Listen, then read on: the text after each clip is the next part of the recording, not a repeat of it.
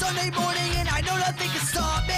It's the devil and I can't believe she's calling. I've been so good on my own. There's no way I'm going back to you. Miss me more than I miss you. Now you know I never needed you in life.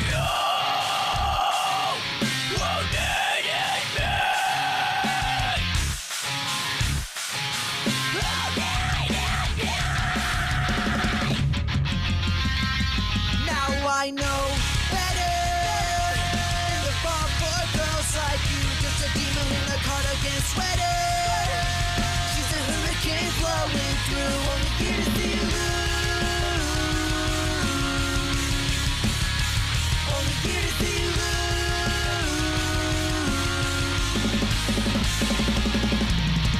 I grew up, I changed, I swear it. The way you're acting lets me know you're never changing. Stop screaming at me, it is over. Get out of my life, I guarantee there isn't any closure there.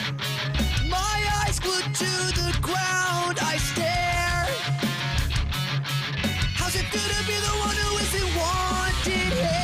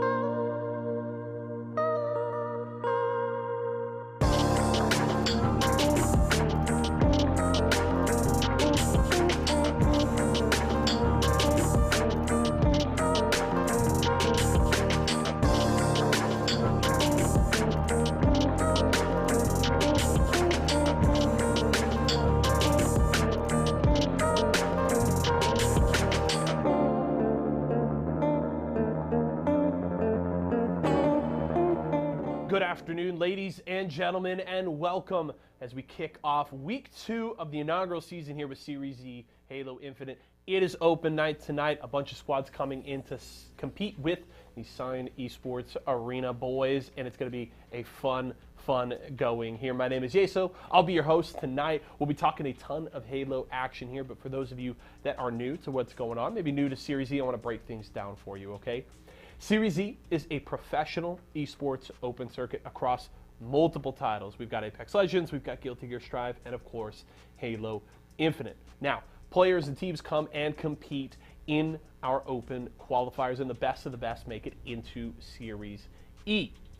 Now, what that means for those squads is they get to sign a contract, they get drafted by one of our partnered brands, they get a monthly salary, and they get to compete weekly for points and prize money. That's every Monday night in this open bracket, just like today, and then every single Wednesday in an invite-only bracket, which is super fun. So if you and your friends want to get in on the action, head over to matchareno.com/ESA to join in, and if you need more information, head over to esportsarena.com. Now, of course, as we get into the action here tonight, we're going to see a lot of ESA Blue tonight, and they'll be looking to rebound from a bit of a down week last week. They finished in 4th, which is nothing to be too dissatisfied with. But I would say Esports Arena Blue is looking to have a much better showing this time around in Open Night. There are still some strong teams in the bracket here. Of course, Fnatic is returning. They won last Monday, and they'll be looking to do the same here tonight. And Esports Arena Blue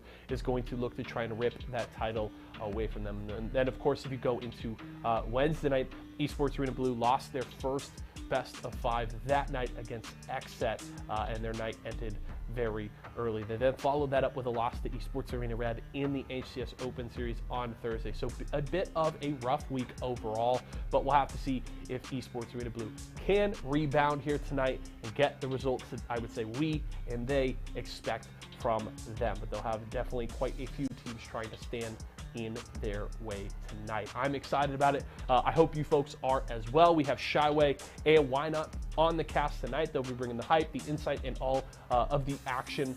Nothing more you could ask for on that front. And I will have a very special guest joining me here in these analyst segments to talk about the matches all throughout the night. So make sure to look out for that first segment after we get the tournament started. But production's going to give me the thumbs up when we're ready to get into the action. The bracket, of course, is already underway, and we will jump into the action as soon as we are ready to go. But I hope you guys are looking forward to it as we're ready to get underway. So let's kick off week 2 here with Series E Halo Infinite.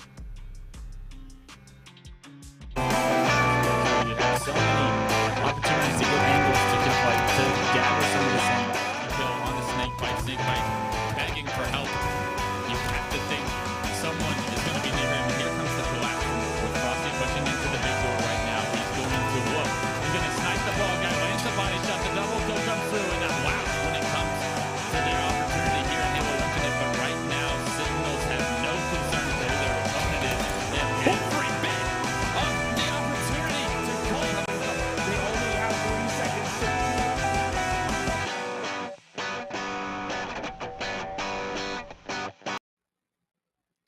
Hello there, and welcome back once again to our Esports Arena Series E, week 2 now of our Halo Infinite competition. We've got a grand on the line. We've got very talented players in attendance. I mean, what more could you ask for, I think, on your Monday than some high-caliber Halo Infinite? Of course, I'm Shyway. Great to be here once again. Great to have my man Tony joining me on the broadcast. Tony, how you doing? How's the Infinite grind treating you?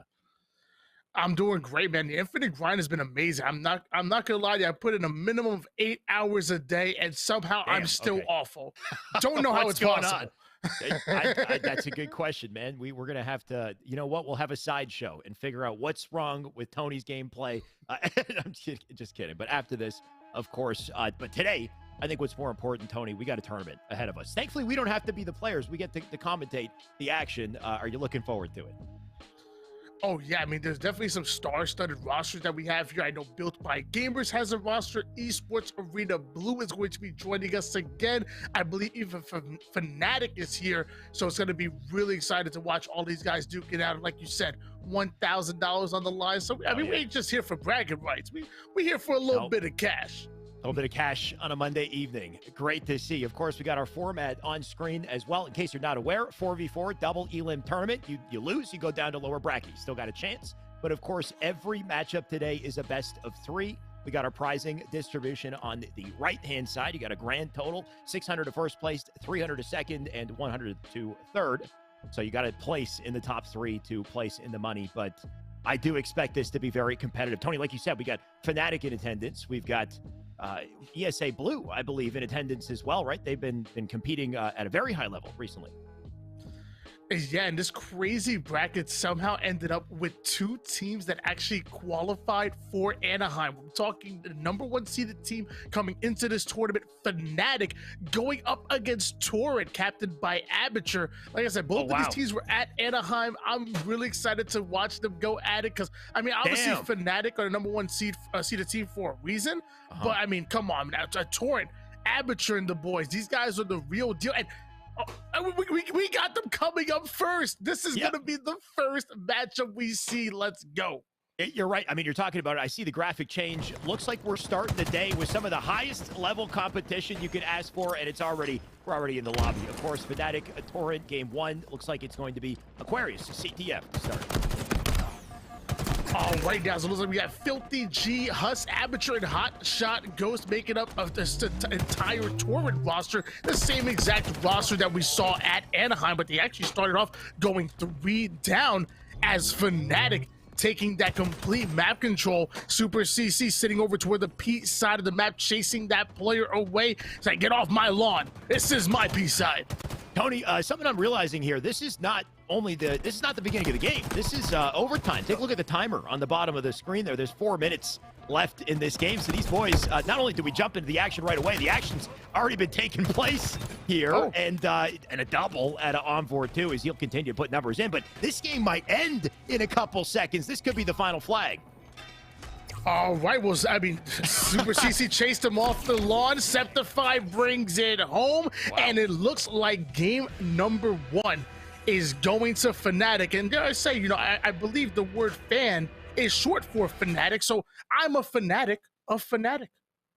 Understandably, the guys on Fnatic are hella good at the game, and I wonder if they're going to continue to kind of plow through this bracket. Of course, like we said, it's best of 3 every single match. So game 1 already done and dusted. They don't usually go that fast, for the record. That one, of course, you know, going to start in overtime. Slayer Bazaar up next, but with what we've seen from Slayer, Tony, once again, this can kind of snowball. And Torrent, they don't have a lot of time to regain, to gather their footing here. I wonder if they can, right? With these best of 3 series, they're very quick and clean. They can get sent to lower bracket, and lower bracket, based off of what we've seen, it's never easy either. Yeah, I mean, it's going to be crazy because not only are one of these teams going to go down to the lower bracket, but I feel bad for anybody that matches up against them. We're talking about 2 teams that can possibly make it to the grand finals, probably 2 of some of the favorites to make it into the grand finals. Sure. And one of them will have to fight out through the elimination bracket. Like you said, this is a best of 3 series. So Fnatic are now going to be 1 win away from advancing forward into winners bracket round number 3. Tony, tell me a bit about this team, right? Because I just got a peek at the roster there, and there's some recognizable names, but an interesting roster I've never seen. You've got Hotshot Ghost, Huss, Filthy G, and then Aperture to round it out. Filthy G, I know, is somebody who's been playing with Porky J quite a bit, so to see them split is pretty interesting too. Anything you can lend to some of these players? I mean, Huss, I've never heard of Huss before. Is he good?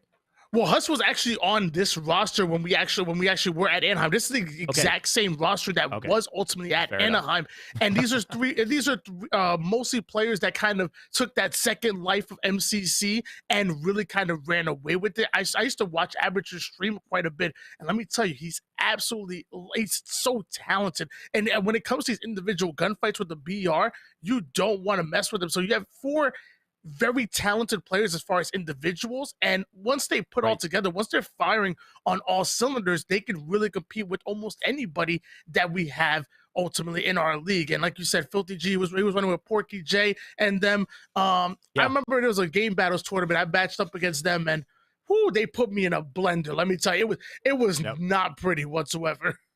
The only thing I'll say is that's your origin story, I think, for a lot of pros, though, right? You'll be like, right? Any other pro comes up, you're like, I remember playing that pro back in a Microsoft Store tournament. They just wiped the floor with you. right away. So I guess maybe that's a stepping stone, right? You beat Tony, and next step, Pro League, right there. Either way, what I like that you said though is that this is the same roster from Anaheim, so they've stuck together, and that's great to see. It makes me think we've got some chemistry from this team going on in the series. Maybe that means there's some bounce back potential here on Bizarre Slayer. Tony, what would they need to do to bounce back here in Bizarre? Well, normally one would think, obviously controlling the Rockets and you're going to have a really good time. But to me, the Rockets only net you 2 kills and a bit of momentum. So although the Rockets are good, what I want to talk about, the grapple. I want to talk about that overshot. I want to talk about that bulldog as well and the manglers, because if you can close the distance on your opponents, get those quick slays while taking minimal damage, it'll be very easy for you to convert that defense ultimately into offense. So again, I want to say, give them the Rockets automatically, but I will say if you can control somebody's close range engagements, you'll definitely be sitting comfortable. And I mean, obviously, I have Envoy on the team. The first time I saw the drop meta on Twitter was actually from his feed, so clearly he knows what he's doing with it. Clearly the team knows what they're doing as well. 7-2 to start this game. I mean, you talked about the weapons and the power that they hold, and you can see that the Rockets are in the hands of somebody over on Torrent. Looks like it was hot shot. He will die. But that center map control is what's so crucial, right? Once you get that round to slays and you've got everybody in the perfect position, I mean, we can see Envoy just coverage in the locker and a sight line over to the treehouse here. It's much easier for your team to clean them up when they're kind of trapped in the base. And Super Sushi immediately getting to the cafe without any timing loss whatsoever. And he has what we were talking about, that bulldog, and with 8 bullets, this has a one-shot melee potential. So this can be, this can net him 3, 4, maybe even 5 kills as he goes up against the bulldog, or net him no kills whatsoever, because Hotshot Ghost decides to go Ghost, put him down, and most likely he's going to be able to get away with that bulldog. Can't help but feel like you teed him up for that, Tony. Said he could get 4, 5, maybe 7 kills and dies immediately. Whoopsie. He gets nothing. We'll see. Maybe he'll come back and have a second win with it. You can see the bulldog still in the hands of Hotshot Ghost, who will fly by. Somehow this man is still alive. I don't know how he's skating by with the grapple here, but the fact that he did it is huge, right? He's near the OS. Got valuable positioning. If you can hold on to it, you can see he's got Huss near him, Aperture as well, as they're all locking down bottom mid. Not sure if they're aware of the fact that this man is hiding here. Hotshot gonna fly in with Shoddy, but doesn't quite work out for him. Looks like they did break away with OS, but with all these members of Fnatic bottom mid, I mean, what do you do? Yeah, Fnatic hitting with the Bulls triangle offense right there. There was literally 3 members looking at that one overshield player, and obviously it's not the equation that he wanted to be a part of. It's an 18-10 lead in favor of Fnatic, and again, they are 1 win away from advancing forward. Torrent need to make something happen right here, right now. They might have just done that. They just got 2 kills in the feed. You can see they might be traded, though. We've got Super CC flying in to take 2 right back. As long as Torrent can control center map, though, they might have an opportunity to swing the game, like you said. Rocket's about to pop up as well, so this is the crunch time right here. Can they get in position to contest this?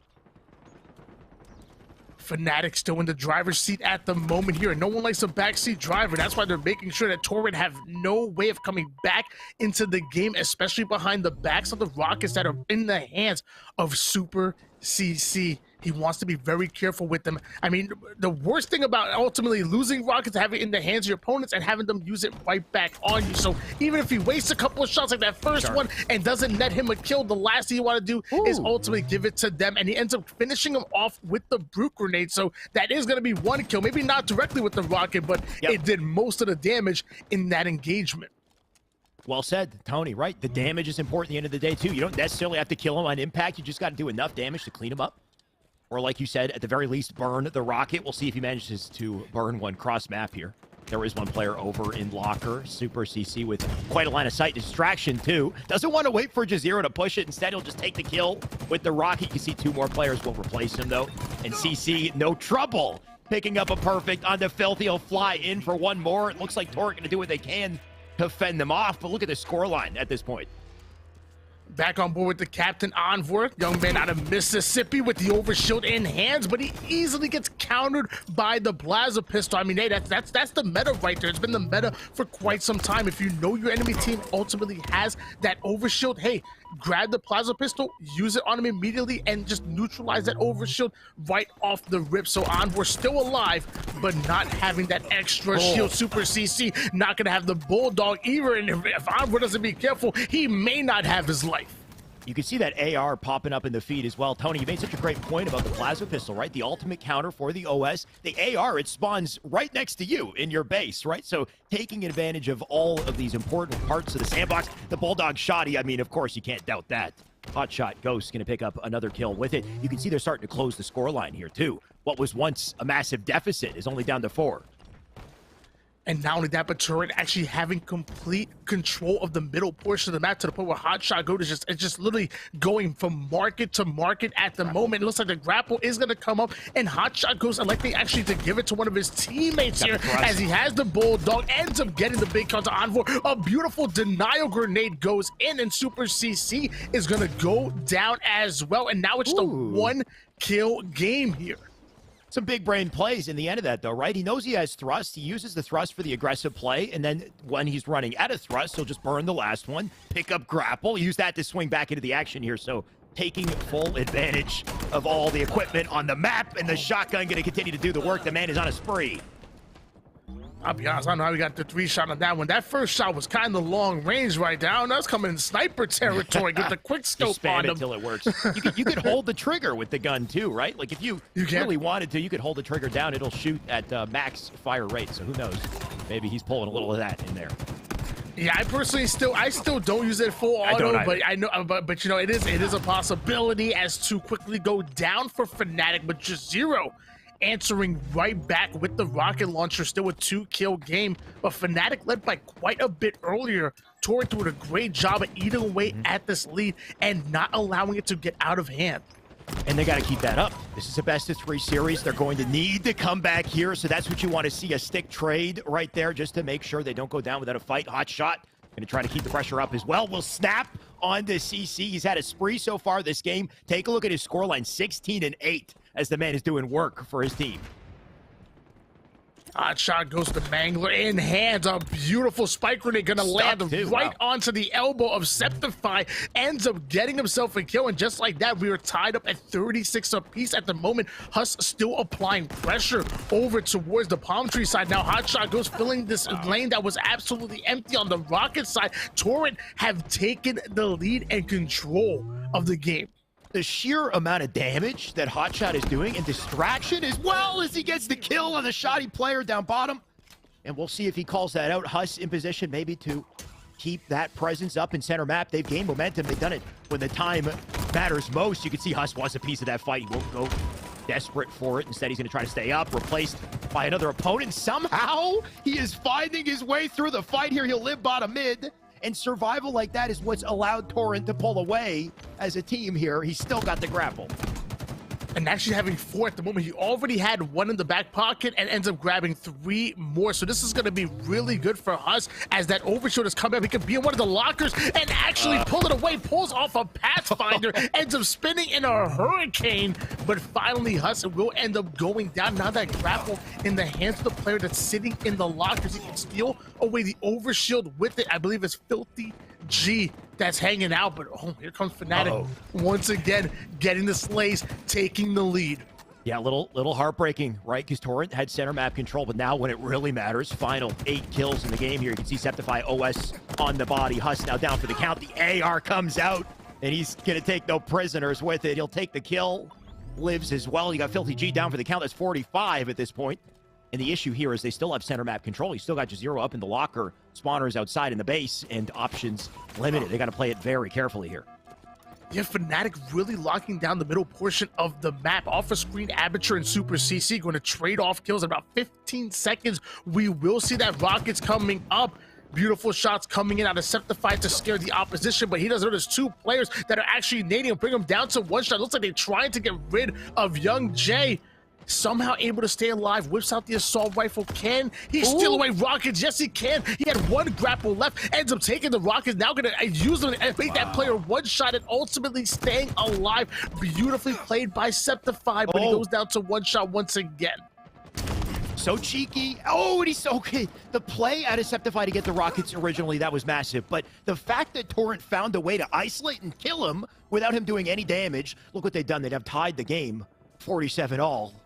And Torrent have a chance to spin this in their favor. Filthy G with a kill in the feed. Super CC not sure if they know he's here.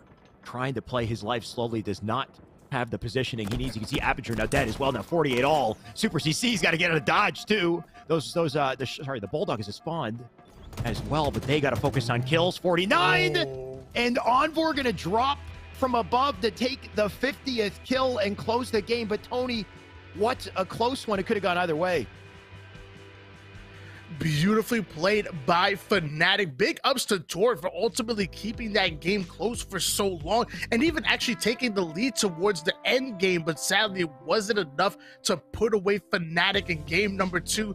They're gonna have to play the rest of their tournament down in the lower bracket.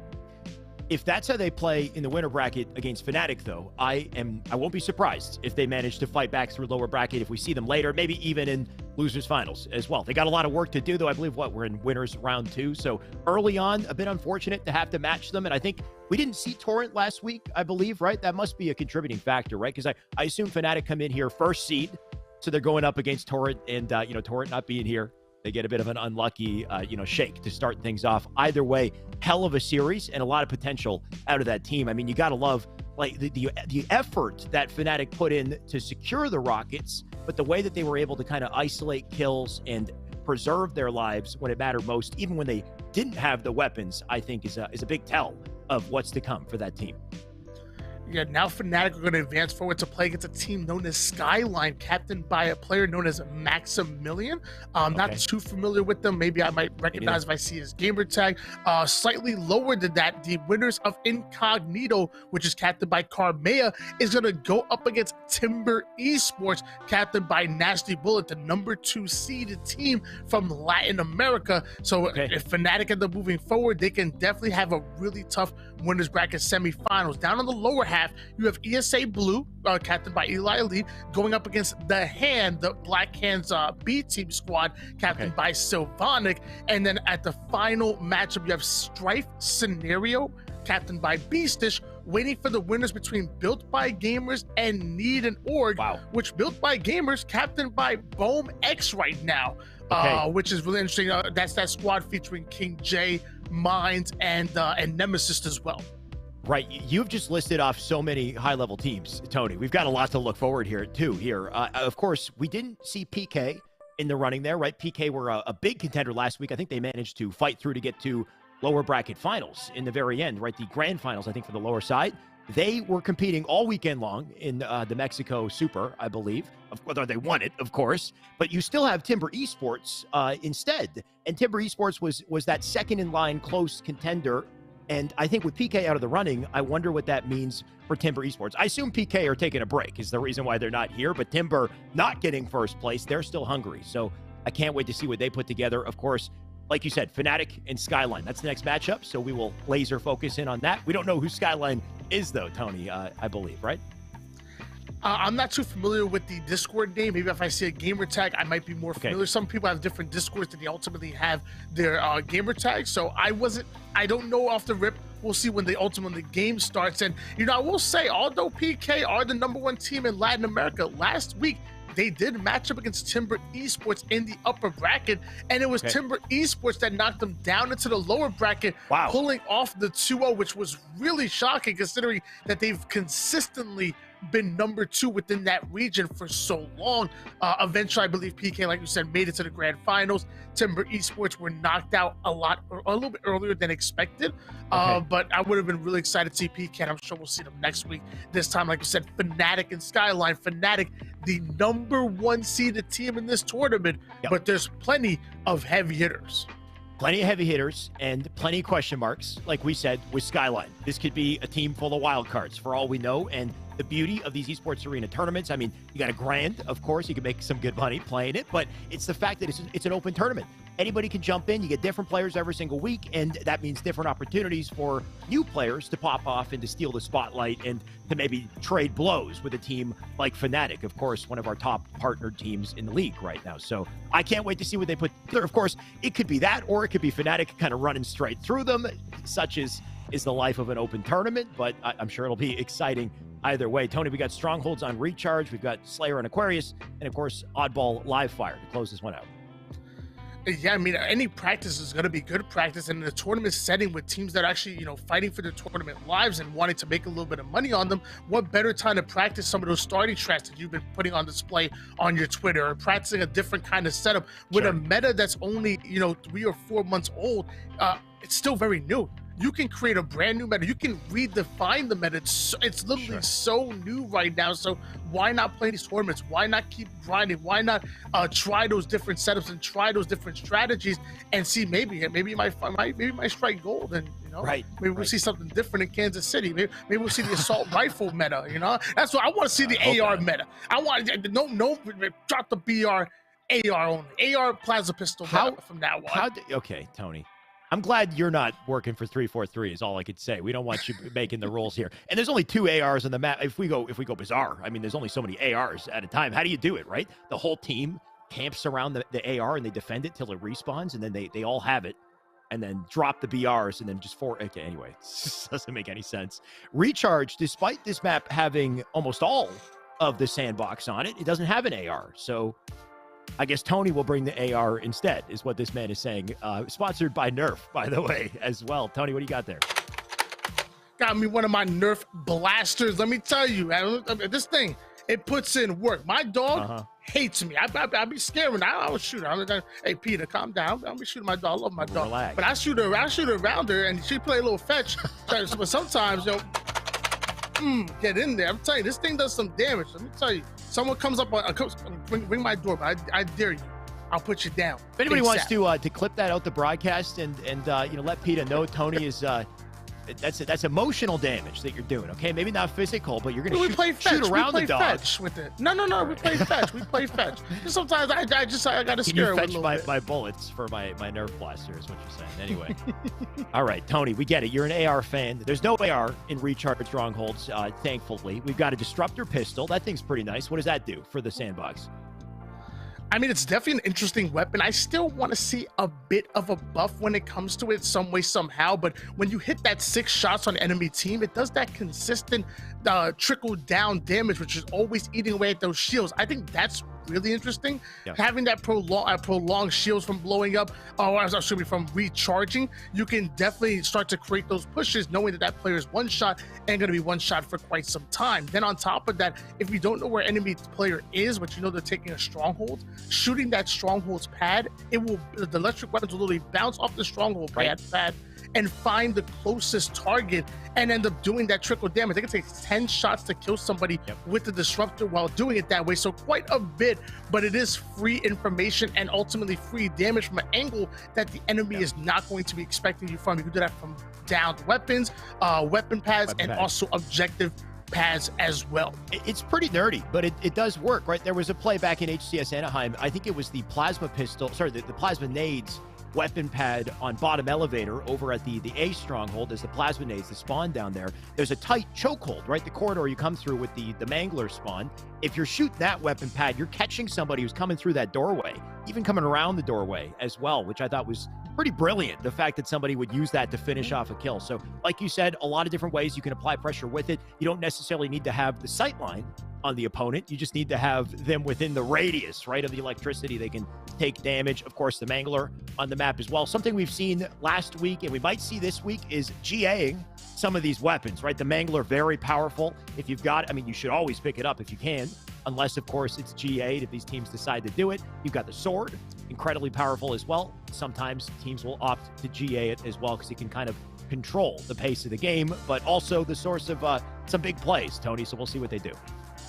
Oh yeah, trust me. Let me tell you, I grab me a grapple and I get me a sword. I'm chasing people down like Spider-Man. I'm harpooning them, coming, phoom, slice and dice. I You're put crazy. them down. It's fun. Let me tell you, I got a sick overkill with the sword on this map, and it's absolutely amazing. Montage coming soon. Strongholds Recharge, definitely one of the. I think you used the phrase one of the healthiest sandboxes that we have, because there's plenty of different options. Obviously, we'll see a game number 2, and Aquarius Slayer, almost the complete opposite, a little bit more limited in the options, but a lot more BR and individual gunfight heavy, where all you have is a thrust on each side, maybe an invis that spawns towards the middle. On one side, you do have the heat wave. On the opposing side, car side, you have some dynamo grenades to work with as well.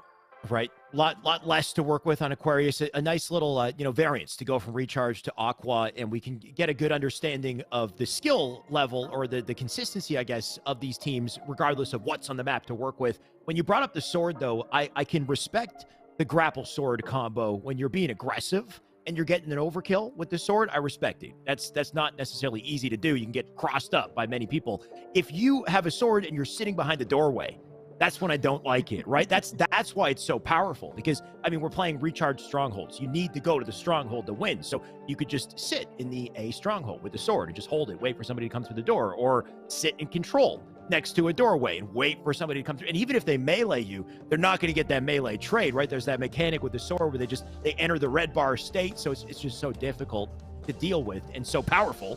And you should be using it, I guess, because of how powerful it is, despite the fact that I don't respect it. Either way, let's see what they do, Tony. We'll be jumping in very shortly. I'm not gonna lie, I don't appreciate you attacking me. I feel I started by saying attacked at the moment. I respect the grapple play with this sword. You're gonna get aggressive. Go for it. Awesome. Oh, yeah, I'm gonna get aggressive. If you're camping with it, then I don't respect you. Is what I'm saying. Hey, you call it sitting and camping. I call it strategic, patiently waiting. Strategically, strategic defense, if you will. Hey, there's a sandbox. I just want to play in it. So if I gotta camp the building with the sword and you come in, you cross the street without looking both ways, that's on you. You should listen to your mother. Your mother definitely told you look both ways before crossing the street. That's on you. That's not on me. Okay, well, last I checked, your mother told us to control the controllables, Tony. That was a classic Tony mom quote. And the biggest controllable, I think, is the shock rifle. I would ditch the sword for the shock any day, because I think the weapon that makes the biggest plays is that one on the map. I can't wait to see who picks it up and what they do with it, especially with the likes of Envor. You got Super CC on that team as well, and the types of plays they put together when they've given an opportunity with the shock rifle. I mean, you say drop. I say, why not run both? I might not dual wield. Sword. I got the sword in one hand, shock rifle for the other. It's like Halo 2 dual wielding, bro. I'm ready. I'm about it. I mean, if it was possible, I'd be about it too. If it was possible, I'd be about this series, if we can get into that too. Of course, we will as soon as the lobby is ready to go. I'm sure it's getting set up, and if we get any updates from production, we will let you know. In the meantime, once again, best of 3. Fnatic, as expected, they're on a tear. They didn't quite dominate in the Torrent series, but just based off of how good they look already, I don't expect them to lose anytime soon. Yeah, just trying to talk about this team. There's been a lot of buzz, a lot of questions as well, because this team actually took Cloud9 to a game number 5 back in Anaheim, and that's when people started to kind of take notice. Started asking, like, oh, hold on, who are these Fnatic guys? You have Envor, one of the captains coming out of young man coming out of Mississippi, phenomenal player. Let me tell you, not only good at 4v4 action, but also a fantastic 1v1 player. We actually saw him compete in one of the Esports Arena's Halo 5 events earlier, where he really put down some damage to 1v1. I got to talk to him. I said, hey, how confident 1v1s? I never seen you play. He's like, no. He's like, no, I play 1v1s. Like, no, don't trust me. This is my wheelhouse. And he really put that on display. You have his longtime duo, Super CC Evades. Now, a lot of you guys might remember Super CC playing on KCP for quite some time. Right. He's out of Coatesville, Pennsylvania. Very talented individual. I mean, his name is Super CC Evades. The man evades damage. You put shots him on, one shot down and over on P side on Aquarius. Right. You blink twice, he's on car side. It's crazy. He's like a whack-a-mole. You shoot him once and he pops up somewhere else. A very talented individual as well. The best example of that was the C9 versus Fnatic series. If you missed it, I recommend you go back and watch it back at HCS Anaheim. The survivability out of Super CC. The dude was a menace. Unfortunately, they lost, right? It was the Bizarre Slayer game. Super CC had the game of his life, but somehow it's Cloud9, right? They find a way. They turned it around. They clutched up. Exactly, and then rounding out that roster, you have Septify coming out of Texas. Very not only a very talented individual who often played with Renegade during 2v2 tournaments, but also very high IQ. I got to sit down with him back at Anaheim. We did a little kind of almost like a watch party type of deal where it was me and Jen, and Septify joined us, and just digging into his mind and whatnot. He has a really great mind and a really great understanding for the macro sense of the game. So I would definitely say he's a very good addition to the roster. Right. And then Jazero, as some casters call him, Chorizo. Jazero, same thing. He's been playing with this roster for quite some time. He actually had a really nice stint back in 2018 in Atlanta, where I believe he placed top 8 as well. So he's kind of always been a been there, done that player. This roster is really, really well-rounded, and it's no wonder why they're the #1 seed coming into this tournament today. Right. Jazero, is that Joey Hoey as well, right? Yes. Okay. Sorry, yes. No, you're good. And that's somebody who I've seen countless times playing with the likes of Shotzi, Falcated. They do a lot of 2v2s, 1v1s, etc. It looks like we're finally going to get into the game, though, so we don't have to talk about the players. We can let the players play the game and put on the show for us. Of course, our best of 3 series going to be Fnatic against Skyline, if Skyline can handle Fnatic after the long introduction we've given on them. Yeah, I'm so happy because I was gonna start making up stuff. I was like, Chorizo got a puppy named Jazero got a puppy named Chorizo. I don't know. I was gonna start making up stuff. Exactly, and nobody wants that. So thank you, Esports Arena, for getting it sorted in time, so we don't have to hear about Tony's made-up fantasy stories. Either way, what we will see is Skyline with early map control. Right? We've talked up Fnatic quite a bit. Skyline are that big question mark coming into this, and looks pretty beautiful so far, and behold. Yeah, I feel like I've seen Finesse in other tournaments before. I'm not sure if he was actually competing in with this exact group. I'm a bit of a stranger when it comes to Defend, Maximilian, and Sano. We're gonna find out a little bit more about them, as they did start off with a 48-0 run here in Strongholds against the #1 seeded Fnatic. So I mean, clearly they're a pretty darn good team. Pretty darn good team, but can they hold the control and the momentum? Because look at this. Look who's waking up. A double out of CC as he'll drop another. That's a triple and a spree and a beautiful little strafe to do it as well. He'll go back for the grapple, but this man, he is just getting started. Grappling over towards the A side of the map, tries to get in there before they actually have to cap, but he's not able to do so. Either way, Defend answering right back, taking on Envor. Despite the 1v2 scenario, he's able to isolate Envor, get the kill, but Super CC comes in for the cleanup kill. Now going to work on Alpha, and we finally see another double cap going in the hands of Fnatic, but beautiful double kill coming out of the shock rifle, and the third one going to hit Jazero as well. Maximilian looking like Pegasus, seeing everybody on the map. Oh, for a second, I thought he might have connected another. But Maximilian, what a wake-up call, right? An answer back to get map control in their favor. They got B and C because of it, but they haven't quite secured A just yet. CF Defend going to do what he can to defend Attic. Of course, he's got a competitor right up front. He does the damage. Maximilian going to come back to take that kill. And you can see Super CC, no hesitation getting to C to cover this area of the map, but the rotation out of Skyline to earn back that top map control. Great little line of sight lines they've earned for it too. Nades going in towards top A. Nobody home just yet. Finally ends up getting into an engage with that player and is able to get the melee kill before they're able to whip out that sword. So beautifully played by Chasen. And now he's going to advance forward towards the control room. So now we have an A-B setup coming out of Fnatic. That's going to funnel the spawns over towards that C generator spawn, which is really dangerous. Only really 3 exit points. One coming out of Long Hall, one coming out of control room. And usually you never want to go down underpass. So a beautiful spawn trap coming in out of Fnatic. They allowed them to spawn. They collapse, get the slays, and now they have a trip cap. And that's the worry for Skyline. If they go down in a sequence like they did, it looks like they're going to answer back, though, thankfully. But if you go down 3 dead, it makes it very easy for Fnatic to then isolate a spawn and and kind of form a perimeter around it and ensure they slay you again, or just use the sword to break into B here. Super CC with a sneak attack, a double kill for it. He'll rotate back to A, and with his position on A and the damage that this man is doing, they are back on spawn, that's for sure.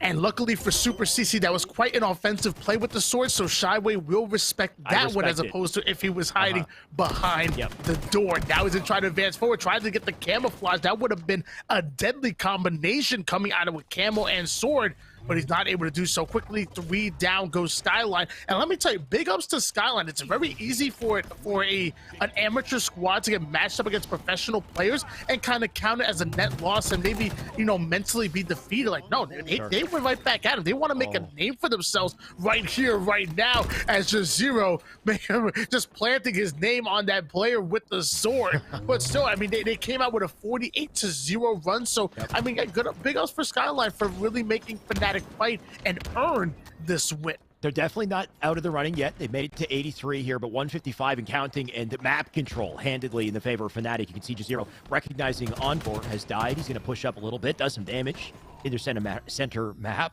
Lost a teammate, though. Going to play defense instead. The timing here, perfect. And that's a worry for Maximilian, right? You got to be so careful to both listen to incoming flanks, but to check your corners as you push these hills, because Jazero very quickly going to earn it back in a little remote detonation off of Super CC as well, something we see so much in this map.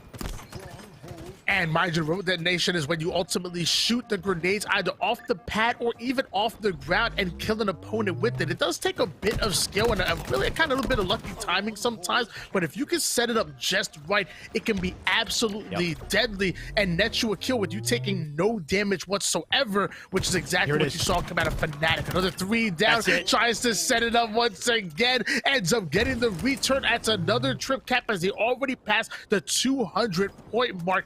Jazero currently going off. It's just a perfect way to enter that fight, right? He has the sight line on the nade, shoots the nade. Even if he does a tiny bit of damage, it's an advantage in the gunfight, and then he'll take that advantage and wrap straight through the map.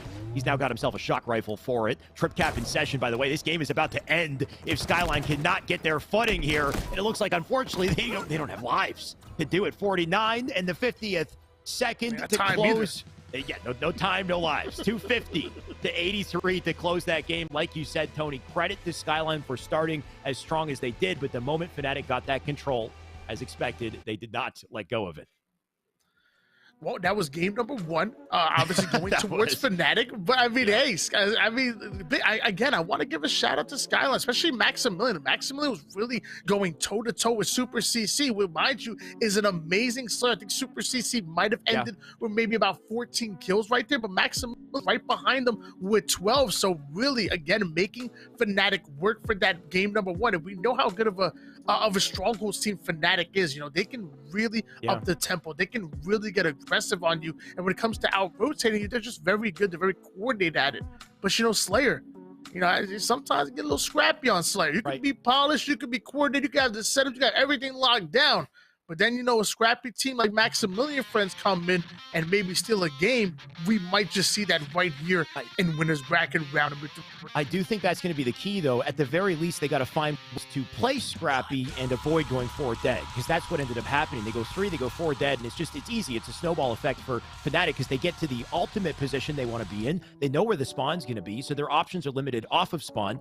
If they can somehow find a way to preserve their lives, let's say they go 2 dead and they recognize that and they play slow and they force a trade or force a win in an engagement, then they can ensure that they don't get caught in that spawn trap. The issue is a team like Fnatic, they check their corners. They're communicating efficiently. They know what they're watching and what they're not watching, so they can predict where you're going to be, even if they've only killed 2 of you. So we'll see.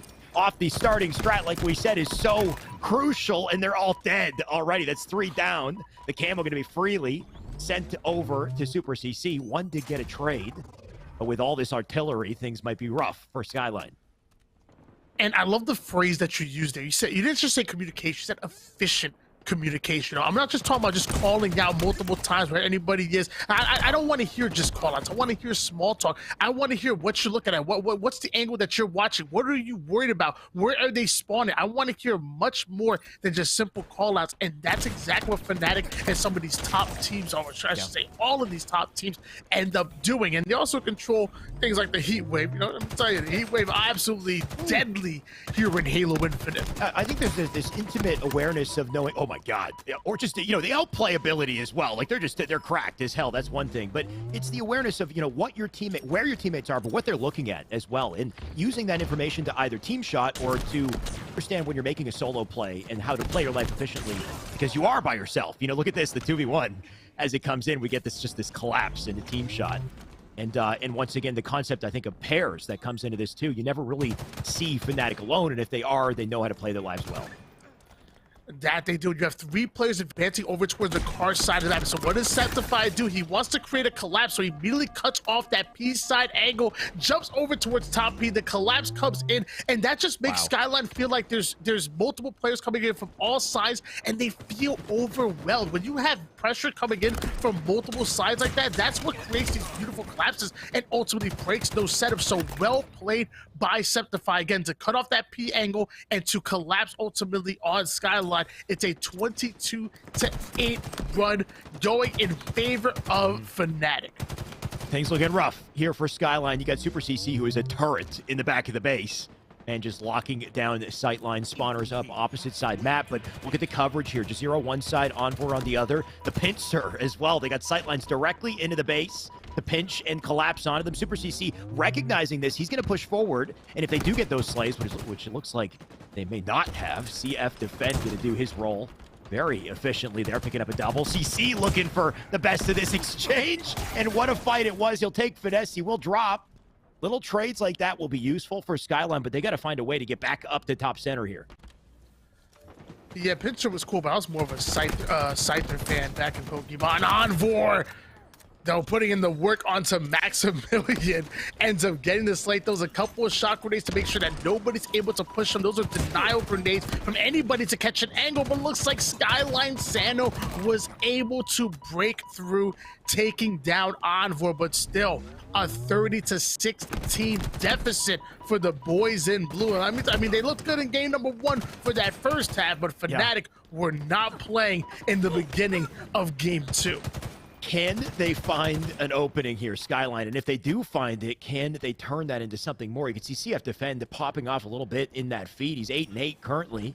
The only one positive on his team. Maximilian not having the greatest game. He does have assists, but that's not quite going to be enough here. Super CC, kill on the finesse. Envoy just immediately going to rip Defend and staff onto Skyline. You've got them all dropping left and right here. Envoy, he can play full confidence because of it.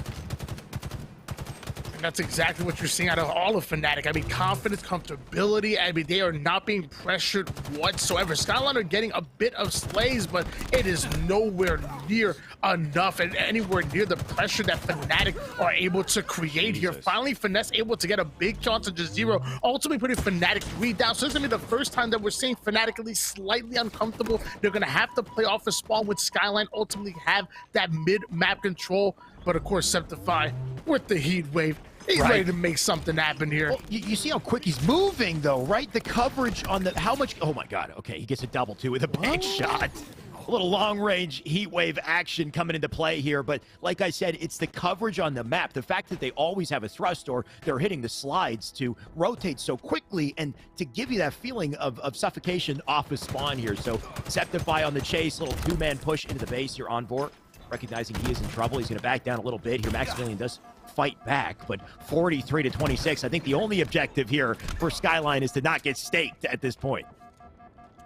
And the one thing I love about Fnatic, you notice how whenever we hop on one of their screens, there's always a player within elbows length of each other. They, at any point in time, when a call-out comes in, everybody's in position to collapse on that call-out. What that does is it makes sure that no one-shots ultimately get away from this from Fnatic. And once those players start to go down, where they get more aggressive. So that one pick goes down, they get more aggressive, they keep applying pressure, and they're always responding to each other's call-outs. Another one. Envoy puts in the damn with the sidekick. You see another player just fly in there with the thrust. They play for each other, and ultimately, to me, that's playing unselfish and winning Halo.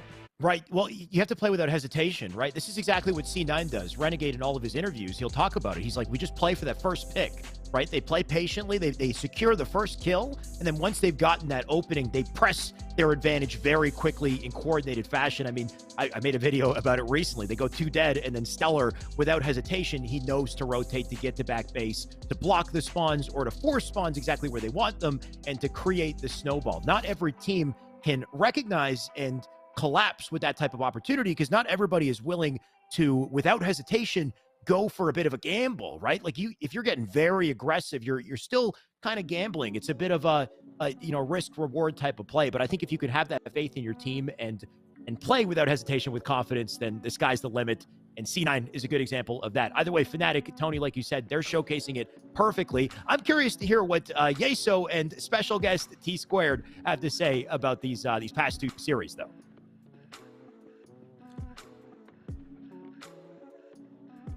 Guest joining me on the show right now. He is, of course, one of the legends of the Halo esports scene. I got T-Squared joining me. Tom, it's good to see you, man. How we doing today?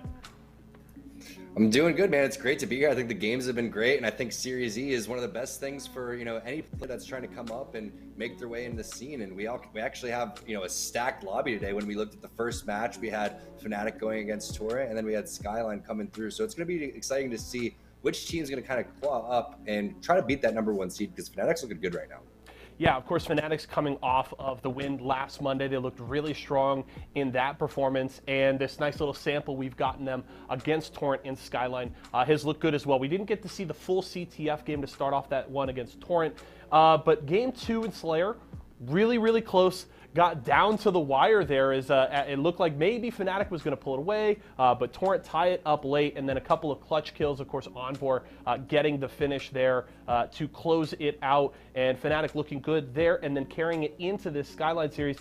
I would say looking pretty dominant in both games we saw from them. Tony was talking about it a little bit, the history with Envor and Super CC playing together, and it seems like this Fnatic squad is kind of clicking on all cylinders right now.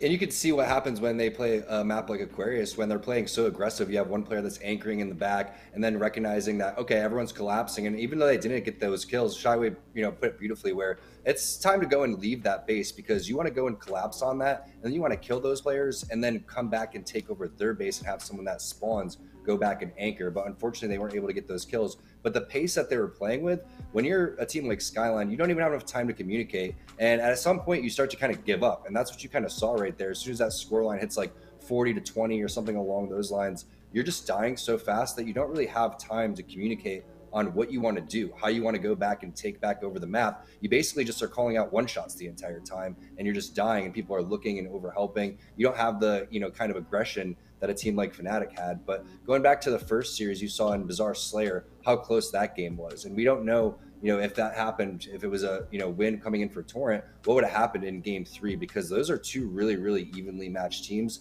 and right now those are probably the 2 teams that I have my eyes on. But I saw a lot of great plays from individually plays coming out from players on the Skyline side. I think that's a really good team to keep their eye on going forward too. But Fnatic is looking really, really good, and I think that I'm impressed with every single player individually on that team, but the way that they're meshing together, the way that they're running through their mechanics, et cetera, it looks like a team to be really taken seriously.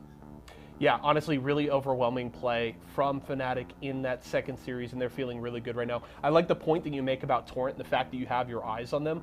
That is one of the squads that qualified for Anaheim recently, and then got signed pretty quickly after qualifying, joining the Torrent organization. They look solid in Anaheim and looking to kind of build off of what they were able to do there here with this competition in Series E and elsewhere. Of course, a lot of teams competing in like HCS Open Series and all that stuff right now. So hoping we get to see more from them in a lower bracket run, because of course their day isn't done. I do want to pick your brain though a little more, Tom, because of course I know you have a wealth of experience across multiple different titles. Of course, you've been a fixture on Series E Apex Legends since the beginning there, and now of course Series E coming into a scene that I know is near and dear to your heart. How excited does it make you to see Series E coming into Halo Infinite? Because I know you have, of course, a wealth of history in the franchise. I'm stoked. Again, it's all about the players that are really looking for something to, come up and get signed. And not only is there opportunities to test your might against the best players, but you also have an opportunity to get signed. And that's what's, so beautiful about this, but also the practice that is going in between this is just so valuable every single day. When money's on the line, you're not used to that. A lot of teams are just playing matchmaking or going through scrims, et cetera, et cetera. Having something that you can compete in each and every week at the same time gets you on that schedule, gets you thinking. You're able to evaluate the VODs, and then of course you're playing for cash prizes too. So whether you're a pro player or whether you're an amateur player, someone that's just getting into the scene, it's open to everybody. So I think that's the beautiful thing about Series E, and I think that I wish that there was that for every single type of esport, because it's just such an amazing thing. It's done great things for the Apex community, and it's going to continue to do great things for the Halo community. I'm excited for the future here of Series E in Halo Infinite. The matches are ready to go, so we're going to throw to the casters, but make sure to stick around. Tom and I will be here all throughout tonight's show, breaking it all down, so don't go far. But let's hand it back to Shyway, and why not? Very well said, and thank you, Yeso and Tom. Tom, if you want to stick around for all the weeks, I mean, feel free. Love having you as an analyst on the show, and so much insight I think was gained from that conversation, and even just closing it off with the discussion on Series E. I think there's a massive opportunity for Halo players here, and hopefully one that continues to grow over time. Tony. Yeah, I mean, like you said, Series E is so great for any esport. I've been following it for Apex for quite some time, and even here in Halo, it's absolutely incredible. What's also incredible is this matchup that we're seeing right here, built by gamers, featuring Boom X Play at the moment, going up against Need and Org, which is a team full of I believe it's a former Call of Duty player and also 2 former Gears of War players. Right. And again, another team that I matched up against in playlist, and they wrecked me. I don't understand. Yep. Why are these teams actually wrecking me like this? Am I that bad, Shyway, you see me play. Am I that bad? It's how do I leave the broadcast now? Can I just disconnect? I don't want to. You know what? I think it's a little bit of both, Tony. I'm gonna be honest. And this would be me too. I can't hang with these guys because they're that good. And maybe we also just got to grind a little more. Either way, there's no doubt both teams grinding in the middle of this game here. Currently 32-27, a very close one on Bizarre Slayer. And it's game 2 as well. You can see Need and Org currently lead this series 1-0. So we're jumping in here very, far. It's more than halfway through. That it is on board now with Alex Shock, and I found out quickly this young man knows how to slay and has a dangerous battle rifle. You definitely don't want to mess with these guys. And I also imagine that coming from the Gears of War community, you might be able to speak on this a little bit more than I would, but I would imagine also very setup heavy with Gears of War. It's all about that setup, all about that communication, knowing what angles that you're blocking. Yeah. So I would imagine that Alex Shock is very good, at least with the polish and the setups, and also that communication of what they're blocking and what they are. The thing is with Gears, you got to have a mean Lancer cross, but when it gets to close quarters, it's all about the wall bounce game, right? So I wonder where the individual kind of playmaking comes into play with these boys on Need and Org. Of course, things looking pretty damn good so far. 39 on the board here. Precision looking to add some artillery to the output here. You can see he's got a rocket launcher to work with. Little flank coming in that probably won't last because Precision will take advantage. King J with a little trade. The rockets do drop, and Alex Shock might be dropping a player here as well. Nice little escape, though, by BBG. Alex Shock now going to advance towards the rocket side of the map, ends up earning himself at least 1 thrust. That's going to be very good if he gets to an individual gunfight with him having that advantage. Immediately puts it to work, but the counter thrust comes in. The bomb ends up going down, and it looks like Need and Org want to slow things down. They want to get another round of slays before they're able to advance forward here, but a 43-32 lead for Need and Org against. I mean, this is, in my opinion, an upset built by gamers. Yeah. This is a team that was literally 1 round away from making it to Anaheim, and not that Need and Org are a bad team whatsoever, but you're talking about what, a top 12 team with or a top 16 team versus a team that might be more like top 32. I think it just goes to show how well this Need and Org team is playing, and the fact that somebody should sign them very quickly. Either way, BBG, they got to get it together and find a way to turn this around, because this series is about to be over if the slays keep up. 46 at this point for Need and Org. on board with Mines. He does have center map. Maybe there is an opportunity for control here. You see he's waiting on Dynamos. They won't be up for a little bit. And Mines with the shotgun. Not too much he can do from bottom mid with it. So how does he play this? You got King J up in the locker. They do have a setup. You can see Need Org is respecting the setup as well. Despite the advantage, they're going to play this very patiently. And Parzelli will be taking advantage now because of it. Ooh, Parzelli ends up getting the melee and chucks the nade. Thought he could get the little Marty Dom kill, but sadly it's not going to connect. Meanwhile, Alec Shock sitting over towards the palm trees. Cross-map shots are going. He wanted to commit towards Locker, so he advanced forward towards the overshield. Ends up running into King J and dealing with him quickly. And it is going to be Need and Org that are advancing forward. I mean, that's a 2-0 over Built by Gamers, Alex. There has to be some kind of mistake. There has to be some kind of mistake. Dude, this tournament is stacked as hell. I think that's the answer, right? You've got a team full of, ex-Gears pros. I think it was COD pros and Gears pros kind of coming together. Turns out they're so good at the game. They're beating out, like you said, a top 12 team back in Raleigh, I believe. And still, to the most part, sticking together. Got to witness King J yesterday in iBuyPower as well, and he was a main force on his team also. So just the fact that they've been kind of given, a run for it, they're sent back down to the lower bracket. Even lower bracket is heated at this point because we got Torrent in lower bracket. So there's a lot of great teams in here, and I wonder what is the limit for Need and Org? How do they stack up against a team like Fnatic? Because I think that's the true test. I think if you get Need and Org coming in here, down Fnatic, then maybe they do get signed very soon. We'll see. Well, I mean, we might not have to wait very long for that. But they're on two opposite sides of the bracket, but there's a chance that they might run into each other within this tournament. However, we do know Fnatic and Incognito are 100% running into each other. Ooh. And it looks, I'm excited about this one too. Septify on for Super Season just 0. Then we have Cycle, Piggy, Carmea, and Neuronical. I believe also. So we have multiple players from Esports Arena Red kind of filling in some for some positions on multiple teams. One on Incognito, one on Built by Gamers. Envoy dropping a stick right on Cycle, so he's holding on to that as well. I mean, I've already said it a couple times, Tony. This tournament is stacked. There is so much talent here. I do not know what to expect because of it. Of course, Incognito, they got a job to do, though. Fnatic, no slouch. So far, they have been unstoppable, and can they slow them down? You can see 132 and counting here for Fnatic as Onboard does take a kill. Rockets now spawning up center map as well, and immediately Fnatic are on top of them. Onboard will try to play his life. Piggy will take A, but without the weapons, their options about to dwindle here. Oh my, 180. Oh, he still died.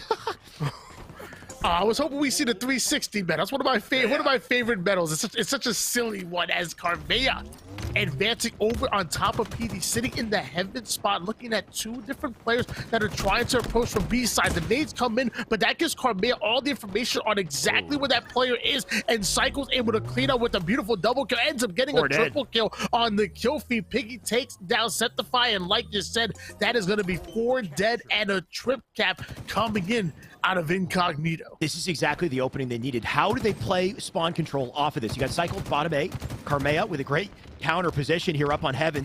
You can put shots into multiple. All 4 of them decided to push through A side, and because of it, you can see a bit of a flank, a collapse coming in from behind them. And I like the aggressive play here out of Fnatic to make sure they stay pinched and they die. They do take trades as they do it. Neuronical's going to find a way to slip out to PD. Can he stay alive, though? Man's got a bob and weave to do it. The melee will secure him, though. Jazero takes him down, and Fnatic will find ways to maintain control here. It's scrappy. Incognito, though, despite the position they were in, they're going to do their best to hold on. For a name that's synonym with concealing their identity, I weren't able to hide from Fnatic. Fnatic hunting them down, getting the slays that they need. They're stealing away A, and they have 179 to 83 lead in favor of the boys in red. Luckily for Incognito, they still have a double cap on board here, and Piggy ends up getting a double kill, taking 2 down. So they have the numbers, they're putting points on the board. Incognito are actually starting to fight back and starting to claw their way into it. They're getting on top of spawns and timing here. This is perfect for Neuronical. The man just got himself a perfect kill. If he can stay up, that will be massive. We've got Rockets about to spawn. 6 minutes, the most crucial moment in the game here. Everything important is going to be up on the map. Rockets the main point of contention, and we'll see who wins it. You got Cycle still covering it from top map. Piggy with them. to make sure it's a difficult fight for him. But look at all the nades. Bring it off. You got the Stalker coming into play as well. The team shot a little too strong out of Fnatic. They will earn center map. They'll earn the rockets and maybe map control with it. Where are they, though? Veronica trying to get that information, finds a player over toward the purple screen in front of the cafe, but has two on the B side that he has to deal with, and sadly he is going to be the first one to fall here.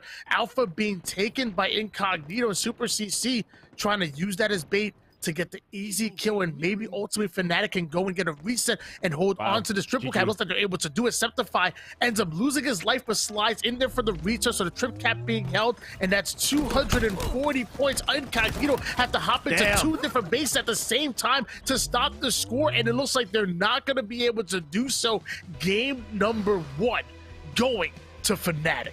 Quick little peek at the stats. I'm not going to remember it. Actually, I can look back at the broadcast, thankfully, as well. We're a minute ahead here, Tony. But the slays were pretty even, to be honest. When you look at the slay for slay there, I think it would have added up to a pretty close total, which just lets you know the objective efficiency out of Fnatic. The fact that they don't necessarily need to outslay or overslay to hold on to the map, hold on to control. It's the slays that they get are the ones that really matter, because they're so quick to get to where they need to be. To ensure that they're getting as many points as possible off those little openings. We did see some signs of life, though, out of Piggy and team, out of Incognito, when they had that bout of control, right? They had all 3 plots on the map. They had the 4 spawns into Cafe. Just holding on to that snowball, I think, is the issue for them. They lose some of those valuable trades. And I talked about a couple of rounds ago. I mean, they are such a good strongholds team, one of the best that we ultimately have in our league, and I think there's value ultimately in constantly playing together towards that latter half of Halo 5. Like, they know how to play strongholds. They literally used to play it back in Halo 5, and although there were some changes going into Halo Infinite, I think there is value in knowing exactly what you want to accomplish. You know, as soon as they hop in the hill, knowing when to out rotate, knowing when they ultimately want to defend, knowing when they want to go for the trip cap, and knowing when they don't. I think Fnatic are like a been there, done that team when it comes to strongholds, because they've been playing it a lot longer together than some of these other squads who maybe didn't have the chance to grind Halo 5 as hard as them. I guess even just being unified in their decision making, right? If they're down in a deficit, okay, they all move together as a unit to counter them and use their numbers to overwhelm. We'll see if that plan carries over here, of course, in game 2. Now Slayer on live fire and an even start as well. Piggy and Carmere getting back-to-back kills, but looks like Envor somehow able to get away with the sniper rifle and quickly brings it over towards A, which is exactly where his teammates are spawning. So this is where they're ultimately going to play their defense for now. Neurotic, the first player to go down. So what does Fnatic do? They start to up the tempo. They start to get aggressive. We talked about it before. It's some of the things that make these top teams like Cloud9 very popular and very hard to deal with, and Fnatic do the same thing as well. Patience at on. Oh, you know what would be sick is if he stood on top of the electric box and then did the skill jump up to the nades. Nobody does that jump ever because it's so damn difficult to hit. But either way, Envor will make that attempt. Cycle instead going to replace him in the spotlight here. You can see Cycle's got that center map control. Split spawner over on B. He doesn't worry about it. He's looking for the new spawner. Cycle, I love this flank at him. Look at this. A double he'll pick up, snaps onto a third, and he'll drop him as well. Cycle is going in here 14-6 because of it.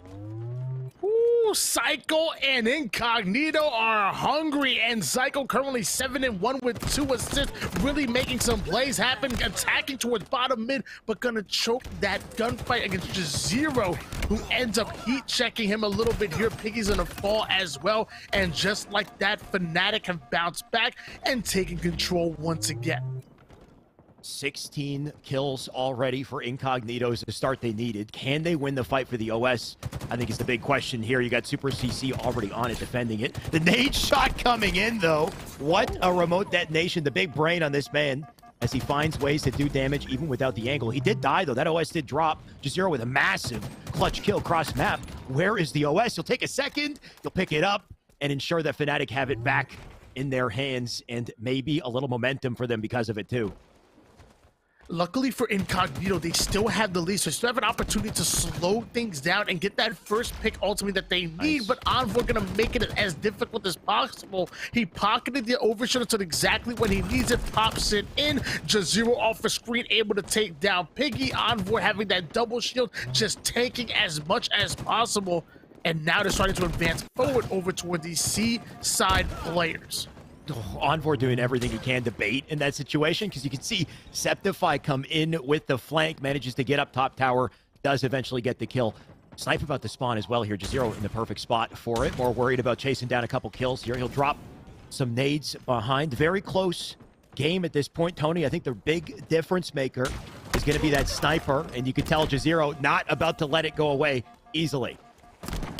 Jazero really setting the pace with the heat wave, but not able to get the double onto Neuronical, who's quickly going to deal with him. Envoy going to fall as well, though, over towards the sandbag sides. And now you're seeing Cycle controlling this perimeter, this nest side. There's a player by himself, and they're already pinging, so they're well aware of it. If you're by yourself, Incognito are going to make you pay, and they are going to swarm on you as they're holding on to a 4-kill lead. What I'm wondering here is what happened to Snipe, right? I thought it was up a second ago. Either way, I don't see it on the feed. What we do see is the OS about to spawn here. Looks like a new heat wave will pop up shortly. As there's the snipe. It's in back of A. And Piggy aware of it. He's going to try to get a rotation in for a pinch onto this player. He'll get shots in. Super CC with a trade on the feed as well. Piggy still on the chase. Doesn't matter how many times you slide, though, if Septify hits his shots. Well, I will say, I do like the thought process behind Piggy right there. He knew Neuronical was pushing over towards Sandbag, so even though he didn't have his shields, it was one shot. He advances forward throughout Garage, and if they could have got that collapse a little bit better executed, they would have most likely been able to steal away the sniper, but that sniper will end up staying in the hands of Septify, forced to back down toward the A-house window. His backup is going to go down. He's able to take down Carmea, but Piggy comes in for that cleanup, putting his 10th kill on the board. Jazero looking to make sure that sniper doesn't go anywhere as he ends up getting the assist, and once again Fnatic getting control of the sniper and also having the heat wave. I think the heat wave is the big worry, right? Incognito, they have managed to hold on to their lead here, and they still do it, which is excellent to see, but losing some of the weapons here in mid-game could even the odds for Fnatic. Piggy, he avoided the stick, I think, as well, so he'll take that kill clean onto Super CC, 35 at this point. They're up in numbers. They got spawners up on C side. Looks like splits over to B2. And Piggy, hopefully, he's aware of it. He could just hard push this with Cycle, and they can take advantage. You can see Cycle now has the heat wave as well. Little double team on the tower, and they'll keep the snowball going. That they will, almost increasing their lead to 10 at the moment. Their Neuronical starting to collapse over to on the B side. It looks like Piggy is going to assist them, not able to get the kill, but the assist will end up coming in on the board. Neuronical takes down one, but Jazero coming in and laying down the law, able to take down Carmea. Envoy cleans up Cycle, and now only down by 7 kills with enough time on the board to mount a comeback. We're going to see if Fnatic end this right here, right now, because I don't think they want to see a game number 3. Tony, I think they're GAing the Manglers, aren't they?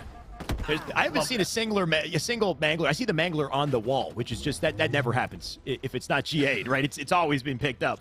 So I can only imagine they're not going to allow this one in play. Instead, the heat wave, definitely a difference maker. Cycle has already gotten himself a triple with. He'll get a shotgun medal for that. And I love the slide that he just hit to get the angle here, too. Maybe even too much of an angle as he bobs and weaves to stay alive. 45 at this point. Such a healthy cushion to work with. Tony, looks like they could close it out here. And I will say, Cycle ended up cleaning up one of the kills with a player that did pick up the Mangler. So it looks like there's not going to be GA'd here. Okay. But a double-digit lead has broken out here for Incognito, who are now 3 kills away from sending us into an elimination game number 3. Piggy now finding somebody with their pants down, but it looks like it was a bit of bait. Envoy watching his back, gets the cleanup kill, and Incognito still have to put those 3 on the board to take game number 2. You have to respect Fnatic. Despite the huge advantage, you'll force a couple trades here. You can secure the win without any shameful comebacks. Of course, 48-41. Neuronical going to toss both his nades out and ensure the trade, and that's all he needed to do. Now 49, and a final kill to close this game and bring the series to a tie. Carmea could be the one to do it. Does he know there's a player out beside him? He does! He'll turn and burn him and take the game, and here we have it, Tony, a series Fnatic on the ropes after game 2. Certified was just hanging out there on the bottom left side, admiring the beautiful water towards the bottom. He's just admiring the map. Wi-Fi is a beautiful map. Carmea does end up spotting him though, and he does put the 50th on the board, and we are going to a game number 3. You did talk about how objective efficient Fnatic are, and so maybe they drop a Slayer, but guess we're going back to an objective. We will end up seeing one. It may not be strongholds, but we still have oddball and capture the flag that could pop up for game number 3. Right, no doubt. When it comes down to 1v1s and just kind of, outskilling, finessing your opponents, it seems like Incognito can definitely hang because they matched the Slays despite losing back in Strongholds in game 1 as well. So great to see that they were able to, kind of carry that Slayer efficiency into this game and win it. I think a big part of that, of course, was Cycle with the heat wave, right? He had it early game. Fnatic started to steal the weapons and power-ups back mid-game, but they weren't able to make an impact because of players like Cycle, Piggy, who were able to shut it down before things got out of control and get it back in their hands. When it comes back to objective, like you said, Tony, Fnatic, they're efficient here. Do Incognito have the chemistry to find those roles and play, I guess, responsibly with the opportunity? Is it an oddball that we have coming up, Tony? I'm not exactly sure, but I know it's going to be either an oddball or capture the flag because the first game number 1 was that strongholds. So that's why I said most likely we'll see an oddball or a capture the flag. And let me tell you, Fnatic need this win. I mean, not only do they want to make it throughout the grand finals to the winners bracket and have that advantage, not only do you have bragging rights on the line, and the fact that they did ultimately get signed by one of the 9 partnered organizations being Fnatic themselves. But on top of that, I'm not losing to some guy named Piggy. Ain't no way I'm being dropped to elimination bag by a dude named Piggy. So you better step it up right here, right now. No excuses, Fnatic. Get to work. Right, and even to just take that note and go farther with it, I think it's the fact that you're on a team like Fnatic comes with a responsibility to win almost, right? There's a pressure, I think, that comes with being in that top org. Incognito, they don't quite have that same pressure. Instead, they're looking to just overthrow these boys and play their best game. Not to say that Fnatic won't do the same. I'm just saying I expect a brawl here, Tony. Game 3, of course, oddball, this time on recharge. Super CC electing not to actually go after the Commando. We've seen a lot of players such as Lucid and Renegade taking advantage of it, even using the Commando into the drop weapon meta for the BR to clean up. But Super CC not going for it. Carmea does end up going for this top gold control, and he is going to trade off that kill. Fnatic already having the ball in hands, not having the complete setup like they want. So if they do get pressured off bounds, he will end up playing the ball toward the middle of the map. And that's exactly what Piggy and Psycho are doing. They want to keep that pressure on. They do not want them to scrape away this ball time. And that ball makes it toward the middle. Neurotical gets a double kill, able to get the third one, the triple kill, as all 4 members of Fnatic go down, and Incognito will be taking advantage. And then what matters most in these moments is how quickly do you convert that into a ball hold and a setup. You can see he tossed the ball up to his teammate. That ball now back pipes. Shock in the hands of Incognito as well. I'm not sure who has it. I think it might have been Neuronical or Carmea. But that Shock going to be a big playmaking tool in this challenge. You can see Fnatic going to force 2 up through the hallway. Piggy does take one. Zero going to try his hand here. Can he get it, though? Nice little pushback on the repulsor. Going to make things difficult for Fnatic, but Super CC not worried. And the scrappy fights aside, Incognito will still find a little bit of time in that exchange. 2 down momentarily go Fnatic, but they're still making a play for the camouflage. And it looks like while they were going for it, Jazeer was watching his back over toward the C stairs. We saw Piggy start to commit to that and try to kill the camouflage player before popping it. But the cleanup kill does end up coming in for Jazeer, and now Fnatic are once again getting into their gold side setup. There's 2 players coming from long haul though. Incognito might be able to break this with a couple of slays.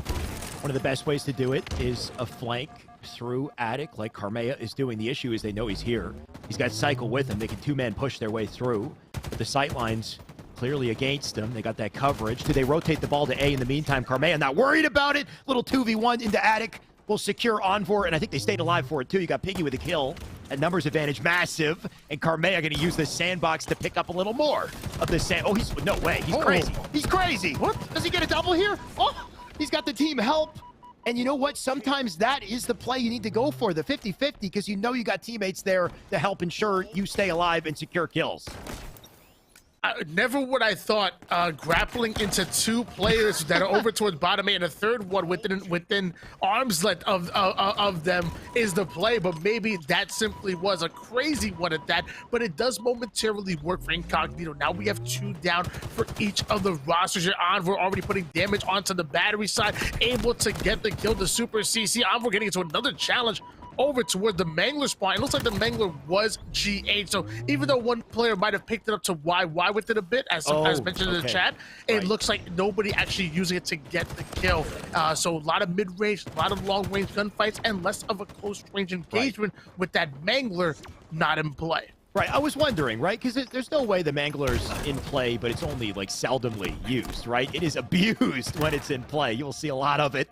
And what we will see a lot of instead is the BR action at Neurotical here. What a massive win that he just got in that fight. You would think it would give them an opportunity for the camo, but not quite. They'll take the kills instead, though. That's burned. Carmea with a handsome double. We got the ball in their side, too. Piggy holding it. And 50 points approaching as well. Carmea, look at his positioning. Carmea still picking up kills as he's up on top. Neurotical with a dirty perfect. And what a way to stagger them on spawns here. They're still getting time. Handsome double, dirty, perfect. Carmea doing it all. I'm loving what I'm seeing here. It looks like we're going to get him back on screen here right off the spawn.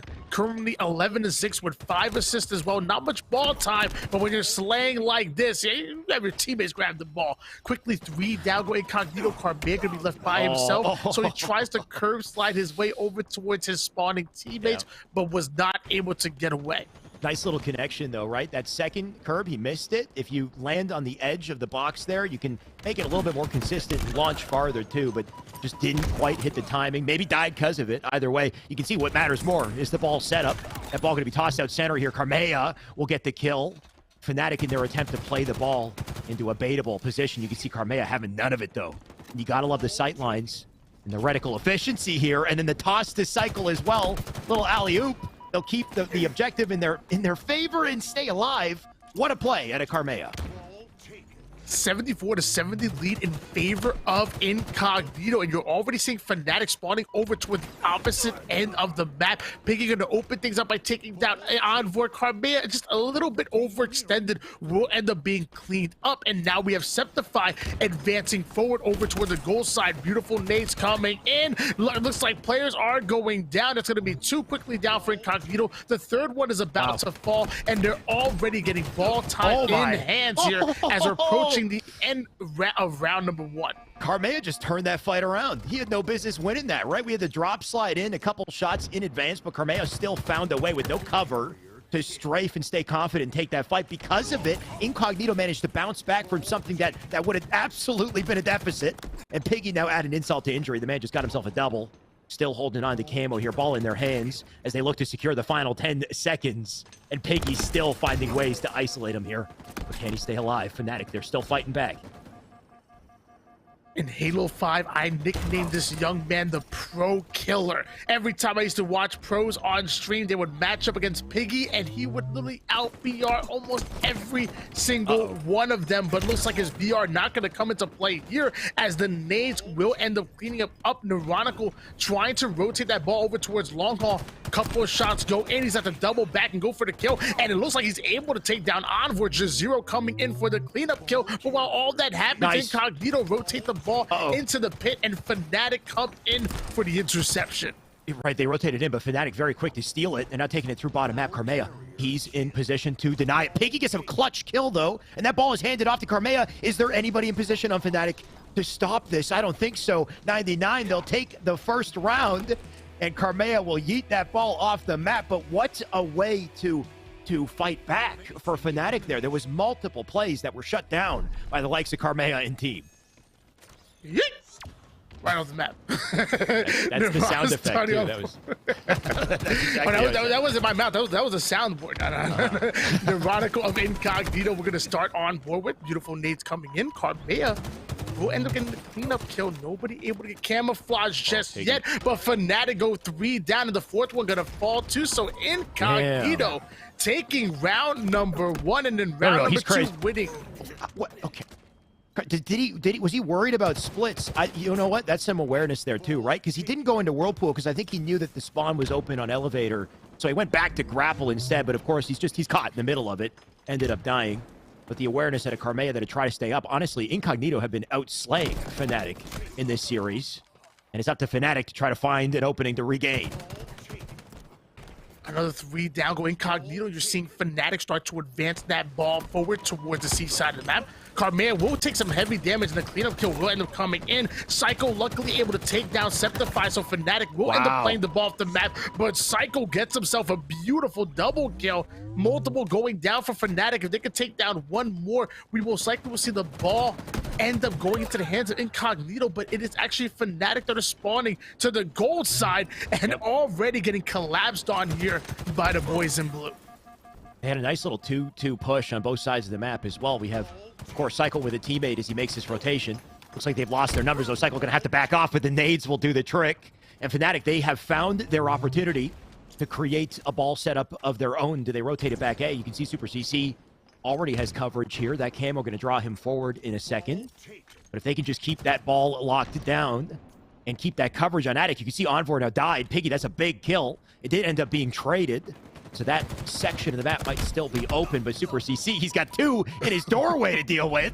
And that's a hell of a way to knock. But did they go back for the camo as well, right? That's is currently spawning. All Cycle cares about is the kills, though. Piggy's got it.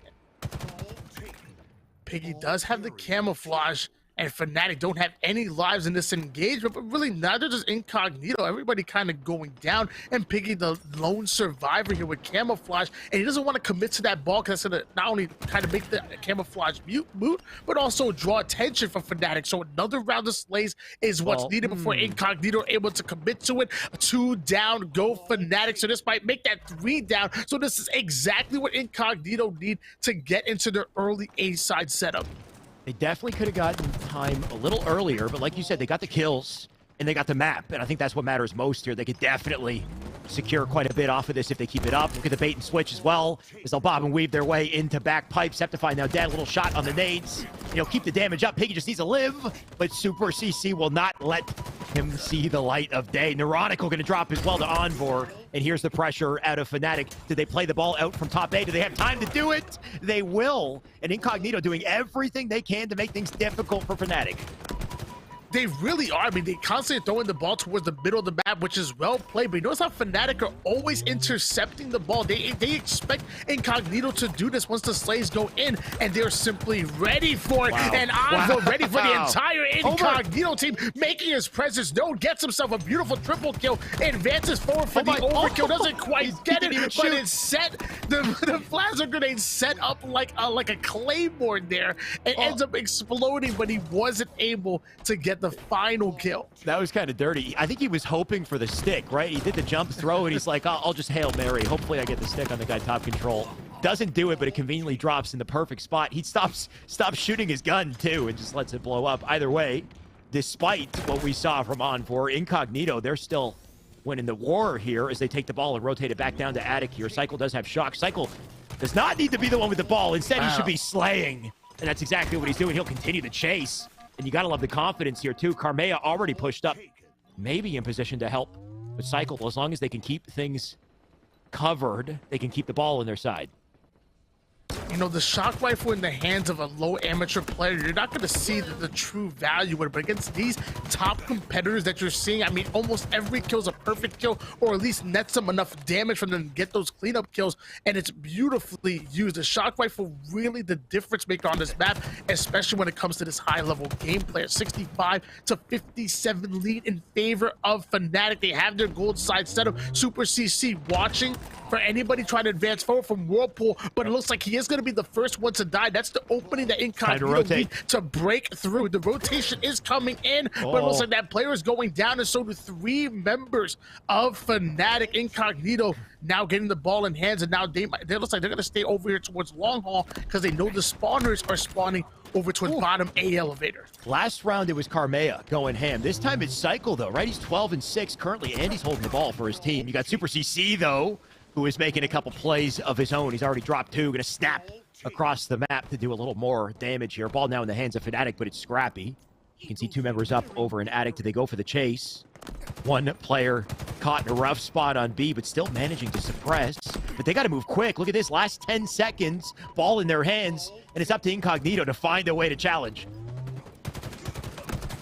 That's exactly what they're doing, though. Super CC not able to get the cleanup kill, and it looks like another 4 down here for Fnatic. They only need 10 seconds to come out with the win, but now they're gonna have to break this setup, being locked down here by Incognito. Psycho kind of putting his reticle on a cycle a bit here. The shots are starting to connect from across the map. Carbe able to take down Jazero. Psycho ends up getting himself a camouflage and gonna get himself the slay as well. Goes in for the challenge onto C-Fly. Beautiful damage coming in. And where's the communication coming from Incognito? How did they not know Psycho was over towards the C? There's nobody looking, nobody nading. Psycho still alive, taking down Jazero, and it looks like Incognito take them down here in this game and the series. That was disgusting out of Cycle. He was a turret. He just turned and burned everything in his path, right? The amount of damage and distraction that he just put out with the camo. And like you said, where's the communication, right? How do they not react to the fact that he's there earlier when he already gets that first kill? Like, they should definitely be looking for that camo player. And I think the fact that they weren't was because they're so focused on getting to the ball, because they're going to close out the game if they don't. So Cycle taking full advantage of this disruption and just hit every single shot. He also went for a sneaky little jump in the end there, Tony. Not sure if you saw it on the back of the stacks. There is a thin little jump on the edge of the wall there that you can crouch jump up to and jump off of. And he was going for that maybe for style points at the end there, but just beautiful execution out of Cycle and a well-deserved win for Incognito. That's Fnatic, our first seed, and our winner from last week. They're in the lower bracket early on. Yeah, I mean, we've already seen 2 upsets here. You have Incognito taking down the #1 seeded Fnatic. And then also earlier today, I think we had Need and Org actually taking down Built by Gamers, a squad that was literally 1 round away from making it to Anaheim, a team that actually made it to pro bracket play back at Raleigh. So it just goes to show you that, hey, nothing's set in stone as far as the rankings. Anything can happen here. And it's Halo Infinite. It's still early, and some of these young squads are really looking to make a name for themselves. Well said. Everything's volatile at this point. I think that's a perfect example. Anything can happen. We've got this what almost seems like a pickup team come together to win that. I think I just got an update from production, and I would like to hear it one more time if I could. Okay, wonderful. So 2 series done and dusted. Tony, we're going to throw it back to Yeso and Tom to see what they think, and we'll come right back with more. All right, everybody, we're back. Yeso, T-Squared here after a very interesting series. And it's funny because, Tom, I was setting up for the segment. I was going to come in and be like, okay, you've got to pick somebody that can beat Fnatic today. Who's your best bet here? And Incognito actually answered the question for us, taking the 2-1 win there. And I know you really want to dive deep in this best of 3. We were pulling aside a bunch of clips, so we're going to have some replays to look at. But Tom, just kind of right off the rip, what jumped out to you in that matchup between Incognito and Fnatic? Well, I think you hit the nail on the head and who's going to be able to beat them. If you asked me beforehand, I would not have said Incognito. I would have been on a team like Torrent, who put the games so close. And even after game #1, I didn't think Incognito would have stood a chance. Yeah, they were looking good at certain points of that game, but the triple cap from Fnatic was so just so dominant, and you saw the way that they were able to just slap them. I think it was 250 to maybe 100 or 150, which really isn't close when it comes to Stronghold Streets. And you really saw, okay, Fnatic has this series under control.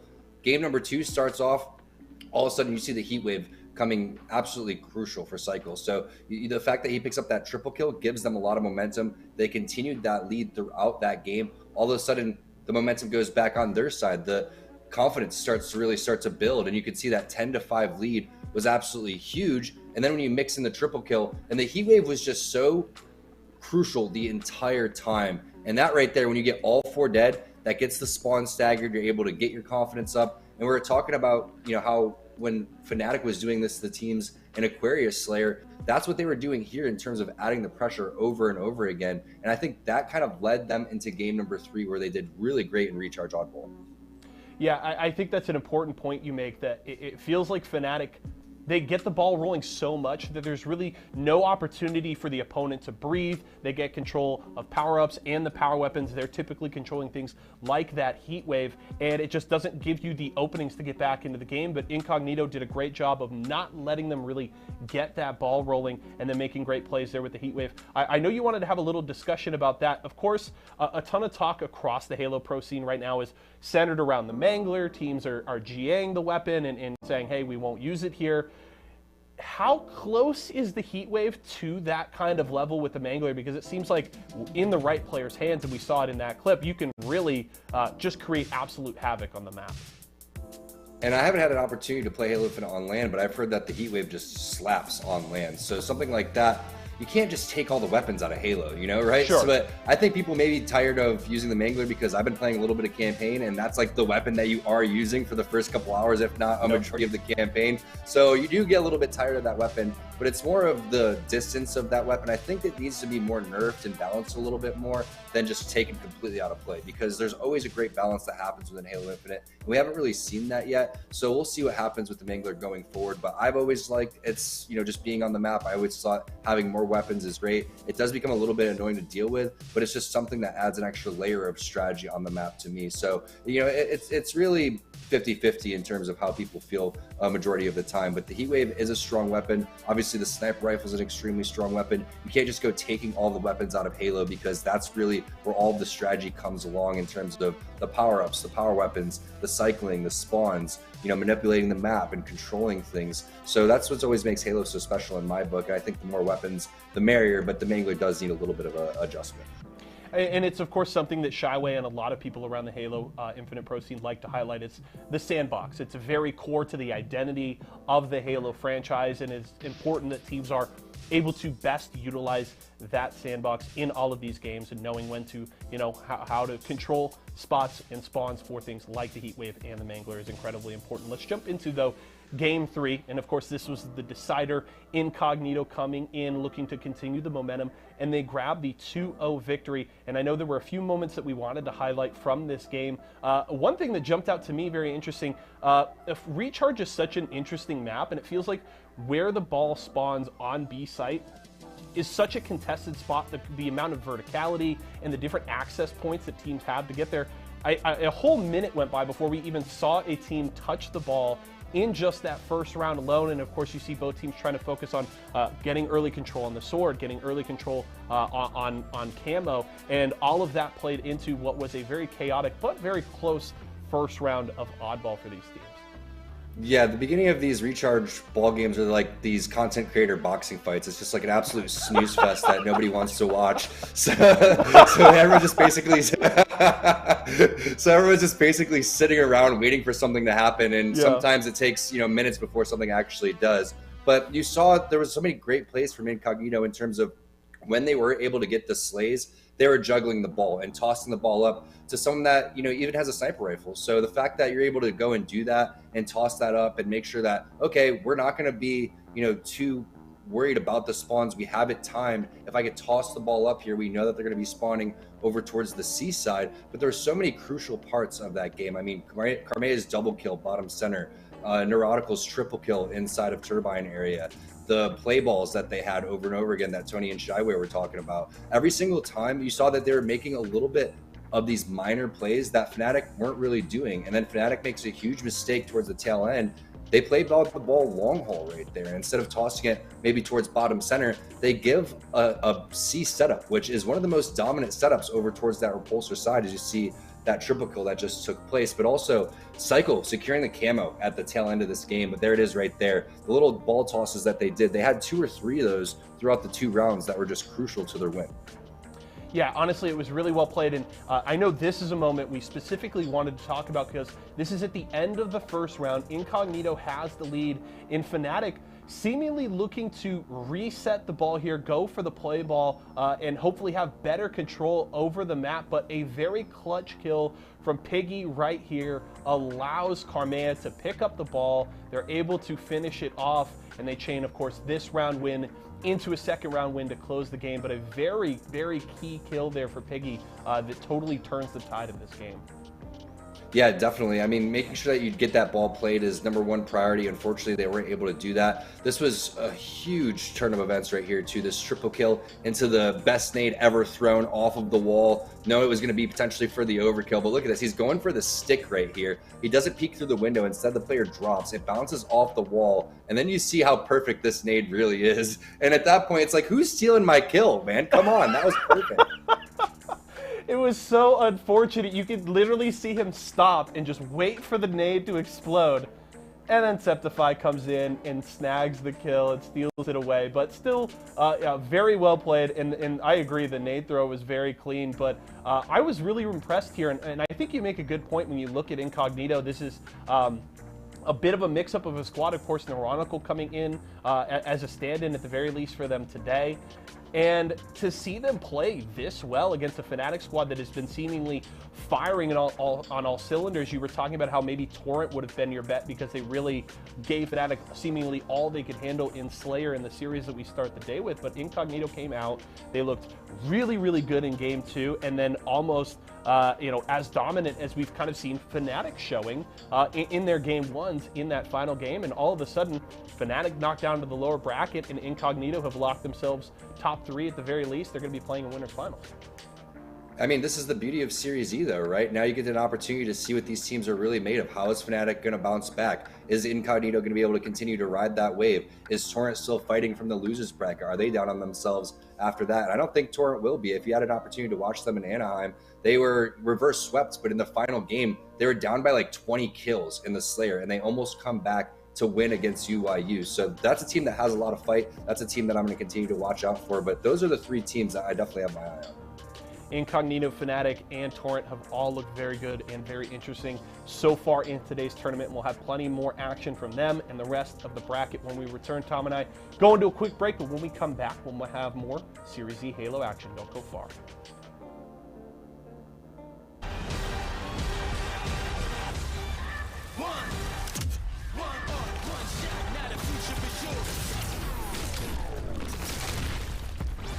Verses coming daily under pressure. Working on the plot and the scheme. The true side trademark is at the edge of your dreams. I'm talking. Yeah. One shot, now the future is yours.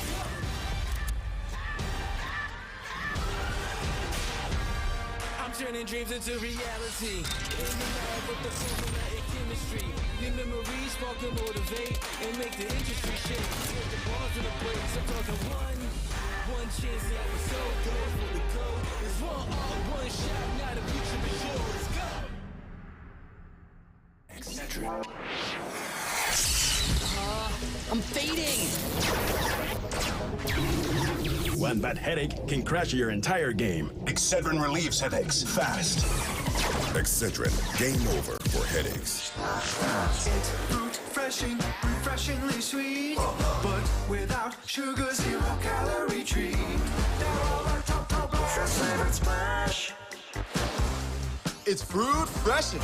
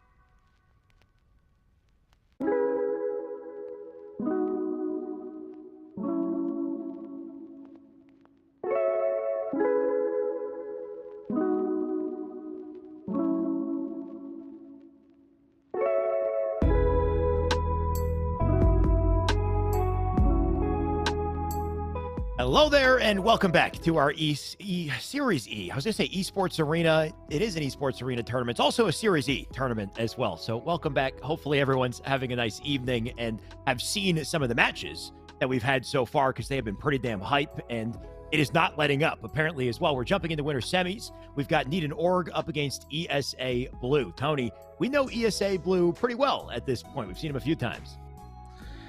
Yeah, Esports Arena Blue were the secondary team to qualify for that sponsorships, and let me tell you, they're a pretty darn good team. We've seen them actually make some plays against some of the best players that we have in our league, and they're going to go up against Need and Org, who are currently looking for an Org, obviously, but also one that pulled off an upset, I believe, up against Built by Gamers in round number 2. So this is going to be another test here for Need and Org. Hey, if you want to Org, if you want to get signed, you have to make it past some of the best teams. You already proved that you could do it against Built by Gamers, who are running with a new fourth. Let's see if we can do it against ESA Blue, who are a little bit more of an established team of 4. Right. This is an interesting matchup because you've got what I think has been a surprise so far. Need and Org, like you said, a bit of an upset on BBG. They come from different games. They've got a very, maybe a unique style of play that they bring into Halo, whereas you've got ESA Blue, who are a group of H5 kids who have been on the come up for a long time, right, Tony? We've seen ESA Blue and all 4 of its members compete through Halo 5 Esports Arena tournaments every single weekend without fail, I think, and continue to get better and continue to polish their play. And then you can see that play style in Halo Infinite. They are so fast. They are so aggressive. So I wonder what that means in this matchup for Need and Org. Can they meet that aggression? Can they, counter it? We'll see. Well, I do promise you that both of these teams are going to be well warmed up after this game number 1. Strongholds on Streets, a very small map, really requires you to work out that battle rifle, and it really favors the team that can really outspeed your opponents, which I'm not sure if Need and Org, if their specialty is speed, but I can tell you Esports Arena Blue, it is. They can definitely play fast. So whenever I think of Strongholds, I usually give the favors to whichever team is faster, who can out-rotate the enemy team despite losing out on some of those individual gunfights. But if we make it to a game number 2, Slayer, another change of pace game type, that maybe that can favor Need and Org a little bit more. I wouldn't be surprised if we split the difference. Maybe ESA Blue take game number 1, maybe Need and Org take game number 2. No, really, because I just want to see an elimination game number 3. I'm not gonna lie to you.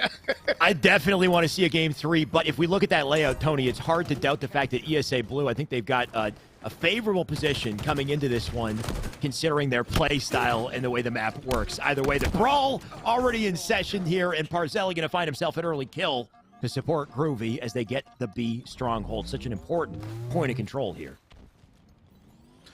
Groovy already watching that B Street angle, but looks like multiple players going to put a couple of shots onto him, forcing him to back down and collect a little bit of a different angle. We do have 2 members actually breaking into the arcade, but Eli Elite and JK able to get back-to-back kills. The last one will fall, so that's going to be a full squad wipe going in favor of Esports Arena Blue. Such a high impact double at a gold star as well because he's earned B. He's got the sight line over to C, but he's aware of the push-up driveway here. The man's about to face a 2v1. He's got to be careful. What can he do? Great damage so far. Tries to snap onto Parzelli, but maybe one a little too strong here. And you got to love the coordinated push that we're seeing at a Need and Org. They push up carefully, and they do so together and overwhelm the ESA Blue. ESA Blue getting caught alone as well, right? Gold Star having no help in that situation, and now they've earned the map because of it. Parzelli coming in. The actual meaning of Parzelli, it's an Italian word for outgunned you. As you see him clear out the B Street. Groovy advancing forward, clearing out tires as well. But finally, Groovy will end up being cleaned up. And now you have Gold Star, BR, and friends rotating towards the purple street, but right into the Bulldog. Bark. Gold Star goes down. That Bulldog definitely going to be ringing out a few times in this matchup, but JK doesn't need it just yet. You can see he's still put damage in. Get shots into A. Thrust does not quite reach the platform. He'll drop down and die. Parzelli somehow managing to skate through with an A side capture. And a good scrappy hold to collect here. He can work with his teammate to get back to B as well. Can they win this fight? Got precision there. Also, Parzelli going to fly straight into B. Fly into a nade, unfortunately, as well. Actually, a rocket. And that'll definitely do the damage here. ESA Blue and Gold Star, they'll turn things around. Oh yeah, that rocket will definitely do the damage as Gold Star BR able to control the B side. So we have a CB setup coming in, out of Esports Arena Blue. And now to get another round of slays, they will be able to push up and go for the trip cap. Meanwhile, Need and Org spawning from Cafe, making a long rotation over towards the B street side. They want that height advantage. Alex Shot getting the initial kill that they need onto Furiously, but Gold Star BR ripping out the double kill and putting any hopes of that to rest immediately. 3 down. Go Need an Org, but they are able to defend A. So I'll net that as a positive, but they still need a second capture to put some points on the board. Oh my God, I was about to say Gold Star's been heating up here, and then he picks up the Sentinel Beam. It's like he's listening to me or something. I don't know. Either way, he does get overwhelmed. The 2v1 that comes in to kill him. 7 early kills for Gold Star. Eli Elite 3 and 4 to start this. Just needs to support the team and the controller. You can see they've got that handedly, the entire map in their hands. Spawns up on C side. They'll try to get to it. But Eli Elite with this line of sight that he has, look at the damage he could put in, and his entire team pushing up off of it as well. You got to love the unison here out of Team ESA Blue. Eli Elite coming out of Atlanta, Georgia, showing us how strong the Stalker rifle can be. Excellent damage coming in. See that somebody's going after A, quickly gonna deal with them. The headshot comes in. It's such a high damage gun. You can actually kill somebody with as little as 3 kills for the perfect, and the 2-shot drop meta into the BR is absolutely deadly, but so are Need and Org, who are starting to get the slays once again. Furiously having to leave it all on the line, including using the thrust in order to take down one, gets the double kill, but does not get away with Alpha. Need and Org, they do seem to have coordinated pushes when it comes to taking over strongholds. When you look at these individual 1v1s, I mean, you see the sandbox in the favor of ESA Blue, right? Think of the rockets, the thrust we saw on the back of Furiously. As they use it to outplay, Furiously going to drop a couple sticks behind as he tries to stay up. A precision, no fear in the dojo, right? He drops down from above, gets the trade. Eli Elite will do his damage. And 178 on the board as they continue to hold A and B. Once again, we see Need and Org fighting from low ground, forced to push up. I mean, yeah, he just died instantly, too. What do you do, right? They don't have the side of the map they need, and they need to find a way to break out because time is ticking.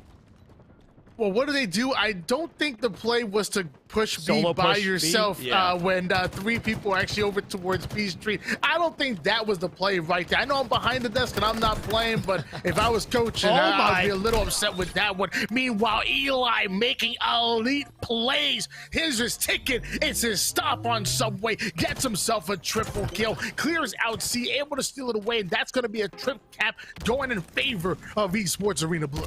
I did just earn a ticket on the subway train straight to live fire, right? Because that's where they're headed next at this rate. And not much of an opportunity for Need and Org to snap back unless they get around to slays themselves, but things looking dicey here. You got Gold Star on the chase. He'll get the reset into B as well. 223, but a big outplay there to get the kill on the Gold Star isn't enough. JK there to replace him. The shot he had a precision will deny him, but a lot more work to be done at a Need and Org. The one good grace here for them is the high ground that they have, and maybe the chance for the Rockets too. I don't know, man. Your name is Precision. You out here using a Bulldog. I want to see some real precision. Show me a Stalker rifle. Show me a BR. I want to see a precision-based weapon. Well, I also want to see them not be 3 down, but I'm not going to get that. Well, you know what? I guess I will get that. 4 down is a little bit different than 3 down, as they're taking away a BC hold. 225 points in counting. Esports Arena Blue taking control of game number 1 and the series. What I'm wondering is who woke up Savage Tony right here, right? Like, precision don't have precision. They go through. Anyway, you're just coming out here calling them out. Either way, hopefully that allows them to level up in the next game, because this one looking like it's done and dusted. 245 and counting here. Spawners up on C side. They'll try to take that, but very quickly you can see ESA Blue going to rotate to A to keep the points up as well. And Gold Star, no need to move. Just crouched in the corner with the shotgun for an easy kill on the Groovy. Going to dive into the second. Doesn't get it, but the damage done. 1 point left to secure the dub. And there it is. Oh, able to sneak into A and almost able to get the capture, but Eli Elite ends up getting the kill that they need. And Esports Arena Blue are welcoming Need and Org to Halo, taking game number 1.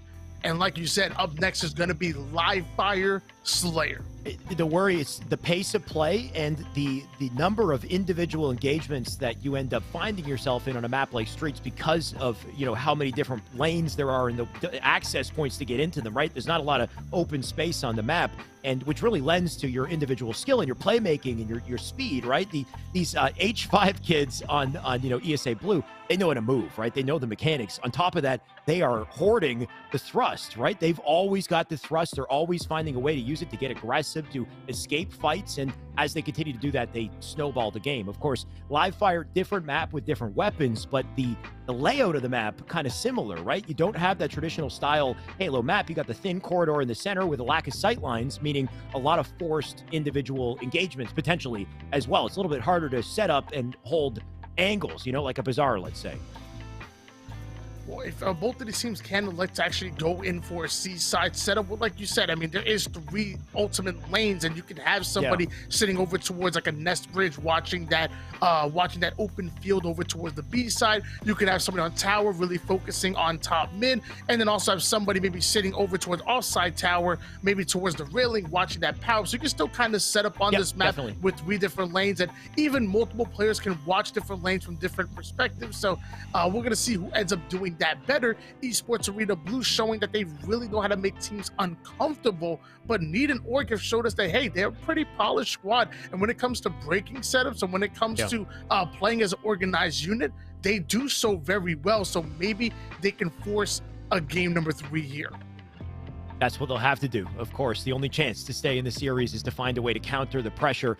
My thoughts with ESA Blue, do they even play for a setup, right? Like a team like, let's say, E United, they get the weapons. They will sit top map, like you said, in Nest, top tower, and let the opponents come to them. A team like ESA Blue, they come to you. They come to the spawns. They collapse and destroy. And as I say, we got Gold Star beelining through center map to get a kill. The snipe, I think, got dropped. Gold Star going to get dropped as well by a sneaky melee. The trade's going to ring out left and right here. Slight advantage to ESA Blue. They did momentarily get Need and Org 3 down. We have Furiously fighting for the power, but Nate gonna fly in, but not getting full damage onto Furiously, netting him enough time to steal away the camouflage. And now we're gonna see if he can get away and put it to work, trading out the Needler for a Heat Wave. That's a pretty good trade if you ask me. There's a play on top mid, lets him know exactly where he is, and the shot goes in. That's gonna be an 8-3 lead here, coming out of Esports Arena Blue. Furiously just putting it all together. The man about to put on a show.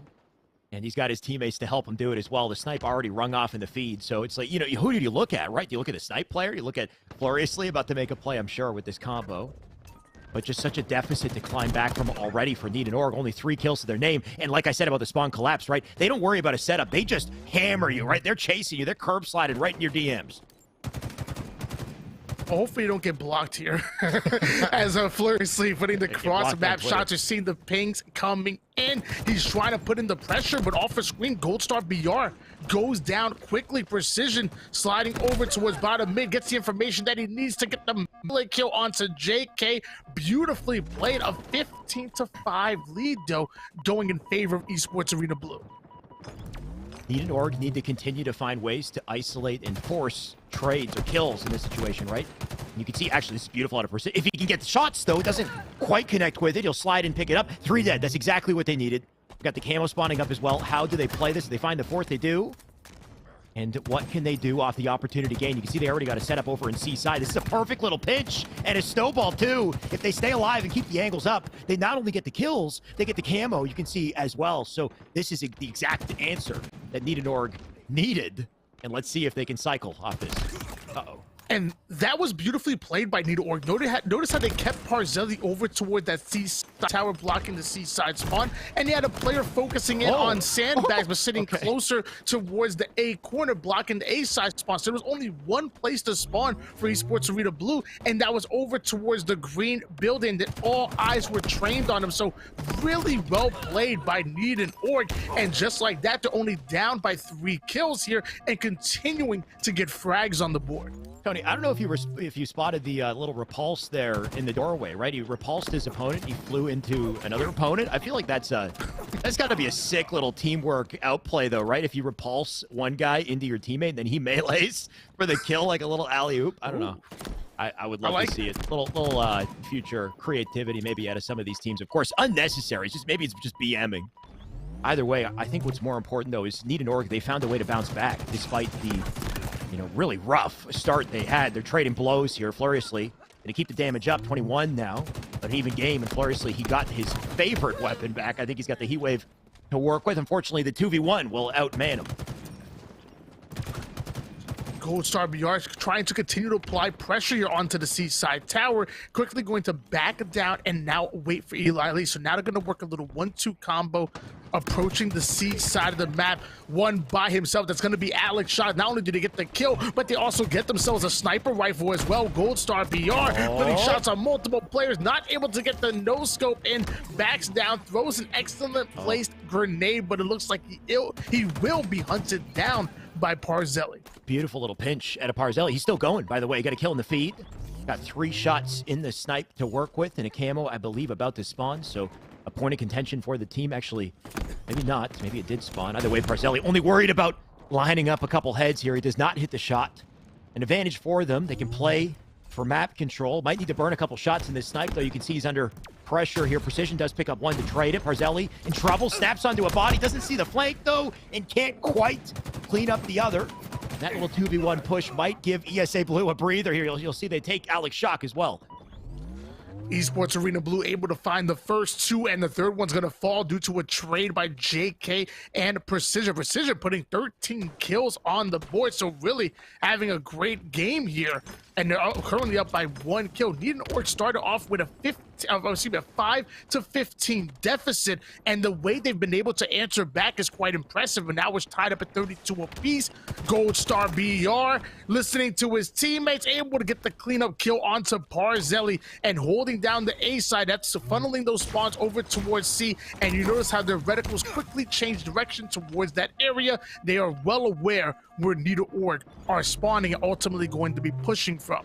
I like this play at Eli Elite, though. Can he find a way to disrupt the setup with a flank, right? They all spawn C-side into high ground. Parzelli with a massive double. Eli Elite, you know what? I liked the play. I don't like it anymore, right? I feel like he should have committed and gone for the skill jump up the tower. Instead, he does get a trade, which is excellent, but he could have been in that fight rather than just kind of, jump in and tiptoe it in from a distance with the VR. Either way, looks like the stakes have evened out this fight at 37 to 36 here. Camo about to spawn, snipe as well. And I think that will be the difference maker for the game here. Can they lock it down? You can see Eli Elite trapped. He's not dead because of it. Couple trades might come through, or maybe just multiple kills here for Need and Org. Shaway don't want to see no tiptoeing here. He wants these teams to break through, get those kills. They absolutely deserve it. That's exactly what Precision did earlier, able to get 1 kill and then trading off and getting the assist for the second one. Parzelli actually wrapping the sniper over towards the A side sandbags and baiting the new camouflage. We're still snapping on him. Not enough to get a kill just yet, though, but that damage going to be useful for the teammate. You can see Alex Shock already picked up one with a nade. That'll bring him to 42. And U-Spotter is already dead. The man was still, he was translucent, Tony. The dude was still spawning, and he still snaps and kills him, and that's the type of ice we got to see out of Need an Org here.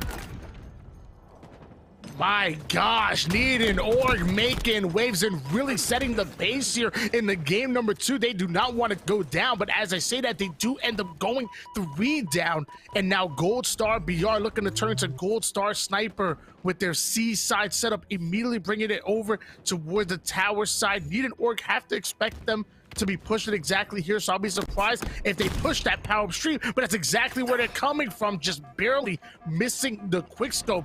Does Brian Pennington. You can see how aggressive Need and Org is getting, though, despite the fact that we are down to the end of the line here, 47-46. They send all their numbers through outside. You got Groovy still gonna try to live. A little pinch, though, on him, and Groovy comes away with the kill. 48 right now to 47. Gold Star got to be so careful off of this life. They cannot afford to trade. They cannot afford to go down. And here's where the respect comes in from both sides as they slow the pace of play. You can see Need and Org not only with a kill advantage, but with the high ground as well. Precision will take a double to drop them out and also to tie the series, Tony. All right, so I need to know, what's more impressive? A 19-13 coming out of Precision with 6 assists, or a 16-16 with 10 assists coming out of JK? You know, the high deaths, Precision, probably a also little. high kills, but also a double-digit assist. What's more important to you? I mean, the team that won was Need and Org, so I'll give it to Precision for the dub right there. I think a couple big I mean, Precision closed out the game, right? So those two kills, two of maybe the most important kills that you'll ever get in the game. A couple big moments I think for that team though early on. The round of slays, right? They got 3 dead. The ability to very quickly find the 4th and make sure he dies. So many situations I've seen where a team gets 3 dead and they disregard the 4th and they start focusing on spawns. And that 4th, who plays his presence low, finds a way to 3-1 them, right? He ends up flanking and disrupting, getting a kill, taking their attention. The 3 spawners get space on the map to then come out and turn it around. Instead, they clean up the 4th. They get them all in the same spawn cycle, and then they have the rotation out the top map and the lockdown on the B spawn. So that type of like quick recognition and execution, I think, is what you would expect to see from a top caliber team. And yeah, the fact that they were able to maintain that throughout the game is huge. It makes me wonder whether or not they can bounce back again in Strongholds. Of course, Oddball, our final game in the series. Yeah, really what stepped up to me, or what really I focused on was that spawn control that ultimately Parzelli and Need and Org had. It was beautifully played by him holding down that it was like 5 to 15 deficit. They immediately get that round of slays, so that was net them 4 kills, not dying a single time. Parzelli sits towards the tower. A player sits towards sandbags, but closer towards that A side corner. And then, like you said, that B so spawns come in, and they already have all of their reticles trained on it, along with a few nades flying in. That spawn control is real. It's really expected to see out of a seasoned Halo squad, not a squad that coming in on a little bit of Call of Duty here, a little bit of Gears of War here. Nah, man, they're Halo kids now.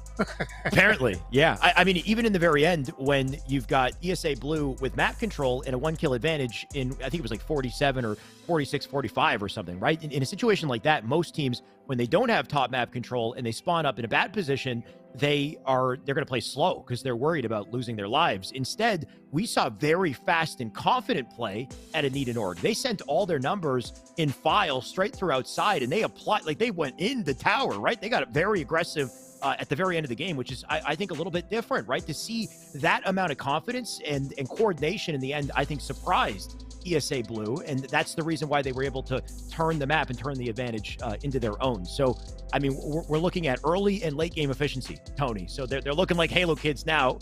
Once again, ESA Blue, if anyone's a Halo kid, I think ESA Blue even more so. So expect them to come back with a force here in game 3. And game number 3 is going to be Oddball on Recharge. We've seen this map multiple times, including on Oddball. So we already know how strong that shock rifle can be. We already know how much value the camouflage can provide, especially when you combine them with the other power weapons, such as that sword or that mangler or the shock rifle itself. And then we've seen like some creative plays being made by the grapple and even the disruptor. So plenty of opportunities here on Recharge, and those who can take advantage of those opportunities best are going to be the ones to come out with the win. We're tied up. It's game number 3. The winner of this makes it into the winners finals and guarantees themselves a top 3 finish. The loser will have to simply fight out in the losers bracket with the rest of the losers. And do we call them losers? Apparently, we're not supposed to use that term. It's the lower bracket now. We're all dandelions, right? But the rest of the lowers. they're not losers, right? They're in the lower. Anyway, the lower bracket is stacked as hell, Tony. You don't, regardless of where you are, winner or loser bracket. In the lower bracket, you got Fnatic in there, right? You got Torrent in there. You've got I'm sure a number of other very high caliber teams, and that's just the beauty of this tournament. This is way more stacked than last week, even without PK, right? We had PK last week. I'm sure we'll get them back, but what an insane number of high level competitors we had to replace them. It's a good time to be a Halo fan here, Tony, and I expect a hell of a competition with this series and beyond. And since we're kind of talking about a bit of the bracket here while we're waiting for the matchup to get started, I'm actually looking at it right now. So Incognito obviously beat Fnatic, as you alluded to before, knocking Fnatic into that lower bracket. The winner of this will make it to the winners finals to play up against Incognito. And wouldn't it be crazy if Need and Org make it out? Because Need and Org got a big upset win earlier. Incognito pulled off the upset against Fnatic. It's almost like the bracket has been flipped with the lower and the upper.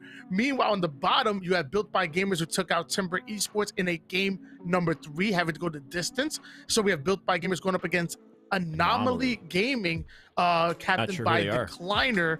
And below that, I don't know if you want to talk about that other matchup, because there's another high-powered team in the lower round 4 as well. Yep, high-powered for sure. You got Torrent still in the tournament, right? Aperture's team up against Strife. You got Beastish. I recognize the name Beastish, so I've definitely seen that player. Not sure of the full roster. Torrent actually beat The Hand, which is Sylvanic's team, so a big one to consider as well. We didn't get to see him today. I think they are are they part of Black Hand, right? Which is an org. I think that org has 2 teams, and this is one of those 2 teams represented by Sylvanic. So unfortunately, they did not make it through. Once again, it's a stacked bracket. Torrent's going to push on. Built by Gamers, like you said, about to play in a series. We still got ESA Blue in ours. And then Incognito, the big upsetters today, who are reigning supreme and winner side. They'll be facing the winners of this. I'm sure that this is yet to close. Of course, our Game 3, Oddball on Recharge, and Eli Elite going to start things out with a bang. They'll take a trade as well, though, as we get into scrappy fights here early on.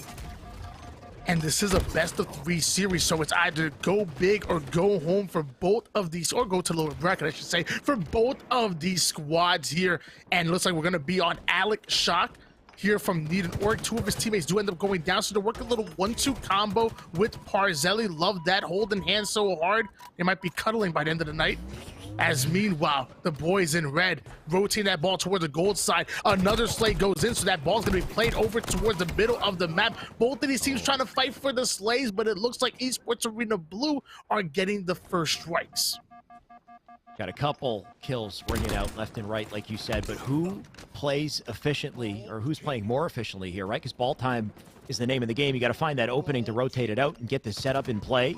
And I do think it's Need an Org that will be the first to collect it. It's already over at A side, so they just got to win their fights over an elevator to get the chance to secure it up to Precision as well. Gonna guard the doorway. Got the sticky nades to help him, and looks like he's got a teammate there. That's Parzelli with the shot, gonna come in to save him. Parzelli, can he do anything else? You can see he's back elevator here. JK gonna dive up into elevator. No fear out of this man as he takes down Parzelli, but the fight's still scrappy. Alex Shock might be able to turn a little bit of time here. You can see they don't have the setup yet, though.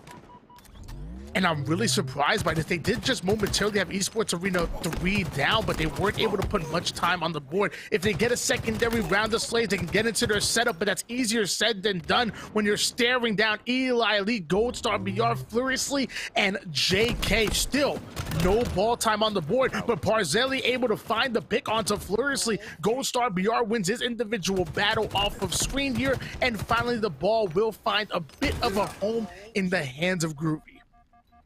A lot of scrappy fights, Tony. 2 minutes of action have gone by before we finally got some semblance of a setup on the side of Need an Org. Of course, they are not safe yet. JK does die, though, so a little opening. They punched in the attack here. You got Eli Elite with a kill, though. He'll drop the trade in. Only 16 seconds on the side of Need an Org. Alex Shock going to look for a double here as he gets a little aggressive. Going to try to make his best out of a bad situation. Unfortunately, cannot live. That Shock will sit down and B.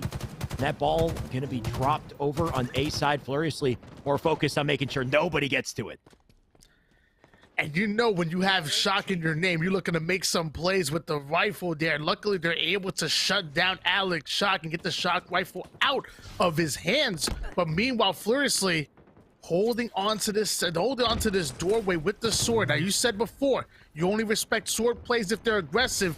Furiously might end up finding one just by sitting behind the door frame. So Furiously, Ivan, you want Shawty to respect you. He's not going to respect that. He takes down Groovy with the defense, but it looks like he will be cleaned up quickly as 2 down go Esports Arena Blue. I mean, Tony, in the end of the day, it's a tournament. They'll do what they got to do, right? Because if you don't make that play, somebody else is going to do it to you. So I understand. I never feel good about it, about sitting around a door getting sword kills. It is what it is. I feel better about getting Shock kills. Let's see what Parzelli is up to, because he's already gotten himself a pick and a ball set up because of it. But Parzelli, he's got some ammo, quite a bit of ammo to work with. 8 shots in the chamber. It's not a pizza, it's a Parzelli. Going in for the body shot with the shock rifle, not able to connect on the second one, but knowing exactly where the rotation's coming from over towards the long haul, almost able to connect, finally able to get a couple body shots with the shock rifle, but not able to find the kill. JK now gonna have a turn with the camouflage.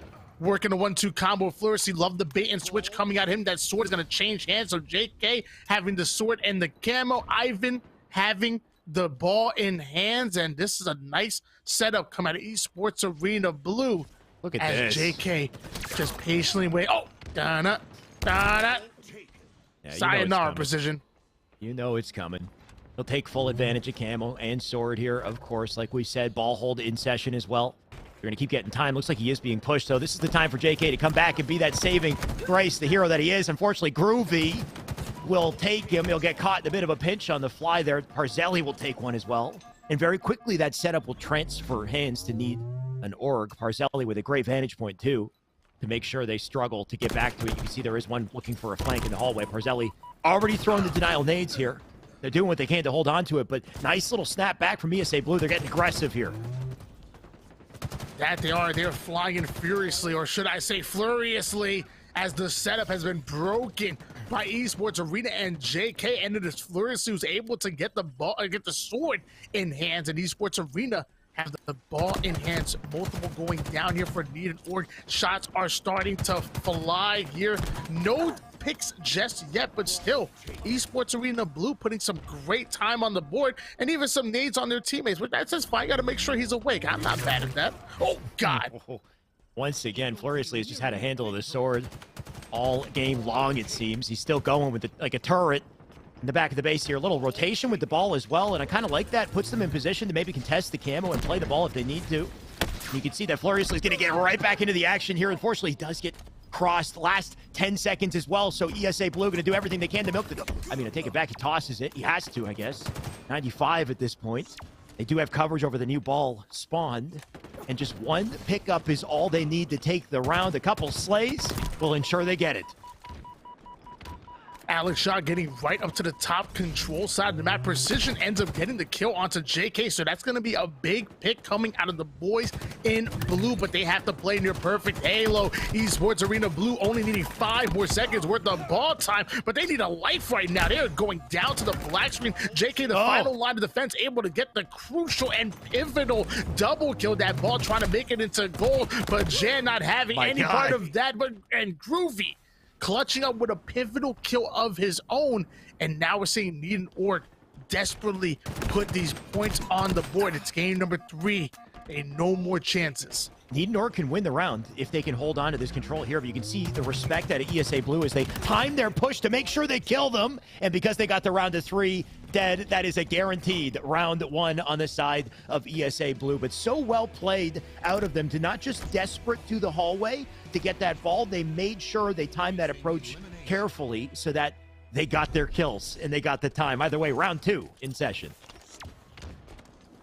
And now it is Esports Arena Blue, 1 round away from taking the game and the series, and Gold Star BR just wants it, just walking on in, earns himself a camo, not even earned, just walked in and stole that camouflage without being contested whatsoever. Flurry and JK getting back-to-back kills, and it looks like the third one's gonna fall as well, so 3 quickly go down for Need and Org. Somehow Esports Arena Blue not on the ball just yet, so they're gonna need another round of slays before they're able to commit. Gold Star BR really unnecessarily using the grapple for that. So the style points are nice, though. Style points are good. I mean, he'll bring it back more quickly to bottom mid and continue to get kills as well and get himself out of a bad position, stay alive, draw the attention. I mean, he did pull that ball to get it back to C, but it looks like he just threw it over to the enemy team in the end, though, unfortunately. It looks like they do get some scrappy time off of it. They'll likely play it. Gold Star going to get ready to counter those positions around the ball. You can see, unfortunately, somebody living in back C. That's Alex Shock, who takes 2. JK going to take 2 to answer. But the opening intentions, I think, at ESA Blue not quite working as planned here. JKV somehow going to get away with the ball, though. I swear on everything I love. I'm not even joking when I say this. I joke a lot. I'm not joking when I say this. I don't think I've ever seen JK win an individual gunfight with the BR. Like literally not even one. Think about all Clip the that. double kills Somebody and triple clip kills he gets. They're all melees. They're literally like he is the melee master. Let me tell you. But I swear I've never seen him win an individual gunfight with one person having full shields and him having full shields as well. It's amazing how he's able to put kills on the board. And he puts a lot of kills on the board. So it just tells me that maybe there's a bigger brain play behind this, right? Who, you know, look at, he was going for the melee there. That didn't quite work out, right? The repulsor gonna do the trick. But, you know, maybe why shoot the BR 4 times when you can melee 2 times, Tony? That's just quick math right there. You know, it's just better math. But dude, this repulsor, how is it still getting kills? You got to know at this point he's got it. I mean, why shoot 4 times? Why even melee twice? We could just repulse one person off the map like Barzeli did. Now, that's the ultimate efficiency. And now JK having the ultimate equalizer in hands. That's right. That's the camouflage. 3 different players here over toward the rope. Looks like the first one is going to fall. That's going to be Barzeli going out of his way. One shot tries to get to the battery side of the map to play his life, but there was a player watching the cross over from gold. So Need and Org having players well placed around the map. Eli Lee tries to advance forward, tries to sneak in, but again, that same gold player watching the cross stops him from advancing forward. Need and Org have their setup locked down, and they are approaching the 50-point mark for this team. Meanwhile, Esports Arena Blue haven't even gotten to double digits. We've seen nothing but scrappy fights to open round 2, but like you said, they finally found their footing, finally found a bit of a setup here. Managed to turn 55 points with that. Precision going to what? He's going to shoot the ball. Is that a strategy? Can you shoot the ball, maybe like knock it off into bottom mid? I don't know. I'm learning things today, Tony. Either way. The coverage on the map here, as you see Need and Org, they'll fly into control, make sure they get the kills, and Precision back with the ball in hand and more time for him. You know, sometimes when I'm slaying out in ranked play and nobody's grabbing the ball, I'll ping the ball. Maybe what he was doing, he was shooting the ball, saying, come on, team, grab the ball. I'm trying to slay over here. So he's shooting the ball, letting his teammates know to grab it here. Meanwhile, JK going in for the challenge on the Alex Jacques, ends up getting the kill, goes down to half shield. Smartly going to play his life, then goes in for the reach out, and looks like he finally wins his first individual gunfight with the BR that I've ever seen, and he lets him know about it. Somebody just activated JK. I don't know what happened. I don't know if there was some bagging prior, but JK, he will release the BM himself. Either way, what does that mean? Is that a change in the tides here? Tony, you can see 29 here. Goldstar going to try to live, but Barzeli, Groovy will deal with it. Need and Org, they still do have that advantage in this round, and they can continue to press that advantage if they stay up with the shock here, but Eli Elite with a big kill. The big first kill here for Eli Lee, but he's been holding the ball this whole time. So, I mean, he may not have the kills, but he definitely has plenty of ball time here on the map. Goldstar BR chucking a couple of nades across the map, ends up getting to an engagement over towards the pit. Barzeli gets the cleanup kill on him. Groovy taking down Furiously. So that's going to leave JK by himself. JK probably should have tried to play the ball towards the middle of the map, but he wasn't expecting that player coming out of the gold stairs. So now more ball time coming out of Need and Org. Excellent nades coming out of Eli Elite. What a pivotal double kill coming out of Atlanta's finest, and now going to be rotating the ball back from the gold side over towards his spawning teammates. Beautifully played out of Eli Elite. It might have taken Eli Elite all round to get one kill, but the 2 that he just picked up, I mean, what a play-making opportunity he just executed right there. And Barzeli going to die as well. A little bit of a momentum shift here despite 94 on the board for Need and Org. We're starting to see that time tick on the side of ESA Blue. If they play perfectly here, they can still turn this around. You got a bit of a disruption here in the long haul as they try to stop the ball. Eli Elite going to stay alive. Going to toss a couple nades, and you got to love the bank nades there too. The early explosion going to delete Barzeli. Trade's going to ring out here. We got Furiously with a perfect as well as things get very scrappy. The ball in the hands of Need and Org though, and they, oh wait, 99! They didn't quite do it. They still got to go 1 second. JK going to try to live, and if he stays alive, they can still collect the ball here. Gonna earn himself a stop clock medal on that one as they stop the point, and we're literally 1 point away from coming out with the win. Need and Org now gonna have to break the setup of Esports Arena Blue, able to get the first pick they need to advance forward. It's actually gonna be a double kill. Groovy double kill coming out of Groovy AW, and now cutting him off at the other side, and gets the kill before the ball goes off the map. And you only have to wonder before they're able to come out. Flursy gets the double kill. Flursy had to take one more. Groovy not even wanting to dance with him, instead goes right after the ball, having his eyes on the prize. It's a game number 3. We're going to a round number 3. One of these teams will be advancing to the winners finals and the other to the lower bracket. And you can tell nobody wants to go to that lower bracket, but what a round 2, right? Need and Org coming out hot, and ESA Blue, they activated, but maybe too little too late when they did. Need and Org just needed a little bit of scrappy time to close that one out. Will things be different this time, though? Gold Star with an early camo collection. He's got JKV soaring up above to get a kill. JK going to come down and grab a second as well for Furiously there to help escort that ball through long haul, but JK bounces away with camo.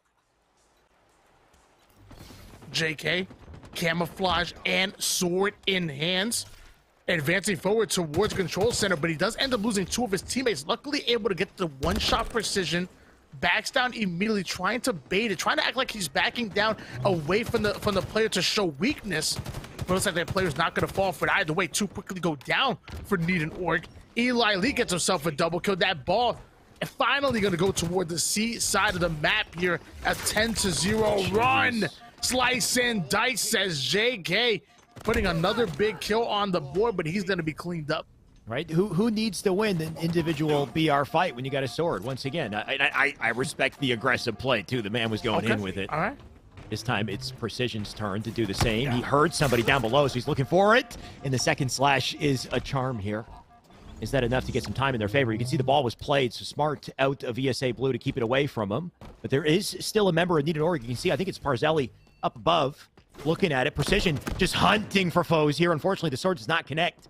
Now this man is in trouble. Can he milk his life from down low here? They know he's here. He's got to hit this. And one of the... Oh, he still gets it. What? It ends up being a trade. One of the most difficult spots on the map to use the sword, though, is that spot right there, right? Because if you swing, you get caught in the ledge. I've seen it a few times. And most players, they will bait for that. They know you'll get caught. Yeah, but still him actually using that momentum that he got from the sword lunge to get onto the platform and being ready for it for that secondary sword lunge was absolutely incredible. Normally, a player gets a blank sword and they get upset and they start complaining immediately, but not. He kept his eyes on the prize. He knew he almost knew what was going to happen and was ready for the secondary slash. Beautifully played as JK advancing forward onto the gold side, having a sword of his own. Precision taking down furiously. Eli Lee goes after Precision, but yeah, then Alex shocks some trades coming in, but 3 down for both of the teams, so a bit of a 1v1 scenario. I was kind of sick at a JK, though. He feinted a sprint off the ledge and did a late jump and came right back onto it. It's almost like the man has a thrust and he's still alive. No sword to work with, though. He's camping in the corner here, or hiding in the corner. I mean, either way, he's doing the best he can with the limited options at his disposal. Looks like he does die. Eli Elite gonna drop as well. And with those 2 dead, can Need and Org find some time for the ball? Alex Shock gonna chase down another. No matter how fast and furiously that man is moving, it's just not good enough. And look, this is always a part of Need and Org's plan. They do not get a setup unless they have somebody sitting up and watching the cross. If they're holding on to this long haul setup, it's usually going to be somebody watching the cross here from the gold side. If they have a different setup, they might have somebody sitting onto control center. So anybody that tries to advance forward ends up getting cheek shotted and getting the information.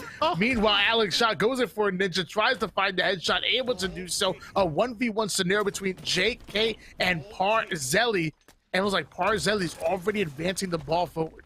What a wild 3 rounds we've had, Tony. This has been unreal. Just the playmaking we're seeing left and right as these boys, they go all in for the trades. 2 now dead. Ball held by Need and Org, but not for long. Likely going to be a setup. But you got to love that at Alex Shock. Somehow he finds a way to turn 2 and to throw the ball out center. JK now committed to this fight. He'll take a double. And can he stay alive? Unfortunately not. And once again, we're back to scrappy battles here. Eli Elite with a couple nades in. He'll take Groovy. And I love this rotation. He's going far here. He wants to get the pinch early and limit the options in Need and Org. Unfortunately, he takes damage. You can see off of that, they're going to play aggressive as well. Alex Shock finds 1. It looks like Need and Org find 3. 3 out of 4 members gonna go down, make that all 4 members being wiped off the map. And already 43-27 lead in favor of Need and Org as they once again are gonna put points on the board. Parzelli showing he knows exactly what to do with the shock rifle. We've seen him do it time and time again And once more, as he already have the Slay's advantage. no way. Precision taking out Eli Lee, ends up getting the double kill onto Gold Star beyond that ball, already advancing forward. Another 3 down here for Esports Arena Blue. Parzelli trying to make a play with the shock rifle. High IQ, ends up not going in for the challenge. Instead, grapples away. But now Need and Orc starting to get a bit tunneled here. And Precision and Groovy using the nades to clear things out. Parzelli using a shock rifle to do the same. My God, Alex. I mean, they've woken up, right? The entirety of Need and Org, they're staying alive and holding the setup, right? We've seen 2 head-on pushes from ESA Blue as they try to disrupt things, but it just hasn't been enough. 88 and counting now. They cannot afford another failed attempt here. And Parzelli gonna put him down again. That's 2 down. He'll shock across the map. Doesn't get the kill, but the damage is done. Tony, that's gonna be a GG for round 3. Need and Org gonna take ESA Blue to the lower bracket.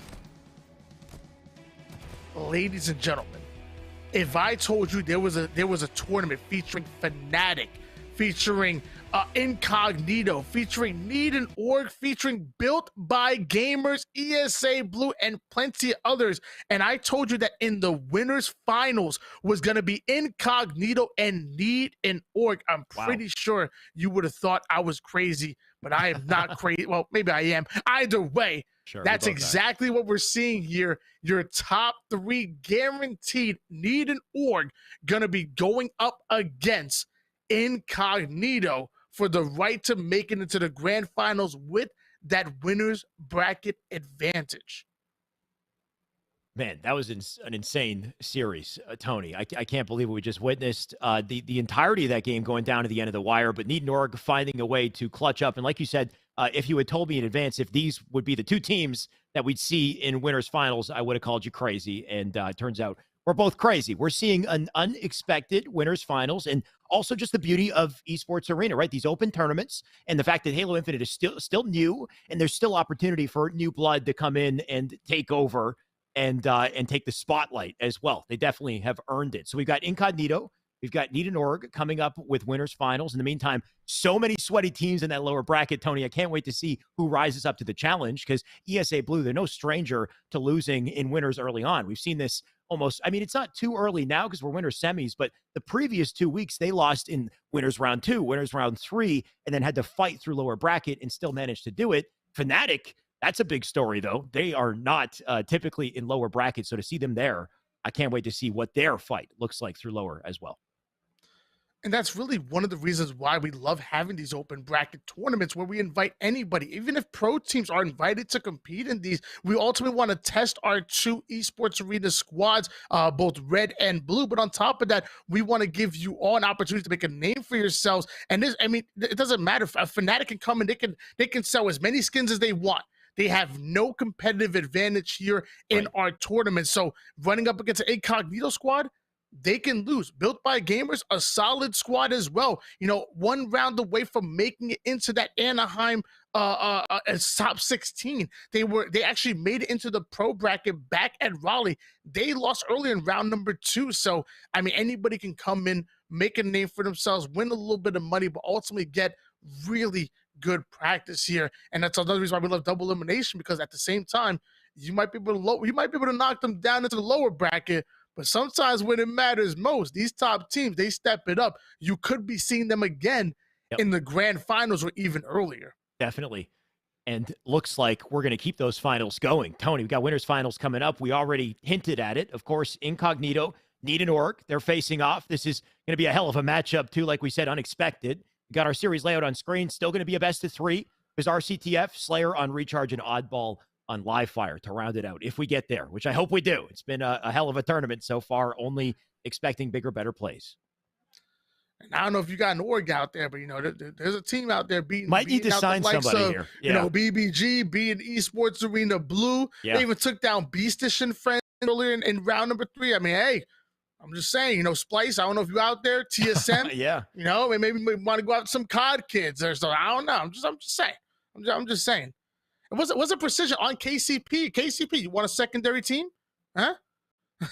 I mean, good point, right? They already have represented big orgs in Gears and COD, so the connections are already kind of there, right? And this is just, ESA is just the resume builder, right? You get the reps in, you beat some of these teams, and sky's the limit. I think once you start to take names and grow, not only in skill, but in, like we said, just the resume material that you get from this opportunity. So bizarre CTF to start it, Tony. It's not over yet, right? Like winning a series, excellent. They put themselves winner's side. One of these teams, they're going to go to grand finals. They're going to get the cushion of the grand finals privilege, right? Somebody needs to set or reset the bracket on them, but that can definitely still happen. So can we see that late game performance, late game efficiency out of these guys? Bizarre CTF, Tony, what would be your key to success here?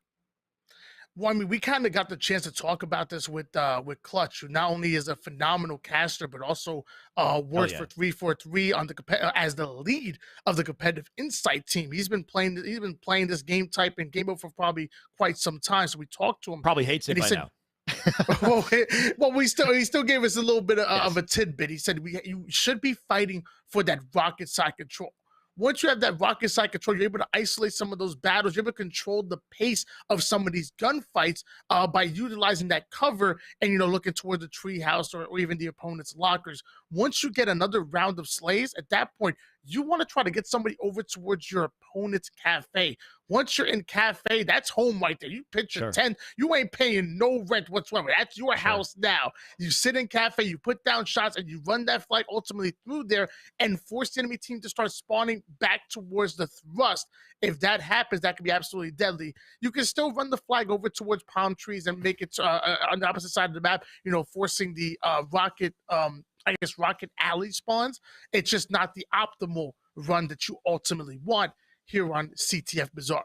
Fair enough. Got to play optimal in the end of the day, Tony. And like you said, Rocket's a good starting point. Just the value of that position, the sight lines you have access to, and the survivability on that side of the map, too. You've got the vents to hang out in. You've got a whole area where you can just kind of control and also chip into so many different fights in center map. Bottom mid, in some ways, can be a power position too, though, I think, despite the fact that it's, you got no high ground. It's what's spawning there that I think gives it so much power. Of course, the OS and the grapple, but more importantly, the dynamos and how consistently they spawn. And just the fact that if you're controlling them in their timing, what a great way to barge through the doors, right? You send dynamos in, it gives you insight and damage onto where players are and whether or not they're weak. And that's such great information for your team to then push up and get that round of slays. Once they've done that, like you said, can you cut off the split spawners? Can you cut off the overextenders? That's the real key to success.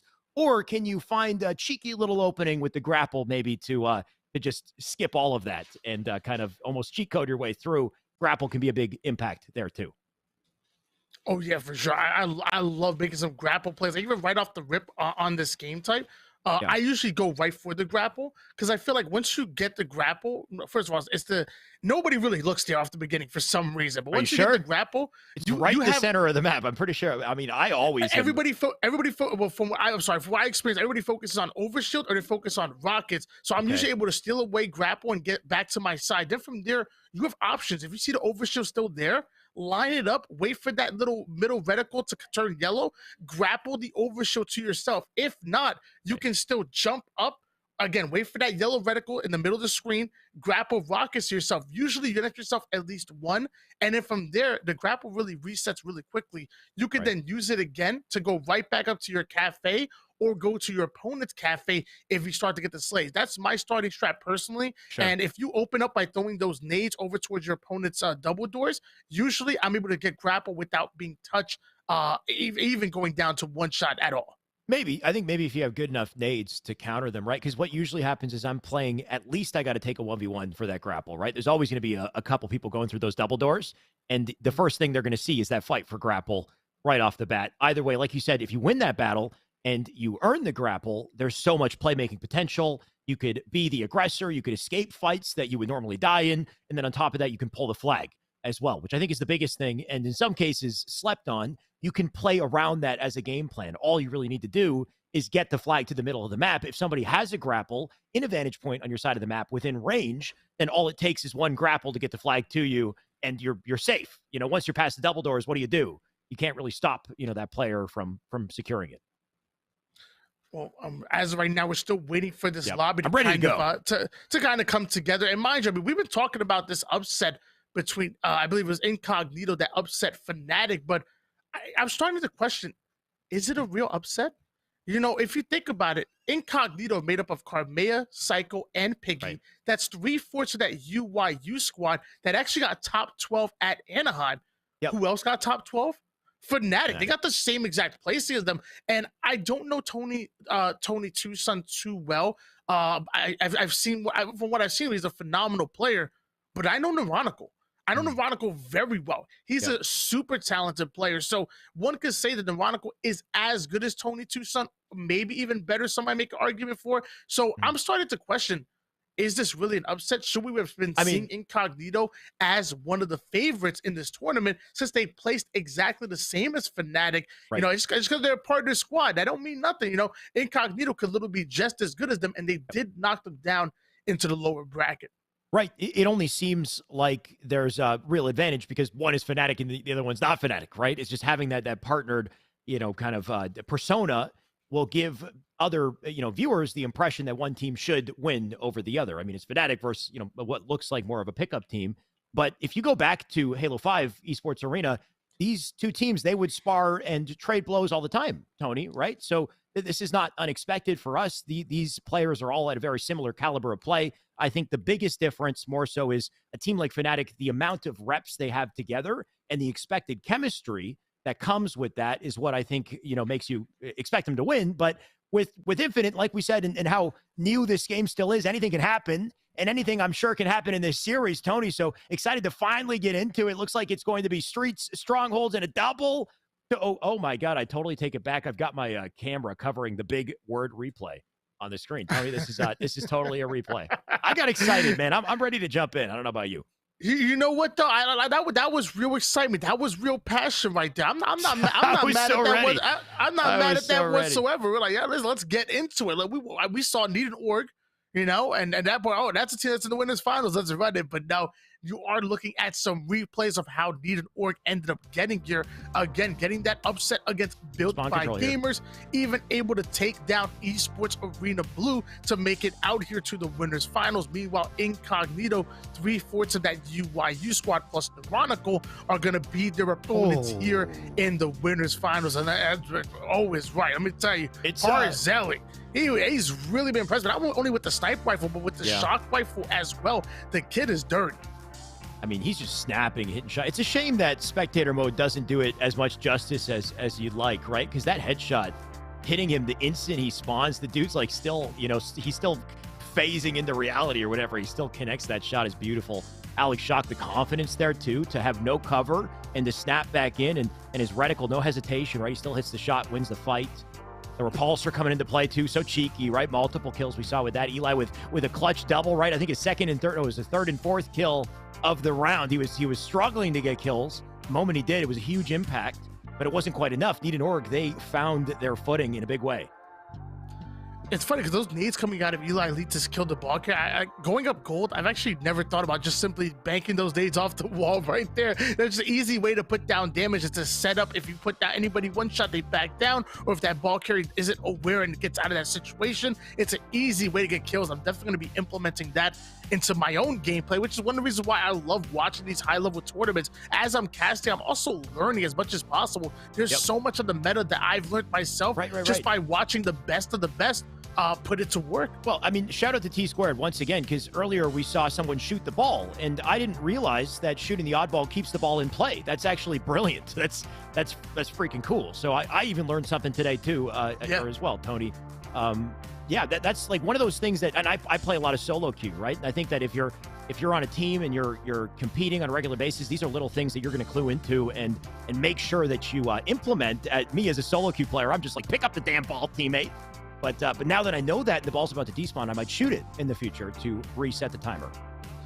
Yeah, but now we all know Shy already doesn't grab the ball at all. So now at this point, not only that, he's going to be shooting. At this point, now there's no reason for him to ever touch the ball. Now that he knows he can keep it into play by shooting. T-Squared, you just unlocked an animal here in matchmaking. And I apologize to anybody that gets matched up with Alexander Hope in the playlist. I promise you, he will end up with less than 5 seconds of ball time. Literally every day. I'll pick up most of the kills most of the time. You won't know it's me though. That's the thing, is I've got so many different alt accounts I'm playing on. Like, you'll never know. You'll never know. That's the the beauty of it. So you can't complain whether or not I'm making ball plays or not. Either way, I leave it up to the players to teach me and to put on the big plays, Tony. I'm sure we got plenty more coming up as we get into this match. I think we're almost ready to get there. Yeah. Fingers crossed, of course. Once again, our layouts on screen here. Yeah, and mind you, I want to explain to you guys why we're here. I mean, I know there's about 200 people in the chat right now. Maybe you guys aren't all familiar with what we do here at Esports Arena. So Esports Arena always providing high-level Halo tournaments on a weekly basis, and have been doing it since Halo 5, where a lot of people kind of turned their backs on Halo and went on a break. You know, it was Esports Arena that really stepped it up and provided us a home to watch high-level Halo. They've continued to do that here at Halo Infinite. This is called Series E, a semi-professional league that usually starts off with a qualifier before the season. In this case, we had 2 different qualifiers, one to find Esports Arena Red, the winner of the first one, the one to find Esports Arena Blue, the winner of the second one. And they are sponsored teams. They get to play in these weekly once a week with the opens, and also once a week they get to compete against professional players as well for big money. I'm talking salary, I'm talking prize money. You know, it's Halo. This is what we love. And now we're going into the winners finals of our open night here on Monday. Need an org going up against Incognito. And what I mean, I looked for a second, I look back, and all of a sudden Need and Org have all the weapons. Look at this, shoddy and rockets and a thrust to work with as well. I mean, you couldn't have asked for a better opening strat here on a Parzelli and team. He'll pick up the flag, but he's got too much to worry about, right? You want to make sure that you run that flag a bit to get to the team, but also you don't want to lose these weapons and the thrust in the process. And unfortunately, you know, where is his team to help him with that sequence, right? If they push up, sure, they'll force the spawns into mid-map, but at least they can ensure that he doesn't get overwhelmed with that flag. I don't know. Why are you asking me? I don't know where his team is. Tony, tell me now. Ask him. I don't know. I know that Parzelli is crapping on everybody. Ends up taking down Carmea right there. Beautifully done. Alex Shock now advancing towards that bridge. He has a player over toward the cafe. The shock rifle getting a bit of value here. Puts shots across the map, then goes in for the challenge onto Piggy. Beautifully done by Alex Shock and Nita Organ. He's not done yet. He's hunting down yet another player as all 4 of Incognito getting squad wiped here. And we're going to see a run out of Nita Org. Some smooth moves out of Need an Org to start this. Look at that split spawn, too. That sucks for that player. He'll take shots immediately. They got coverage for that. Alex Shock with the kill into Carmea. Any overextension would be key for Incognito. You do have one player there with a pre-nade in. Beautiful coverage from Neuronical right there. But look at this. 2 members of Need an Org will replace him, and that will secure a first flag already. The efficiency out of these boys as they close that out in dominant fashion. Incognito, we know you might have gotten cold for missing a series there waiting for this, but man, they got to wake up early here. Need and Org are sending a message right now. They've seemingly get better and better every time we see them, and they're taking down big squads, including now going toe-to-toe with Incognito here. Neuronical trying to slide through, takes down Precision, ends up getting the assist onto the second one, reloads and now plays his life a little bit, but finally the flag gonna find his hands here. But with 2 down for Need an Org, most likely they'll need at least 1 or 2 more slays before they're able to get this over towards the base. And the fumble comes in. Oh, the fumble, Ruski. Fumble's unfortunate, but what's more important is the slays you're still seeing in the feed. We haven't seen any red players drop just yet, but Alex Shock, a line of defense at the doorway. That's a big stop to the flag, but is it enough? Doesn't look like it. Ask it and you shall receive, Tony. I said that Incognito needed to wake up. They did that, 10 seconds later? They got their answer immediately, and we got a tie game. 1 apiece at the moment, but Precision and Groovy find the first 2 kills that they need ultimately to advance forward. Cycle now cycling around the map, grabbing himself a bulldog, but ends up running right into a nade that's gonna put him down immediately. Alex Shock continuing to apply pressure onto the spawning players onto the Rocket Alley. Alex Shock ends up pushing towards the tree, trades out kills with Piggy, but that's gonna open up a beautiful lane for Precision to advance that flag forward. He still has Parzelli guarding him as he's moving it toward the 50% portion of the map, feels the pressure coming in right behind him. Stays alive as the flag still towards the middle of the map. That was so great out of Precision. He cuts the angle, stays alive, but does not leave the fight. He jumps back in, gets the kill, and gets back to the flag because of it. And look at that pre-nade to get in, do some early damage. Spree on the Neuronical. Precision playing this perfectly. He's got the flag at the doorway. OS now up. and you know that Incognito's going to try to get a piece of that. The flag's still out at the door. Parzelli! Oh, he didn't get the kill! That would have been massive, but now the OS going to go over to Incognito. That flag's still in the door. Can he win these fights? There's the OS to get to the flag. He's got to do as much damage as he can, but the flag's still collected and relayed by Precision.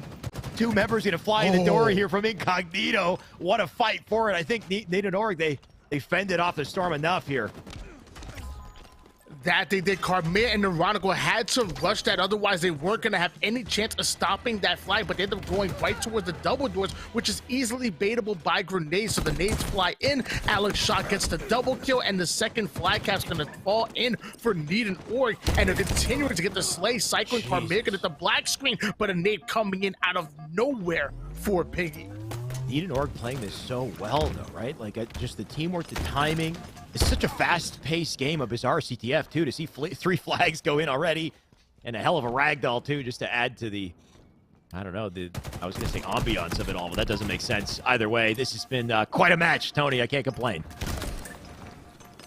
Piggy chucking the nade across the map. Cycle going to get the cleanup kill with the shot grenades. Meanwhile, Alex Shock coming in, getting the double kill, not able to find the triple. Precision going in for some shots onto the bridge side. Both players gonna like to reset, not the fight they're willing to take just yet, but Precision gonna hold onto this height advantage.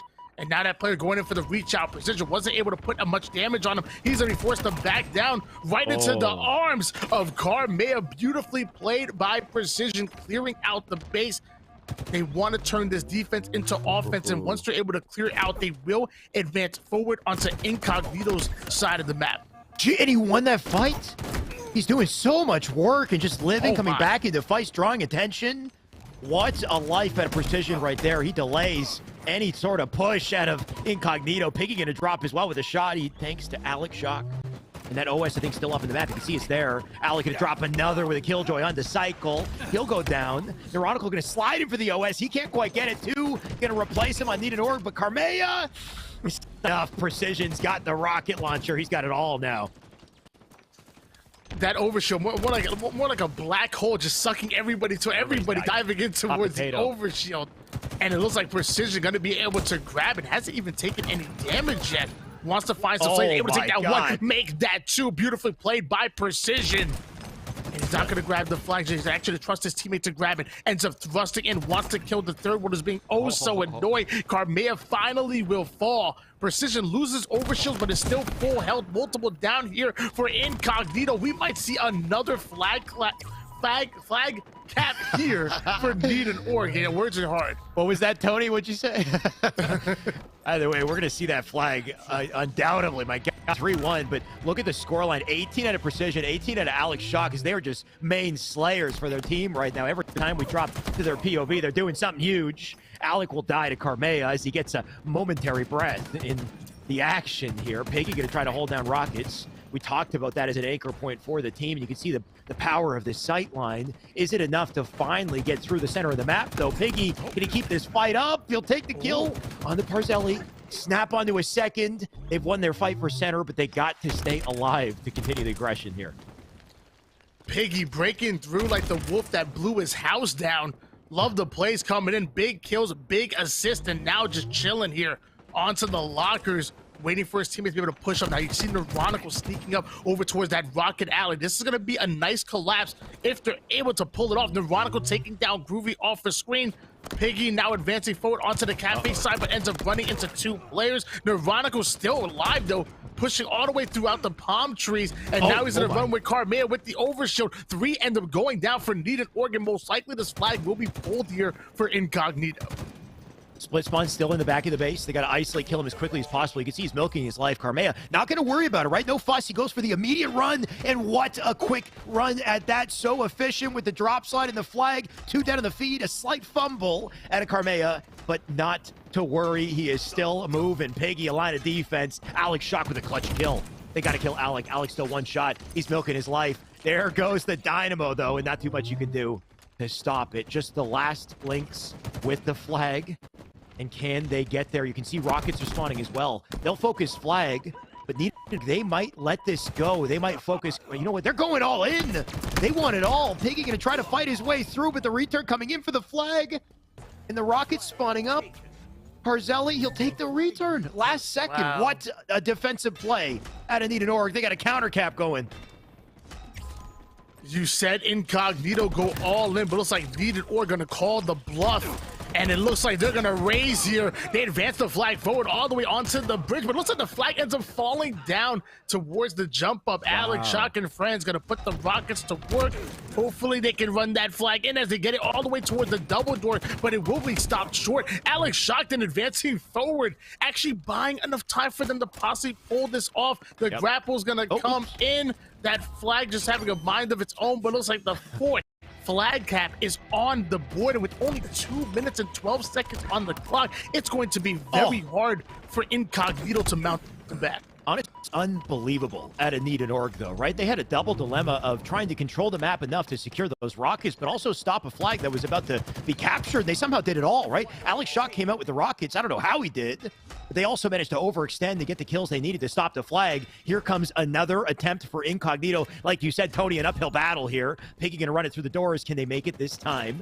There still is someone waiting to disrupt them. Piggy, he'll go down. Somebody waiting behind the door as well. Already sitting on the return. Alex Shock going to win his 1v1, and he's already snapping and putting damage into OS. The options looking limited here for Incognito. They got to find a way to clutch the flag, and I think they will. Not able to connect with that melee is going to actually put Need and Org 2 down. So not only does the capture come in and not even a counter pull coming in out of Need and Org, but Incognito is going to continue to be on the offense, and Need and Org will have to defend them as they're looking to pull yet another flag. 3 quickly down. Go Incognito, not going to stop Neurotical, though. Neurotical feeling the pressure, knows they got to make something happen. But the players spawning over towards lockers. How unfortunate for Neurotical and Incognito.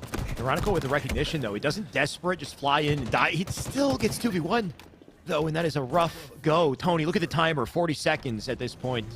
And it's looking like the win is inevitable here for Need and Org. They played this so well, so efficiently. All they really need to do is just hold angles. Alex Shock waiting for anybody to push over towards the Bulldog. He's tired of waiting, so it's like he's going to catch a little bit of a different angle. Neurotical ends up running into 2 different players here, as it feels like it's only a matter of time before Need and Org go up 1-0 in the series. Overshield and Rockets coming into play soon, but by that time the game will end up being over. And Alex Shock putting the icing on the cake right there. Beautifully played out of him. Take a look at the scoreboard before this one closes off. Precision going to pad his stats a little more. Man ended with 25 kills. We got 28 out of Alex Shock. Not super uneven, though, from side to side, right? You got 24 Neurotical, 21 Piggy. I think overall relatively close in the slays. Really just the efficiency in the end of the day is what netted Need and Org a well-deserved victory in Game 1. Tony, unbelievable. We saw some moments of brilliance out of Incognito. Almost captured, I think, 2 flags, right, to get him through the doors. But just the fact that this Need and Org team could find ways to stop the flag while simultaneously controlling weapons, I think is just, it requires a ton of coordination and individual skill to do it. The outplays we saw, I mean, what a way to start a series. Yeah, you know, sometimes it's not about you finding the kills. It's about when you get the kills. Like you said, the kills were relatively close, but it was Need and Org how you act off of them too. Efficiency, to be able to run that forward. Like you said, what you do with those kills. And now we're going into game number 2, where kills are the only thing that really matters. Is we're going to see Recharge here once again.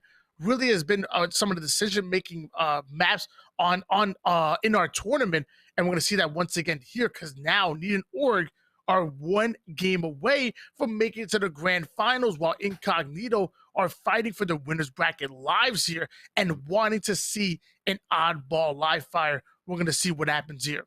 Right. Despite the objective efficiency we saw at a Need and Org, I think this is a good map.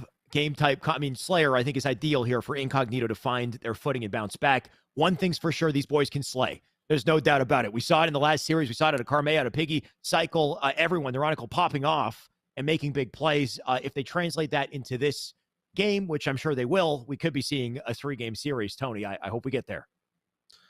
Yeah, the one thing that we've seen about this Incognito roster is we've seen them winning a lot of their individual gunfights, and then on top of that, they had almost just amount as assist as their so obviously they're playing for each other. I think there was 3 out of 4 players that were in double digits assist, and then the fourth player had 9. So you might as well call that double-digit assist coming out of him. So not only are they winning their individual gunfights, but they're also playing for each other and also actively listening. So, I mean, both of these squads can really pop off here in the Slayer. This is a big test once again coming in out of Needed Org. They're looking for an Org. This is a statement right here, right now. You have to put the nail in the coffin, but Karmea gonna make it very hard on you. Statements made on both sides, I'm sure. Tony, he just left the present behind for Alec Shock, by the way. Thankfully, Alec managed to stay within the blast zone and make sure he goes down with a trade. 5-all, though, to start. Precision going to bring it to 6. Alec near him off the spawn. You already got 2 members of his team up in the high position in Attic, so a nice little 2-2 split here. And what do? Is they roll in pairs. They take kills. Apparently, 2 already dead. They can start to collapse onto A with the remaining 2 here. And Precision's got to be quick to make this push. You can see Alec is already going in full aggro. He's done the damage for Precision to clean it up easily. And I love that thought process coming out of Needed Org. Don't allow the enemy team to fully spawn over towards that A side. Once 2 of them spawn, keep playing fast, keep playing together, keep applying that pressure, and force those split spawns. And that's exactly what Needed Org did, as Precision holding on to this top A side of the map. It's a 10-6 lead, but they can't get happy yet. Incognito can easily come back. I don't know about easily, right? Because what they did is they force spawned them long haul seaside, and they've got a full map setup. You can see Groovy over on Attic. They've got coverage across the entire map, and it's up to Incognito to find a way to unify and push through and take a couple pivotal kills. You got Piggy with a pickup onto Alex Shock. That's a little opening that they need. You can see 2 pushing up into Attic as I say it. Karmea going to grab 1. Precision with a sightline across the map, but he's got a double dilemma here. A little flanker coming up on C side. Precision will say, screw that angle, I'm going all in. Unfortunately, he dies for it. And Incognito doing everything they can to fight Scrappy and make this an even game.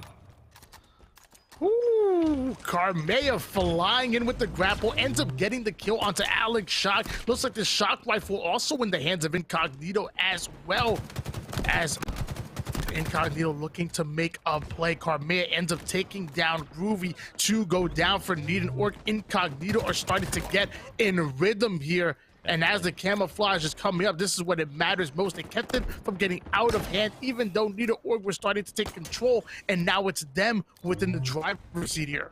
They've earned it back. They got the map back. They've completely flipped the script here. And Karmea has a shock to work with as well. You can see 2 already dead, so that does alleviate some pressure. Karmea can continue to sit here. Just hold sightline. Cycle likely going to call out that player in. Look at this. They opened a split, though. The awareness out of Karmea. Unfortunately, the man doesn't have much ammo to work with. But to see Cycle move out to Attic to long haul like that, he knows to look over to the splits and pipes. Going to try to collapse, take advantage of it, too. Can he win the fight? Unfortunately, Groovy going to take that one. Alex Shock now advancing forward over toward the goal side. Got the communication that the Veronica was there, but they didn't get the cease and the email that the Veronica was nasty. Pulls out the double kill. Precision going in for the challenge. Picking to pick up a double kill as well. And Karmea just sitting here towards that gold side of the map, waiting for the spawners to come in towards the C side, and looks like they're already getting it. Incognito have approached the halfway point in this game. Needed Org only down by 5. Groovy with a big play, though. That'll even the odds a little bit. Already has a double. They got presence up on top, control, but look at the perimeter. You can still see for Incognito, they're playing it carefully, too. Karmea not about to let himself get pushed up on. Instead, he'll take a different vantage point here, try to do some damage. Just as he bobs and weaves, little jiggle peek out from the angle. Somehow still loses the fight, though. Groovy with another double. The second, I think, we've seen here. And what an opening they've created, too. They've evened the odds a little bit. All 4 members going down here for Incognito. Needed Org need to take advantage of this. As I say that, Neronico able to take down Alex Shock. Parzelli, though, still making plays with the shock rifle, and Precision was able to get away with the camouflage. So things looking very good here for Needed Org as they want to get into their setup early. 27, 25, Precision. Oh, unfortunate, right? He had an opportunity to milk with that camo. He does die, lose it. You know Incognito going to take full advantage of that opening. Karmea, what an aggressive play. Still going. Maybe a little too aggressive. Man was 1 shot looking for a second. Nice little pinch, though, to keep the pressure and the answer up. That shock must have traded hands. I think they want Karmea to pick it up, though. He might go back for it. We'll see. Carmea is so aggressive. Maybe the shock rifle could slow him down a little bit right there. He's just flying in there. Meanwhile, Piggy off the screen, able to take down Parzelli. Neronical trying to hold on to this side, but he's losing teammates left and right on the kill feed. A 32-28 lead in favor of Incognito. Nice. But if they keep dropping, it won't be a lead for long. Luckily, Parzelli's not able to make any more plays with the shock rifle as he hits the black screen here. Incognito in position to make something happen. The spawners come in. Neuronical's aware of it, already putting down damage. Neronical get very aggressive here. It's working out, though. He'll double back for a second. Alex Shock does take 2, though, in the fight. Look at him just going up and down an elevator. Cycle takes advantage despite it. 37-30 here. You can see Incognito starting to pull away in the end zone. Piggy with another pickup.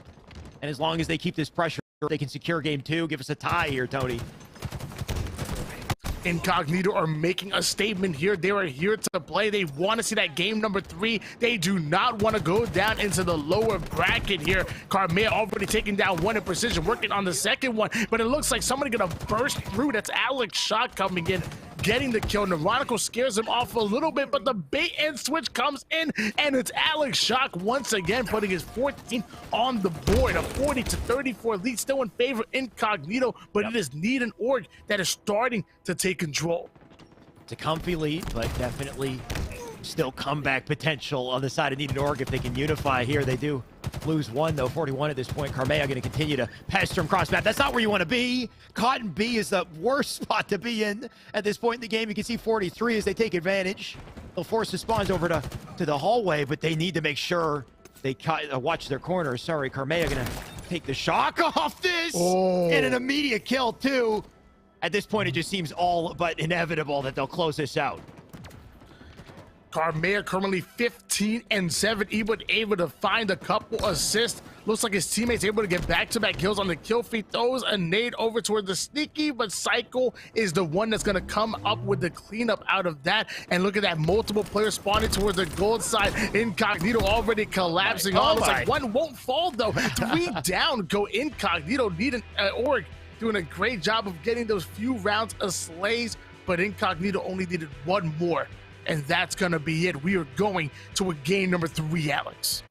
I mean, we talked about it coming in. When it comes down to just, 1v1 fights, this Incognito team, they know how to play, right? They know how to take scrappy fights. The individual skill is very clear, just a matter of whether or not they got the coordination when they need to always be in the right spots to secure objectives, which we'll have to see in Oddball Live Fire coming up in the next game. But, man, a couple brilliant plays we saw, especially out of Carmea. I think he led the board there, 15-8. Overall, the shock, I think, a big impact with it too. And, shout out, I guess, to the team to support him, to give him opportunities to make those plays as well. And yeah, we also seen him making some crazy plays with the battle rifle as well, like him grappling up into control room, him flying at multiple players and somehow able to get kills. I mean, Carmea is a super aggressive player and really opens up so many things for the rest of his teammates. He just say, hey, look, I'm going to be a wrecking ball. You guys stay behind me and just clean up the rubble as he runs through the enemy team there and recharge. And like you said, that will bring us over towards Oddball on Live Fire.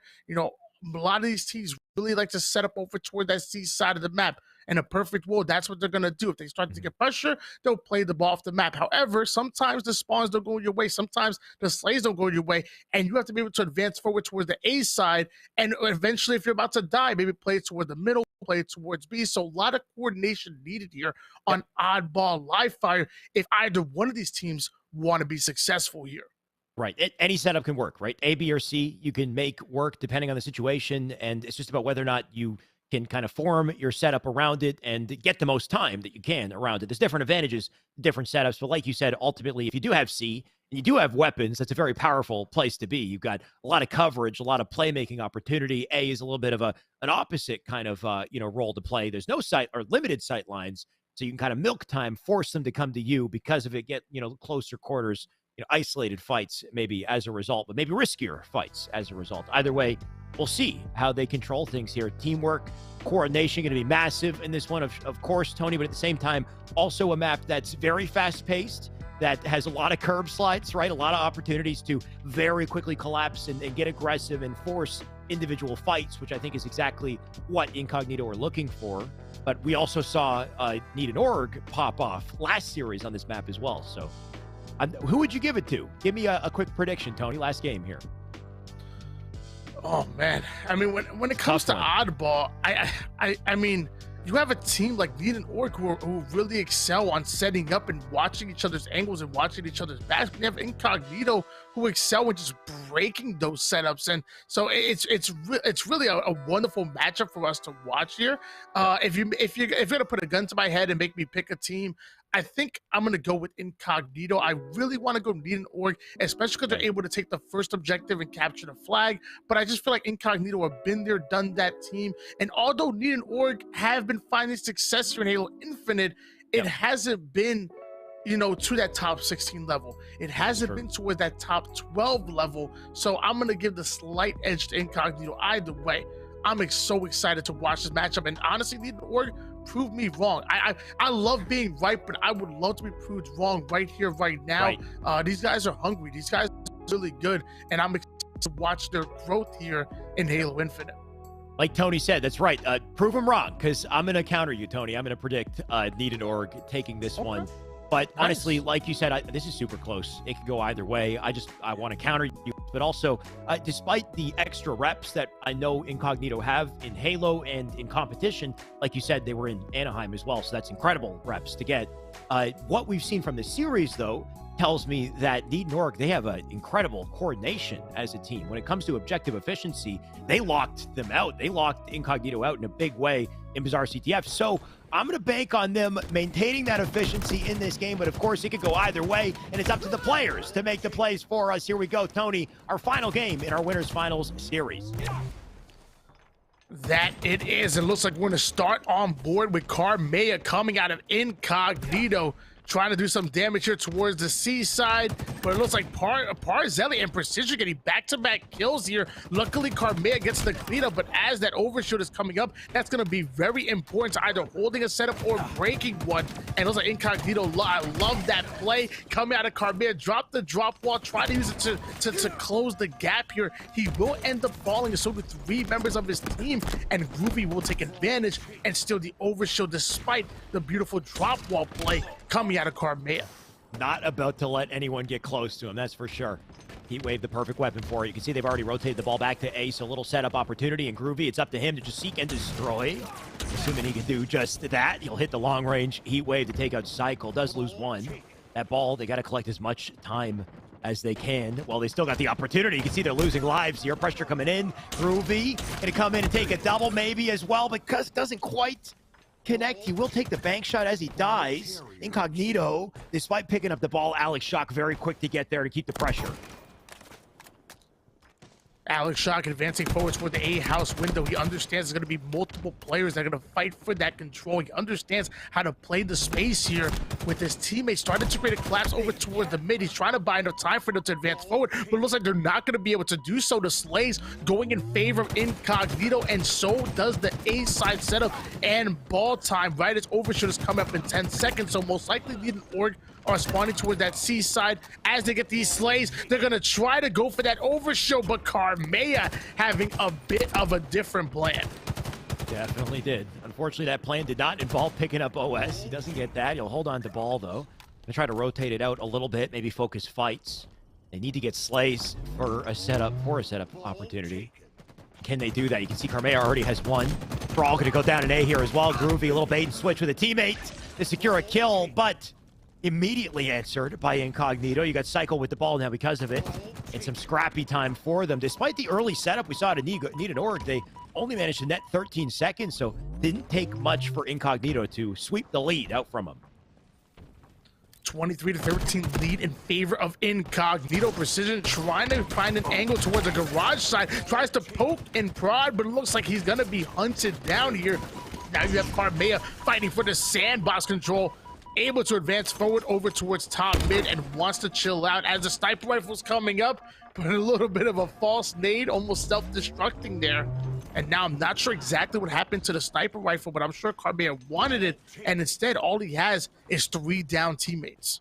3 dead teammates in a bad position on the map, too. Look at this, he's stuck by the mid. About to get chased, gonna have to bail out of this exchange. Ball still in the hands of Need and Org. They're going to start to creep up on the score here too. Carmea, he's got to find some sort of an answer. The man can't breathe, right? Regardless of where he goes, there's coverage across the map. Veronical, what an impact play he could make unless Groovy shuts him down. He was quick to do so.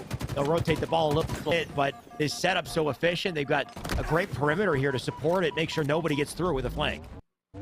And that's exactly what these setup teams do. These very polished teams such as Need and Org. You know, Carmea has wonderful individual skill, but they don't allow that individual skill to come into play. Carmea was putting damage on one player. He has two, find him. He backs down towards bottom mid. Tries to get your angle on B, gets shot by two players, backs down. Like he's running into two players everywhere he goes and not getting to individual gunfights and pretty much getting shut down here by Need and Org. Now you're seeing Piggy start to fight for that overshield, but he's not going to be able to do. I'll be able to get the grab on it.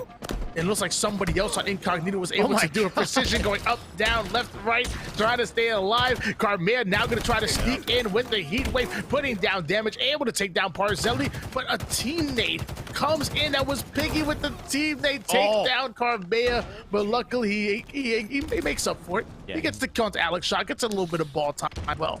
Definitely made up for it. What a scrappy series of events, though, right? Trades left and right here. Parzelli going to take 1, 2 dead, 2.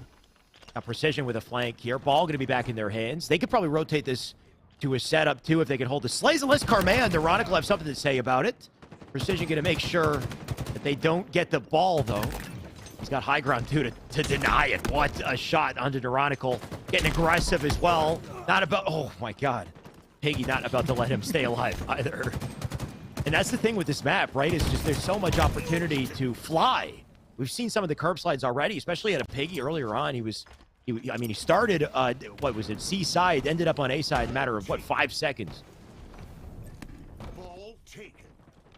Well, as of right now, both of these teams looking to put a lot more than 5 seconds on the board here to 44 to 35, lead in favor of Need and Org. But it's really not much an oddball, not even one little bit of scrap time. And Incognito could steal away the lead, which is exactly what they're looking to do right now. Piggy advancing that ball forward over towards tower. Psycho being oh so sneaky, hiding in the top mid cubby. Ends up getting one, but runs into two more. He's going to be hunted down, and Parzelli gets a double kill on the kill feed. 4 quickly go down for Incognito. And Precision, I thought he was going to go for the early pull. Instead, he's already working on the spawners and applying pressure. I like the attempt, though, right? He wants to slow them down, give his team an opportunity to freely pick up the ball. But to do that, they got to get slays. And Parzelli got to continue to defense. Unfortunately, he does not have a repulsor to get back up. That snipe might be picked up by Incognito. The ball over on the tower side. Look at the timer, too, Tony. 41 seconds as we get down to the end of the line here in our round 1. Parzelli, he's got to hit this jump. He will do it. 2 dead, though. Parzelli, can he impact this? With the heat wave, nothing's quite connecting. He can curb slide his way out and be a tricky target, but it's just not enough. If he doesn't get the kill, that's a ball set up here for Incognito. And at some point, do they opt to play it and play to the timer, or do they keep the hold? It seems like the hold is the play for now. Parzelli and Need and Org currently winning the Slays battle at the moment, but they are not winning in the points when it comes to the oddball, currently down by 21 at the moment here. Alex Shot going in for the melee kill, but ends up being repulsed back. Great plays coming out of Incognito, and they once again get the ball in hand. 73 to 50 lead in favor of the boys in red. Trades are going down on the kill feed, but nobody having that ball control. Hits the middle of the map, and Incognito are the first ones to get their hands on it. And look what they're doing. They're just picking it up and dropping it, getting it out of play for Need and Org, and just letting the time bleed out. And as long as they do that, then there's no way Need and Org can close out this round. 3 seconds to get a touch on the ball. Instead, they're just going for kills. Groovy does touch it, but it's not enough. The kill comes in from Incognito, and they will secure round 1. And you take a look at some of those slays before we switch over. Somebody had 18 on the side of red there. I'm not sure who it was, Tony. Maybe Piggy.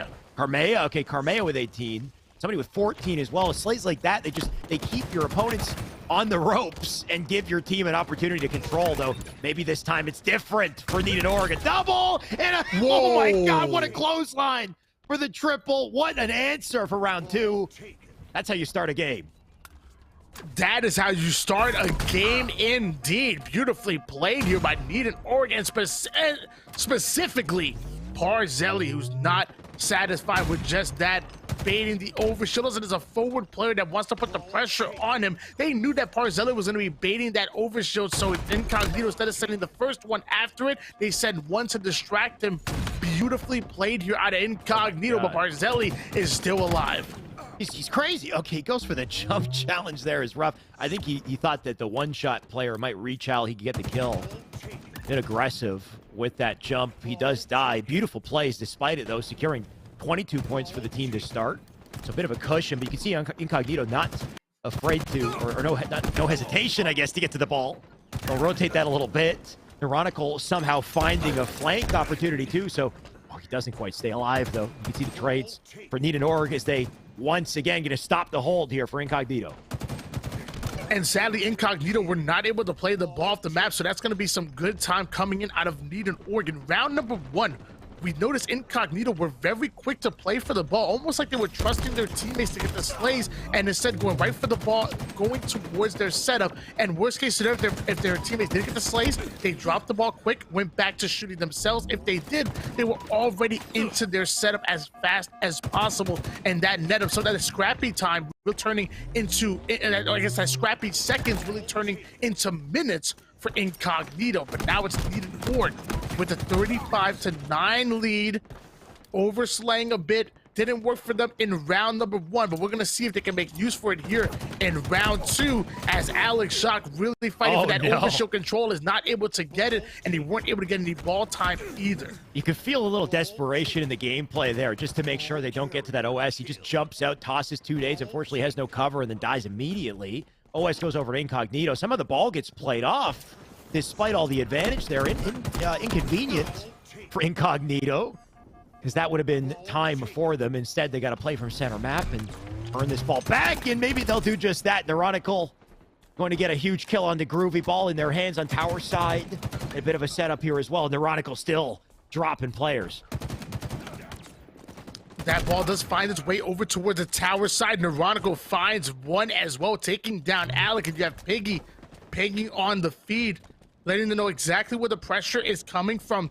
Sniper rifle coming up any second now. Both of these teams well aware of it. Somebody going for it a bit too early, not able to grab it. Neuronical still putting pressure on there. Ends up dropping down into 2 players that are pushing over toward the tower side. Piggy's going to be forced to play the ball, and Incognito go 4 down. With that timing, Need and Org going to very quickly get this set up and play too. This is where they need the efficiency. Unfortunately, they do die. But you see how fast Carmea off a spawn gets this spot, though, right? Already in position to cut them off and deny a setup. The sniper to come in. Carmea, what a tricky play. He'll slide in, repulse, get rid of that player. He dies. Snipe in his hands now, and they'll convert that setup. Like you said, they were 4 dead. But Need and Org, in the moment that they went to rotate the ball, everything changed. Whoa, did he just snap and kill a teammate? I think he killed Piggy. Doesn't matter, though. They'll play the ball. Hey, Piggy, if you're not going to grab the ball, teammates going to snipe you. Get on that ball, Piggy. Neuronical trying to advance forward here. Looks like not going for the Mangler. So once again, we're seeing that G8 haven't seen any Mangler plays in almost in the tournament here. How have you been feeling about the gameplay without the Mangler in play? I mean, I can't complain, Tony. The like we said earlier, the Mangler, as much character, I think, as it adds to the sandbox, it's just not the most skillful and really well-balanced weapon in the sandbox at the moment. I think it's safe to say that all of the rest of the weapons play enough of a role to keep things exciting. My God, as we continue to get scrappy fights here. The ball's still up on pillars. Carmea going to immediately rotate back to a power position. Once again, we talk about how quickly this man moves. Ooh, Carmea doing a great job of getting one, but sadly he will be hunted down immediately, and Cycle going right after Parzelli. So we're going to switch gears over towards Neuronical coming out of Incognito. Ends up grabbing himself a heat wave. He tries to advance the ball over towards the beach side, but feeling pressure coming in out of Nest. That player will fall, and we're going to see a bit more scrappy time come out of Incognito. Parzelli wanting a bit of cover as he goes after one. Great shots onto the second one, somehow still alive, and now get up the tempo now that he has his teammate with him coming from the beach side. Beautifully played by Parzelli and Need and Org. They are playing to win. Carmea somehow gets a kill in the action there, but like you said, playing to win for sure. As long as they get these slays, they can easily transition to a hold. You can see the setup that they've earned because of it. You got 2 over on OS side, 1 over near Nest, ball up in tower. Pressure coming out from Nest, though, and Incognito not going to check the corner on that one. Parzelli going to take advantage with a little return to center. He sends the nade back and the kill. Couple trades, too. Incognito, they somehow grab the ball, though. Parzelli, he can't quite find an opening. He's going to have to preserve his life. He'll get chased down, though. And this is another setup broken for Need and Org, right? They got the round of slays, they got the setup, but I think it's just Incognito and the numbers that they send through Nest side, they always seem to find a way to overwhelm them. Carmea and Incognito were able to bait out that overshield. It does not end up being burnt here. And somehow Carmea able to dipsy doodle his way into the overshield and to pop it on. Has the needle in the back pocket, but most likely will be swapping this out for a sniper rifle. Meanwhile, though, Psycho and Veronica hit the black screen. Carmea sends one flying in for a swim. Ends up getting the double kill. As Carmea absolutely going out of control. The man's a hell of a threat. You look at the slays on the board, and there's just no mistake in the fact that these boys are putting them down. 17 out of Piggy. Carmea with 15. You got Neurotical going to match that as well. And the slaying power is what leads the board and score here. 40 seconds and maybe a couple more deaths if they get in the way of Carmea's reticle. Last thing you need. Look at this. Multiple just died, too. Ball going to rotate back tower. And look. Oh, my God. Watch your face. He is looking for him. And he's got no fear, too.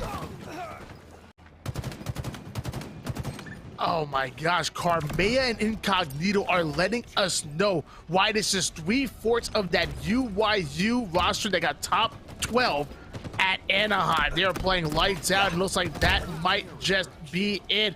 1 more second. Needy's gonna hand that ball to his teammate, who instead picks up a plasma pistol. Not sure if that was a part of the play, but finally he goes down. His teammate's actually gonna get the kill, and then he's a teammate then teabag him. A little bit of fun coming in out of Incognito as they make their way to the grand finals. Good for them, honestly, and good for Need and Org. God bless, they are so good. They're guaranteed top 3. They're 1 win away from potentially getting their rematch against Incognito. I mean, upset City, just simply upset City in this tournament. I mean, I don't remember the last time I've seen, or if I've ever seen this roster of players get this far at an ESA tournament, even in Halo 5, Tony. We've seen, the likes of Carmea pop off in ESA in H5 back with Elevate, right? We saw Neurotical with him as well. They got pretty far, but grand finals winner side, I don't think we saw that type of execution out of them. So, I mean, unbelievable. And what a final game we saw as well. I had predicted, Need and Org would take this. Tony, you beat me this time for good reason. I think there's just a clear slay ability, right? The overwhelming slays and pressure we saw from these players, especially Carmea and Piggy. I think their speed that they rotate through the map to break the tower setup, because we saw a couple optimal setups out of Need and Org. They just couldn't hold them because they could not trade blows with these guys. They moved too quick. They answered too quickly off of these little openings. Either way, a hell of a series. I'm curious to know what Yeso and Tom think of it. Let's send it back to them and hear what they think. Welcome back, everybody. Yeso and T Squared here, and we've got a lot of thoughts on the last 2 series we've seen, and we've also pulled a bunch of highlights we're going to look at. I have a bunch of notes here. I have this card just absolutely filled up. You can't see it as well on camera, but we got a lot we want to go through. But Tom, let's start back with the winners semifinal series. We had Esports Arena Blue and Need and Org going up against each other, and it started off really strong for Esports Arena Blue. They came out swinging on strongholds on street. Yeah, 250 to 66. That's a pretty substantial score considering that they lost the next 2 games. And that was when you look at the way that they were just rotating around, the triple caps that they were going around. And it seemed like they really had that series all under control. And then all of a sudden, game 2 comes around. Need and Org really starts to step it up. And I was just impressed with everybody on this team. And again, that's what Series E is all about. Their team name is Need and Org. So if you're watching this and if you're in Org, go and look at this team because they are serious. I mean, these are amazing squads that are in the losers bracket. We've already touched base on a handful of them. When we're looking at Esports Arena that was sent over there, we have Fnatic, we have Torrent. These are squads that are making thousands and thousands of dollars. We're talking about massive salaries over here. And these players are playing without any type of salary, sticking together as a team, doing it because they love the game and they want to win. And that is what is so special for me. Yeah, it's awesome. And Needed.org, you know, showing up to the right place and at the right time, and they're looking good here today. While they do lose that winners final series against Incognito, they will have another shot to get back at it. We'll dig a little deeper into them here in a bit. I do want to take a look at a nice, clean little triple kill, little highlight here from Eli Elite that finished off the first game. This one was pretty clean to close it out. Let's look at this one here, Tom. Yeah, again, this was where the triple cap really starts to come into effect. It was really clean and come through, pick that up. But controlling C is, you know, not ideal, but going and capturing that and understanding the spawns is going to be huge. And the good thing about when you have all three, if you can get the spawns staggered, you can come in, clean things up very easily. And this basically secured the game right there. And you can just see the score. 205 to 46. When you're losing that badly, it's hard to keep your confidence up. And they did so in game number 2 and game number 3. So you got to give credit to Needed.org for being able to bounce back. And unfortunately for Eli, while he did have a great end to that game, he kind of started off slow in a couple of the other games in game number 2 and game number 3, especially in the ball game where he did have a lot of objective work. But he's more of a slayer in my opinion. He could get it all done. But to see him kind of struggling and being goosed, you know, 0-8, that is just a good sign for how Needed.org is playing because Eli is such a strong player. Yeah, Needed.org looked really good in the back half of this series, and it started, of course, in Game 2 with Slayer on live fire, and we saw Parzelli, and we heard, you know, some puns. You know, Tony was getting in there with the pizza puns in this series for sure. 2 clean snipes from Parzelli helped secure game number 2. We have a highlight for this one as well, as this was Needed.org getting themselves established in this series, and Parzelli just doing some great work here with the sniper rifle. Yeah, and before that, he gets this spawn snipe, and then he snipes the player top center going over towards the tower side here very shortly. But the angles that he was taking when he was jumping down back A and helping on over towards the camo side was huge. So I love the fact that he's coming in, rotating here, playing aggressive with the sniper rifle. He does cough it up here very shortly, but the thing is the damage has already been done. He's picked up a handful of kills, and he used a majority of that ammo. So you can't really sit over in the back tower and just try to snipe with that because you only have 1 or 2 shots, and nobody really capitalized from Esports Arena Blue with the sniper rifle as much as Parzelli did here. So I love the way that he was doing this. I think that playing aggressive with the sniper is extremely underrated. A lot of people will just sit in the back of A. When you see your teammates pushing up, when you see your teammates advancing, continuing to play aggressive is what it's all about. It stops the communication from the other team, and it just makes them wonder where you are. And I'm just really impressed with Parzelli individually. This whole team was really popping off. But Parzelli, when he gets the power weapons in his hands, whether that's the sniper rifle or the shock rifle, is definitely a force on the map. And the timing incredibly clutch as well, because if you pay attention to the score line, they had a 1 kill lead, both teams above that 40 kill threshold. So each one of those kills takes on extra importance when you're trying to close out the last few to finish the game. And of course, Needed.org with their backs against the wall being down 1-0 in the series. Parzelli, incredible timing to pick up those slays and set the team up for that victory. And of course, that brings us to game number 3. And of course, it was the content creator boxing match part 2. As I said to you in Discord while we were watching the series, we go back to Oddball on Recharge, and we have a little highlight package here that we'll talk over right now. But this was a game that really solidified that Needed.org were looking just really good, and like they had truly settled in this series, because they pretty dominantly controlled this series.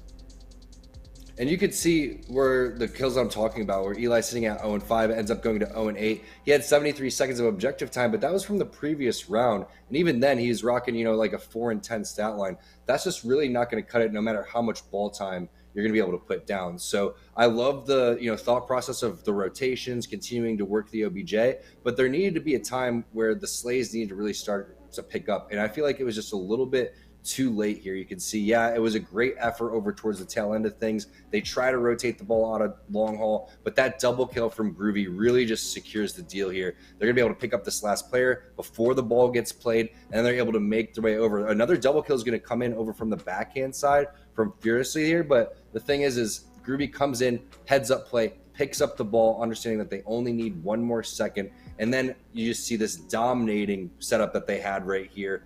Great no scope right there. The perfect coming in from Prezzelli. Again, sniper rifle, shock rifle, really see to be the MO for Prezzelli. And the map control when he's anchoring over towards the side was just too much for Esports Arena Blue to deal with. And interestingly enough, twice we've seen play for oddball on recharge, and we've seen very key end of round denials of the play ball teams trying to reset, get a little bit of that breathing room to try and continue to close the gap on the scoreboard, and very clutch kills and denials of that have helped secure games. And that, of course, is Need and Org grabbing the victory there. We have a ton more to talk about tonight, and we'll hit it on it a little bit more later, but we're going to go to a break right now. When we come back, we're going to hit the rest of that losers bracket and keep it rolling. So don't go far. Series E Halo Infinite returns in just a few.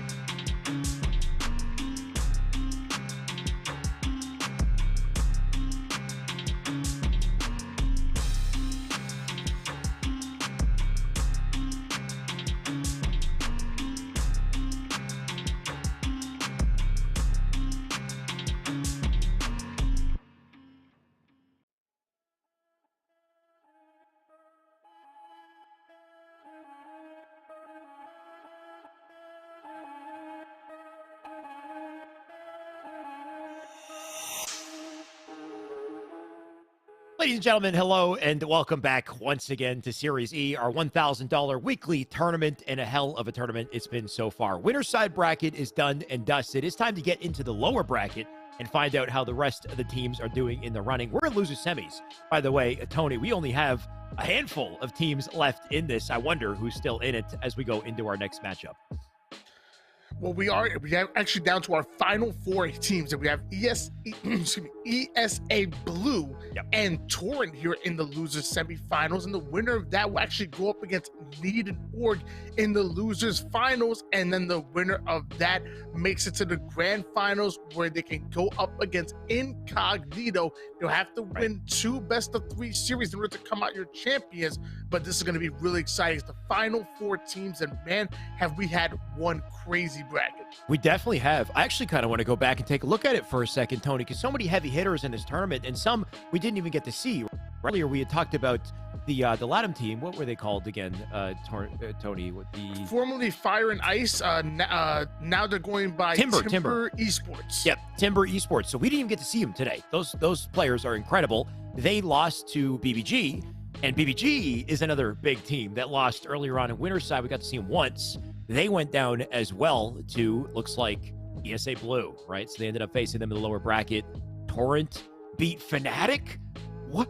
Torrent beat Fnatic. Apparently, Fnatic's out of the tournament already. I forgot I mean, that's just how the cookie crumbles, I guess, right? So many high-caliber teams and so many upsets already. Fnatic would have been the one that I would expect to bounce back, but I guess today Torrent is playing better. Did they not start the day playing against each other? Yeah, this was a rematch.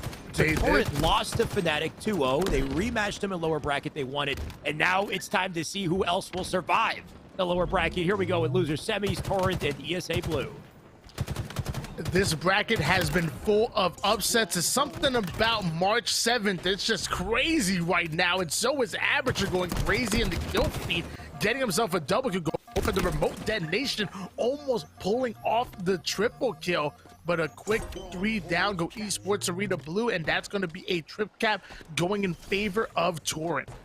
Trip cap in favor of Torrent, and a little bit of freedom to collect weapons like the sword as well. You can see Aperture just hanging out back C. A very powerful place to be, to just wait for somebody to get there. If they don't check their corners, which they better do, Aperture can just take advantage. You'll see he comes into the fight with good timing here too. Team Cross going to help him. And as long as he stays alive and makes things difficult, capturing and escaping from the capture won't be likely for ESA Blue. Look at this as he comes around with the sword too. Hotshot takes the attention. Aperture comes in with a kill. I love the teamwork coming out of Aperture and Hotshot goes, but the Gold Star BR dropping the double kill and clearing out C literally by himself. It looks like Eli Elite's gonna find us as well. So Esports Arena Blue starting to fight back. Nades coming towards JK to try to clear out C, but instead he's gonna allow him to spawn. He's actually gonna control this control room side. Wow. Love the plays. Gets a different angle onto Hotshot. Goes listening to his teammates, always actively listening and always cleaning up those one-shot kills. Excellent played by JK. Nice little cleanup from him for sure. You can see a battle going down in A in the meantime. And JK, he's aware of this little flank through C. Not gonna let that player get away. Hotshot goes down on the feed. You got A, B, and C accounted for. JK fortunately going to find himself a shock and maybe find himself a kill with it too. Just the fact that he's suppressing them is a massive opportunity for his team. If he can keep that up, maybe they can get the camo safely. You can see Gold Star did make it to camo. Unfortunately, we'll lose JK, but we won't lose the camo, or at least ESA Blue won't lose it. And that Shockwave were actually falling over towards bottom pit, and I'm not sure that Filthy G was aware of it. I'm pretty sure that Shockwave was still down there as the double cap A and B hold being held here by Torrent. That's going to spawn the players over towards the C side. Filthy G already throwing a couple of denial nades over towards bottom control. Whips out the sword, gonna try to defend top A. There's a player in his sights, not for long. Eli Elite gonna hit the black screen. Looks like Flurry's gonna join him as well. Off the screen, 2 down for each of the teams, and the cleanup kill coming out of Filthy G.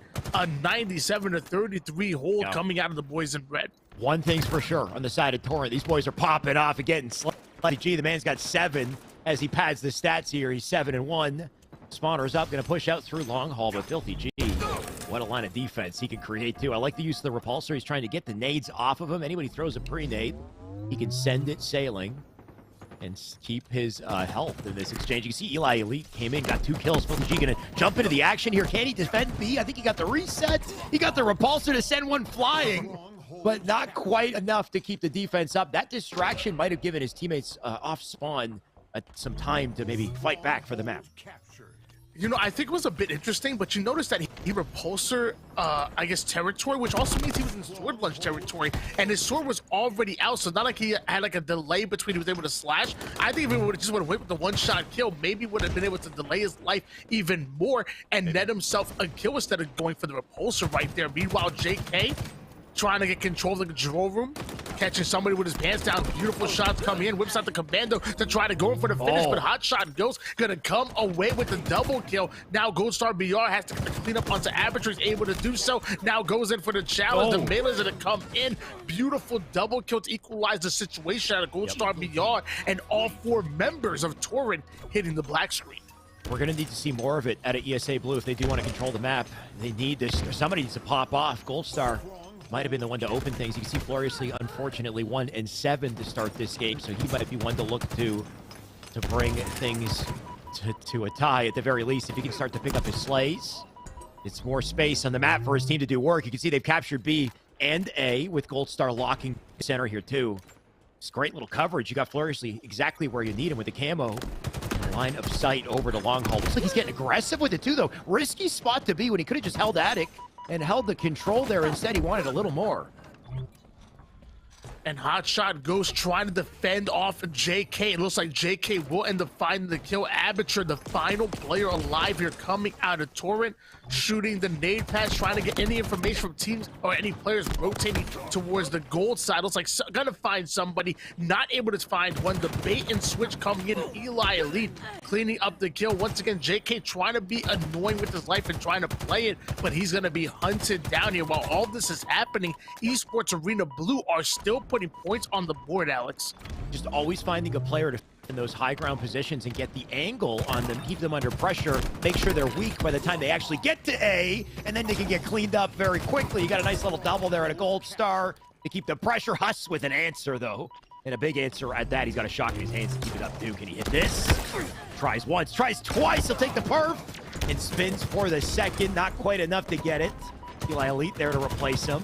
The battle continues. Can he find his perf? He will. We'll slide in for a second. And you got to love the scrappy battles here just to control A, Tony. And that's exactly what it is, Shyway. It really is everybody scrapping away to try to get these little bit of kills, to try to get any advantage. And Gold Star BR able to clear out the alpha side of the map and quickly able to turn that over towards blue. Off a screen. Hotshot Ghost takes down furiously. The sword ends up being whipped out. Gold Star BR almost getting a front side ninja. That's going to leave JK by himself, and a couple well-placed grenades will quickly deal with him as Torrent stealing away Bravo. Charlie being taken away, and Aperture finally finds his way into Alpha. We should see a double cap coming out of Torrent. Finally, Torrent get back to some presence on the map, though. You can see they got coverage on Attic too, so the setup they need and the angle from Aperture going to keep the pressure up on them as they try to find a way to flank through. For a second there, ESA Blue had closed the gap, but what a way to extend it. Aperture, he's got A completely covered. Defense coming in out of Aperture. Let me tell you, that sword, you're sitting behind the corner. Once you cross pads, you have literally no time to react whatsoever. Aperture still holding on to this top 8 control, 185 points and counting. Beautiful shots coming in. And he's just sitting here. Yeah, he's moved what, maybe 6 feet total in the last like 2 minutes here. Finally deciding to advance forward towards control. He gets the information. There's a player over there, but there's also somebody literally right behind him. It's Hotshot Ghost that's able to clean up JK. Aperture caught out of position. He's going to be taken down, and that sword is actually all the way down in the pit. Yeah, he drops it gloriously. They just needed that one kill, that one little opening to then start to push up here, but you can see that Torrent doing a great job of answering back. AK does come out with a double. Can he do a little more? 210 on the board. He's drawn by the camo as well. He will collect the sword bottom mid. Looks like they'll take A as I say it, so he's got a vantage point to come back to. Gold Star maybe to help him. And maybe they could put this to good use as well. Floriously winning a huge fight over in C. Something we talked about a little earlier. Floriously with his 4th kill now. He's got to start to wake up here. And as he starts to do that, you can see he takes a 5th too. That gives his team that space they need to continue to apply pressure and add kills to the board here. Somebody get Ivan some coffee. Yeah. We need to get him woken up here. JK well awake. I think he's been playing excellent Halo, putting shots on as many people as possible, and then quickly being a nuisance and just always playing his life. I love that crafty gameplay coming out of JK, but they're finally going to be able to hunt him down. Huss awarded the double kill on that one, looking for the triple kill, but more importantly, taking away Charlie. There was a trip cap in favor of Esports Arena Blue, but they're still putting points on the board. Esports Arena Blue are about to make the 200-point mark. They're bouncing back, but how does Torrent break this setup? You can see Huss got a kill. They got to activate off that little opening here. Great little bait out of Filthy G. He stays alive. 2 drop because of it. They'll turn the map back, and they get into position as well. Huss with the shots to clean up furiously. Map back in their hands. They got everything, and it's now up to ESA Blue to very quickly scamper to C, stop the bleeding. But from there, they got to get kills. And this is an opportunity as well for Torrent to keep killing them. Also, because they're desperate, because they got to fly to hills, they know exactly where to expect them. That's a spree for Huss. And at this point, I think it's curtains, Tony. There's no way they stop this. Esports Arena Blue had a trip cap and had a bit of control as they made that 200-point mark, but then Torrent flipped it right on them, steal a trip cap of their own. Esports Arena Blue couldn't catch up. They just didn't. They simply didn't have enough time on the board as Torrent could steal away game number 1. Torrent already coming off of taking down Fnatic in their rematch for their tournament lives. They're red hot. They're feeling good. And Esports Arena Blue made it to the top 4. But the question is this where their road ends here in the tournament? I mean, what a play at the end there, too, with Torrent to have map control and get the round of slays, know that they're spawning in C, but I think they pushed C in advance and they created split spawns over to A. And the player that we were on board with, I can't remember who it was Huss, actually. Huss rotated back to collapse on the elevator to catch the split spawners. So they ended up, getting them in a bit of a trap in 2 different sections of the map there. On the back foot, which was beautiful, rather than just waiting for them to spawn together, collect C, and then giving them a chance to kind of push out and use their numbers. They kept gambling. They ensured that they locked out the game because of it. So great efficiency at the end of that and great close, but like we said, still a chance to come back. It's a Slayer coming up. It's a live fire Slayer at that, and an opportunity to move quickly on a map like live fire and maybe isolate a couple kills, 1v1s, something we know that ESA Blue excels at. We've seen Huss and Torrent be able to control the spawns on the map. We saw them get some crucial double kills as well on the C side. So they're getting the kills when it matters most. But now we're going to see if they can do it when it matters most. And that's going to be here on Slayer, where the first to 50 kills takes the win. 12 minutes obviously on the clock and plenty to fight for. You have that sniper rifle, which is obviously going to be what controls almost the entire map. But also don't forget about that power up that spawns over towards that open field side. Now most teams will let us get that tower control and try to force spawns either towards back A or even back B. So that C side control is going to be very important for either one of these 2 teams to be successful. Let's see it happen, Tony. Just a matter of time. I'm sure the lobby's getting loaded. We're going to jump in just a second. Like you said, plenty of the sandbox to work with. If you can get that sandbox up to C, hold down the map from a vantage point from high ground. You got the sight lines there too. I mean, what a great way to create a little string of kills, some momentum on your side. But on top of that, can you quickly collapse as well? Something we've seen with ESA Blue. We saw it with Incognito also, is they know how to suffocate the enemy team, regardless of where they're spawning. They'll meet them there, keep them on splits, keep the numbers advantage in their favor too, right? If you can collapse with, 4, let's say, onto 2, and the other 2 are spawning opposite map, and have your back 2 players immediately rotate to collapse on those 2. Something C9 would do as well is always kind of push a numbers advantage and keep them at a deficit. So we'll see what they do, of course, but just a matter of time until we jump in. And it's Esports Arena Blue with their backs against the wall. Not too long ago, that Esports Arena Blue won our second qualifier to become the sponsor team, to be a part of Esports Arena, where each of their teammates were, each of these members were given a product to be sponsored by. So I'm going to say it's up to Razor's Furiously He's going to be my X factor in this game. Sometimes, you know, have those games where he struggles a bit on the KD side, but he's always so effective on the map. His comms are usually very good. He's always pushing towards his teammates. He's always trying to put as much damage as possible. Even if he doesn't find the kill, most of the time he'll at least find the assist. He's going to be my player to watch out for, and Esports Arena Blue are going to come out on top.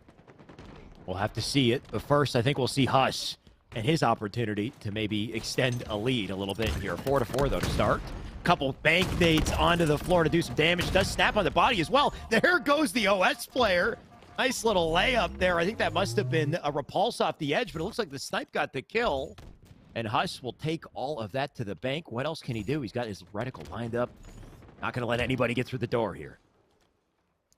And let me tell you, Huss was kind of that MVP towards the second half of game number 1. And with the 4-0 start coming out of Huss, really the MVP of the first half of this game right here. And if they run away with it, it might be on the backs of Huss. Already landing a body shot onto one, gets the body shot onto both of them.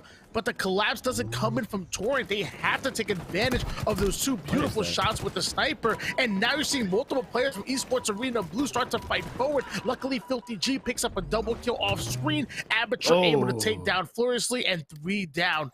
Go Esports Arena Blue. I'm not sure who that player was that got to Nest, but an interesting flank, right? Somebody solo played to get to Nest, and the three players timed their push out of the A garage off of that little 3-1. Unfortunately, it didn't work out as planned, but a great attempt at an ESA Blue. Can they find their footing? 13-7 here. Huss gonna put down JK. You gotta love the patience, too. Make sure he hits all the shots he needs at a commando to secure the kill. He's still going, by the way. Heat wave in hand. Doesn't need to drop it onto Gold Star. Looks like starting to Floriously. Either way, is his team going to secure the OS? Can they do something with it? They're finally able to shut him down because Huss was bringing the heat. Now Abature having the overshield in hands, finds a player overextended towards bottom mid. This could have been a great flank for JK, but he ends up being spotted early. Finally, the overshield will be taken off of Abature. Still waiting for the challenge onto Floriously, and Floriously somehow gets the backsmack. Excuse me, he wasn't even the challenging player. He comes out of nowhere from cuts, gets the backsmack, but his teammates are going to go down. Looks like he's going to join them, and that's going to be a 10-kill lead coming out of Torrent. Huss pulling out all the stops in that fight there. Something I've heard, not really recently anymore, I think towards Raleigh, we're seeing a lot of drop combos, even with the Commando, right? The Commando can be kind of difficult to kill with, you know, from A to Z, let's say, from the start to the end. But if you drop for the BR, you can clean up kills pretty damn quickly with it. Of course, on top of that, the snipe's going to be even better. We'll see that collected by ESA Blue. Can they lock it down, though? Gold Star just going to try to stay alive in the meantime. Actually, is it Hotshot who has it? He'll fly in center. Matt, where is that snipe?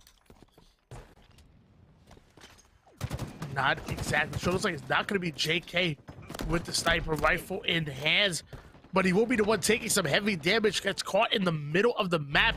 Floriously ends up being taken down, and so does Eli. At least so now JK able to connect with Gold Star behind. It's Gold Star with the sniper, almost able to line up the headshot, but he's going to go down. The B side spawning Huss is already putting pressure onto Sandbags with a 31-16 lead. Esports Arena Blue have to dig deep. Otherwise, they're going to get swept here in your losers bracket semifinals. I mean, what do you do with this deficit? It's so overwhelming. They can't afford any trades. They got to play perfectly. They got to cycle them, too, and just overwhelm the enemy here. They're not going to do it if Huss continues to flank. Look at this play. Going to take Gold Star. The timing is perfect, too. Easy access to OS. I mean, as I say it, though, Eli Elite going huge. Getting that kill created a little team spawn for Floriously. He gets the OS immediately.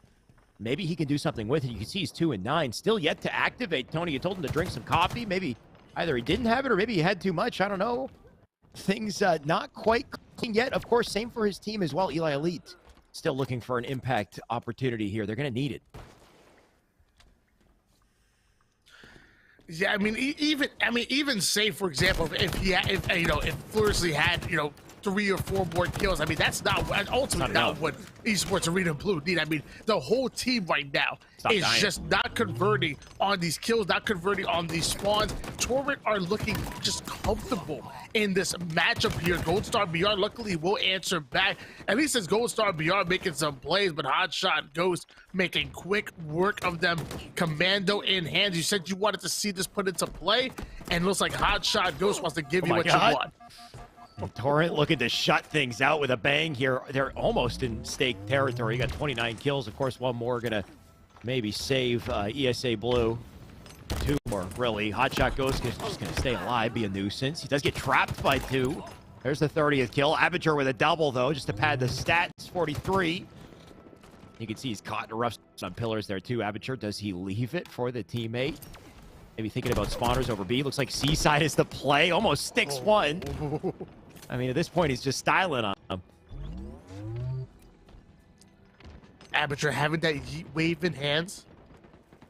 Slowing things down. Looks like he's going to actually play towards cuts. Yeet it to the blast screen as Eli Lee goes in for the second one. Beautifully played with the repulse. Had to go through the animation, but cancel that animation with the repulsor. A player dropping down. Filthy G going to get the melee kill onto him. Only 3 more kills needed for Torrent. And Huss able to get the assist, so make it 2. This is it for Winners Finals, Tony. I just don't see a chance for ESA Blue to make a comeback here. Win looking inevitable. Just 2 kills to do it, a matter of time. At this point, they do have the OS. They will fight for it. You can see Torrent respecting them as well. You know, why move if you don't have to? You got high ground, you got positioning. Make them come to you, force the kills. They'll respect it. And just, yeah, once again, 49 at this point. One more to close it. Hotshot goes taking down Eli Lee. The entire Torrent team running in almost a single file line, looking for one suspected victim. And it looks like they did spawn over toward the seaside. Eli Lee taking down Filthy G on the kill feed, repulsing up. Fluency gonna put them down. It's not able to find the kill just yet. Esports Arena Blue gonna make them work as they do end up going 3 down. Esports Arena Blue down by 8 kills. Can they do the impossible? ESA Blue going to make him work for it. I respect it. Of course, one tiny slip up, and that's it. One little trade, and that's it, right? They have to play so damn flawlessly. But they will fight for it regardless, as expected, of a top competitor. Here we go with the rotation and Filthy, and it looks like Hotshot is the one to get there with the melee. He'll close it 50-41. A hard-fought battle at an ESA, but they could not regain their footing, right? Torrent coming out with so much heat and control early in that game. But once again, the comeback kids able to get themselves through the elimination bracket and make themselves into the top 4. So big ups for Esports Arena Blue. Sadly, they don't get any advantage, any competitive advantage when it comes to these open nights. They're going to go home a bit empty-handed here, as it looks like we're moving on into our elimination finals. We have our top 3 here, and the winner of this will make it into the grand finals. I think I made a massive mistake and said winners finals at one point, Tony. I don't know why, but losers finals, right? That's it for the tournament. There's no comeback opportunity for them. At least there's no comeback opportunity for ESA Blue. Unfortunately for them, they go down in that Slayer game. That's just how it rolls with best of 3 matchups as well. Torrent, they went down early in the tournament, right? Early on in winners bracket. Not only did they lose to Fnatic early, they came back, they reversed it in the rematch. They ended up taking Fnatic down. They took out ESA Blue. What's next? Who's the next victim, right? Tony, like you said, lower bracket finals up next is going to be against, sorry, who am I missing here? Incognito's winner side brands. Need and Org in losers finals. A hell of a series we saw with Need and Org in winners finals previously. So I wonder if they can bounce back here. They had incredible coordination in that last series. Yeah, you know, one might expect for, you know, Torrent to be the ones to come out on top of this matchup. I mean, Torrent were one of the team out of both of these that were able to qualify for Anaheim. But I will say, Need and Org are playing better than we've ever seen them here at Halo Infinite. I've seen them in a couple of open tournaments that I've been casting for HCS, and I don't get me wrong, I think they're great. They would usually even make it to the second day, which was phenomenal, or at least be like 1 or 2 rounds from doing so. But this right here, I mean, taking out some top teams, even if they don't make it to the grand finals, they really put myself and everybody else on notice, and I'm going to be really paying attention to Alex Shock, Parzelli, and the boys. But either way, they have a chance to make it into the grand finals, get themselves a nice bit of cheddar. Guys, weekly $1,000 events. If you guys want to get involved, make sure you type in ! sign up in the chat right now, because these are open events. As long as you're part of the top, I think it's 32 cap, but as long as you make it within the 32, you guys can compete for your share of $1,000 as well. important point to bring up here, Tony. So just looking at Need Norg and their progress through this tournament, they beat BBG early on, which was a big opening. Later in the tournament, in the winners semis, they beat ESA Blue as well. ESA Blue, unfortunately, they are out of the tournament. Torrent beat them as well, though, so I wonder where this puts them in their matchup. Incognito, of course, they lost to them 2-1, but a hell of a performance. Like you said, better than you've ever seen for this team. They got an opportunity to maybe win the whole thing still, but of course, Torrent, their next matchup, and like we said, Torrent has taken quite a few victims along the way, too. So I can't wait to see it, Tony. Just a matter of time until we get the lobby set up. The moment we do, we'll jump in with the game, and I'm sure we'll get our series layout on board as well soon, Tony. And I still feel like Torrent have a lot to improve as well. You know, like when you mention those top 16 teams, sometimes we can forget about UYU and Torrent. And I mentioned with some, you know, when I think about, you know, top 16 teams, I always gravitate, always gravitate towards Fnatic, KCP, obviously the big top 8 as well. But sometimes we forget to mention Torrent. Sometimes we forget to mention UYU. So I want to see Torrent win this game. And to be honest with you, I want to see them sweep. Like, Need and Org are a great team, and this is a great story, and I want them to continue to progress.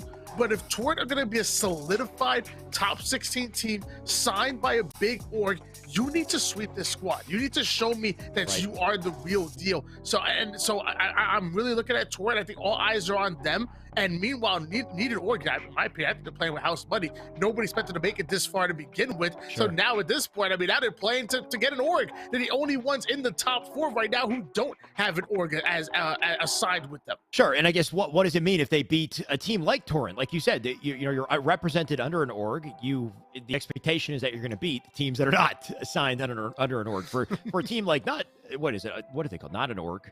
Or whatever. Need an org. Need an org, sure. Maybe they'll get one when they beat a team like Torrent, and if they can, get through that grand finals as well. So, hell of an opportunity and a bit of a storyline on both sides as far as, maintaining, I don't even know if it's a responsibility, but maintaining that standing, under the brand of Torrent, or taking over if you're on Need an Org. Either way, I can't wait to see it. Tony, we got Oddball on Streets, we've got Slayer Bazaar, and if we get there, Strongholds Live Fire. I know you said it should be a sweep, so maybe we won't even make it that far, but Oddball Streets to start, what do you expect to see out of this? I want to see a fight. I always say when you're looking for a fight, you take it to the streets, and this best of 3 better be a fight for both of these teams trying to make it into the grand finals. As we mentioned before, Torrent trying to prove that they are solidified top 16 talent. Need an org, looking to find an org. And hey, I mean, I don't want to, I don't want to put this into existence, but there's been plenty of times in esports arena's history where the squad that was signed end up getting either poached, maybe they break up, maybe they move on to a bigger org, like a giant org signs them. It's happened before. It's already kind of happened. Out comes back to Halo, Velhurst goes to TSM. They pick up they pick up another new player. That squad gets poached. They pick up a whole new squad. So it happened before. Who knows? Maybe one of our teams ends up moving up or breaking up or whatever it is that happens, and we need to find a new roster. Maybe Need an Org might be that roster, or maybe either one of you guys at home might be. Again, exclamation mark, sign up in the chat. Come out here, make some noise, and I promise you, if you consistently perform in these tournaments and an opening happens, it could be you that ends up being picked up, or next season there'll be another qualifier. Get your practice while you're in here, and then come in the qualifier and end up becoming a signed team that way as well. There's plenty of opportunities for all of you guys to be a part of what we're doing here. Again, a semi-professional league. I almost said Apex Esports Arena Series Z. I mean, like you said, it's incredible. All incentive to keep playing, to keep grinding so that you can get that spot, you can get that salary to play the game.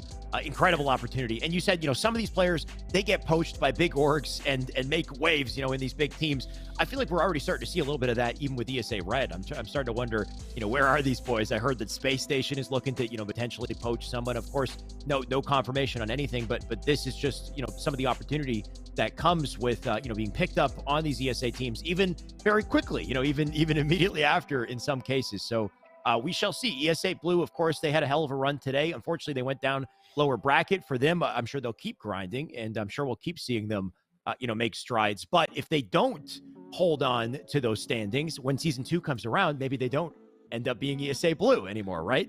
You have teams like Need an Org who are hungry for these opportunities, who are earning these top placings, and I can't wait to see who earns them. So Hell of a match coming up. Tony, looks like we're finally jumping in. Oh, no. We're looking at replays once again. I get too trigger happy with it. Damn.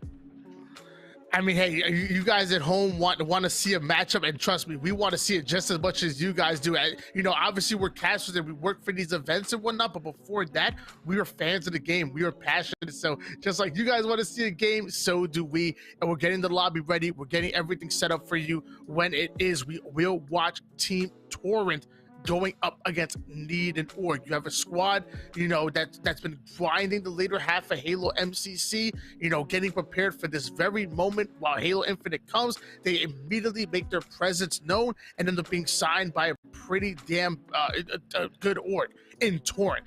Now you're on the other side, you have Need and Org. This is a team of players that, maybe they didn't grind Halo as much as some of us or some of the other players, but they are professional players in other esports, and other esports might be slacking off. Maybe they're creating a wedge between the pros and the amateurs, or not allowing that open bracket that we also love so much, where anybody come in and compete and make it into the pro bracket. Halo's here, so a lot of players are seeing that as an opportunity where they say, hey, look, my old esport is not giving me a chance to move up. That things are locked down, and only the friends are being pros. They come to Halo for an opportunity. They come to Halo for an org. They come to Halo to make a name for themselves, and that's exactly what Need and Org is doing. I'm really excited about that. And us as Halo fans, by the way, don't be gatekeeping these guys. They're coming from Call of Duty. They're coming from Gears of War, wherever they're coming from. Welcome them with open arms. Show them the ropes, because you never know. We've seen players come in like Kenny Quavo. We've seen some crazy players come in from other esports and really throw down. And hey, Need and Org are no different. Definitely. And I think this is their opportunity to prove that, though, right? I think the worry coming in from a different game is other Halo players don't know whether or not to rely on them. Of course, skill does translate, but you got to see it in action. And no doubt, I think that's part of the reason why they ended up kind of grouping together. But very clear, now that they're playing together, they clearly have talent, some potential. And I wonder what that means. Do they get poached by some of the bigger Halo teams and start to split up? Do they stay together? All a question mark. Hey, Alex. At the moment. What's that, Tony?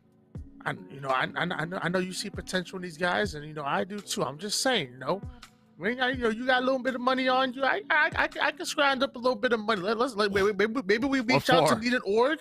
Maybe we reach out to Need an Org. We're gonna find out what's their number. What are they looking for? You're gonna find them an org. And Tony, you do it all. No, we become the org, bro. I'm saying, man, why not be Schmoovement? You know what I'm saying? And we signed them. And we, you picked them in the winners finals. I'm starting to, you making me a believer. I'm saying we signed them. Why not be Schmoovement? And even with that, I think we can do this. I think the name is. We'll work on the name though, for sure. I don't know. No, the name is already set. I don't know what to tell you. I want to workshop. We should workshop the name. I got the website already. Oh my God! I bought the website right now. I don't know how you do it, man. You're a machine. You're content creating. You're casting. You're going to own an org at the same time. I mean, it's just, I don't know how you do it on your plate. I don't think I can do it personally. But if you want to go ahead, put me in the backpack and take the lead on this. By all means, I'll send a thumbs up in the chat and be like, okay, go ahead, you're doing good. Maybe I jumped in a little bit too much. Maybe we don't start. Once again, I need proof. I don't take gambles without clear proof, right? If they win today, let's have this conversation again, okay? Maybe we'll reopen. I'll take out my checkbook. We'll start the Esports Arena too. Maybe Esports Arena Yellow or something. We'll find a way. Sure. There's plenty of colors out there. We have red, blue, yellow, and we got the whole freaking rainbow. Plenty of colors. We'll make something happen. Need to org my DMs are open. Yeah, I figured that was the one thing stopping ESA from adding new teams was, whether or not there were enough colors to do so. No other concerns at play. Just like you said, yellow. It sounds like the key. I think that's the jumping point. Either way, we'll see. I think the result from this tournament will let us know a little bit more. And I can't wait to finally get into the damn match, which will be starting, like we said, shortly. Oddball on streaks to kick it off. The moment we see it, we'll know, Tony. We're just getting updates from production on how that setup is going. I know that the lobby system in Infinite can be a little finicky at times, but Tony, I can't wait. Of course, losers finals, only 2 games left in this tournament, so this is about to get pretty dicey, pretty exciting once we actually kick it up. App is loading Bobby too. Let's holding go. on for dear life like my hairline. Let me tell you, Mine it's is trying. escaping me currently. It's rough. But it looks like I said, a map should be loading up here any moment here. And we kind of talked about the needed Oregon Torrent. One team we didn't talk about is Incognito. 3/4 of that UYU roster, and then Neuronica was on Esports Arena Red. Esports Arena Red aren't here, but Neuronica was here. Bohm was actually playing with Built by Gamers, so I don't know what's going on. Obviously some of these open tournaments will have pickup squads, and maybe that one player can't make it on the squad, so one will fill in. But some of Esports Arena Red obviously wanted to compete, and we have Neuronica competing under Incognito, who are currently in the grand finals throughout the winners bracket, and will have that advantage either one of these teams that make it through. So we still have a bit of Halo. Stay with us, guys. Just a little bit. It's going to be a nice night. Hell yeah. A lot of surprises, right? So far, I mean, if you haven't been with us, Fnatic were in this tournament previously. By the way, they no longer are. They got knocked out Number early. 1. Right, and they were seeded number 1 as well coming into it. So just, wild to think that a team of that caliber no longer in the running in like 5th or 6th place.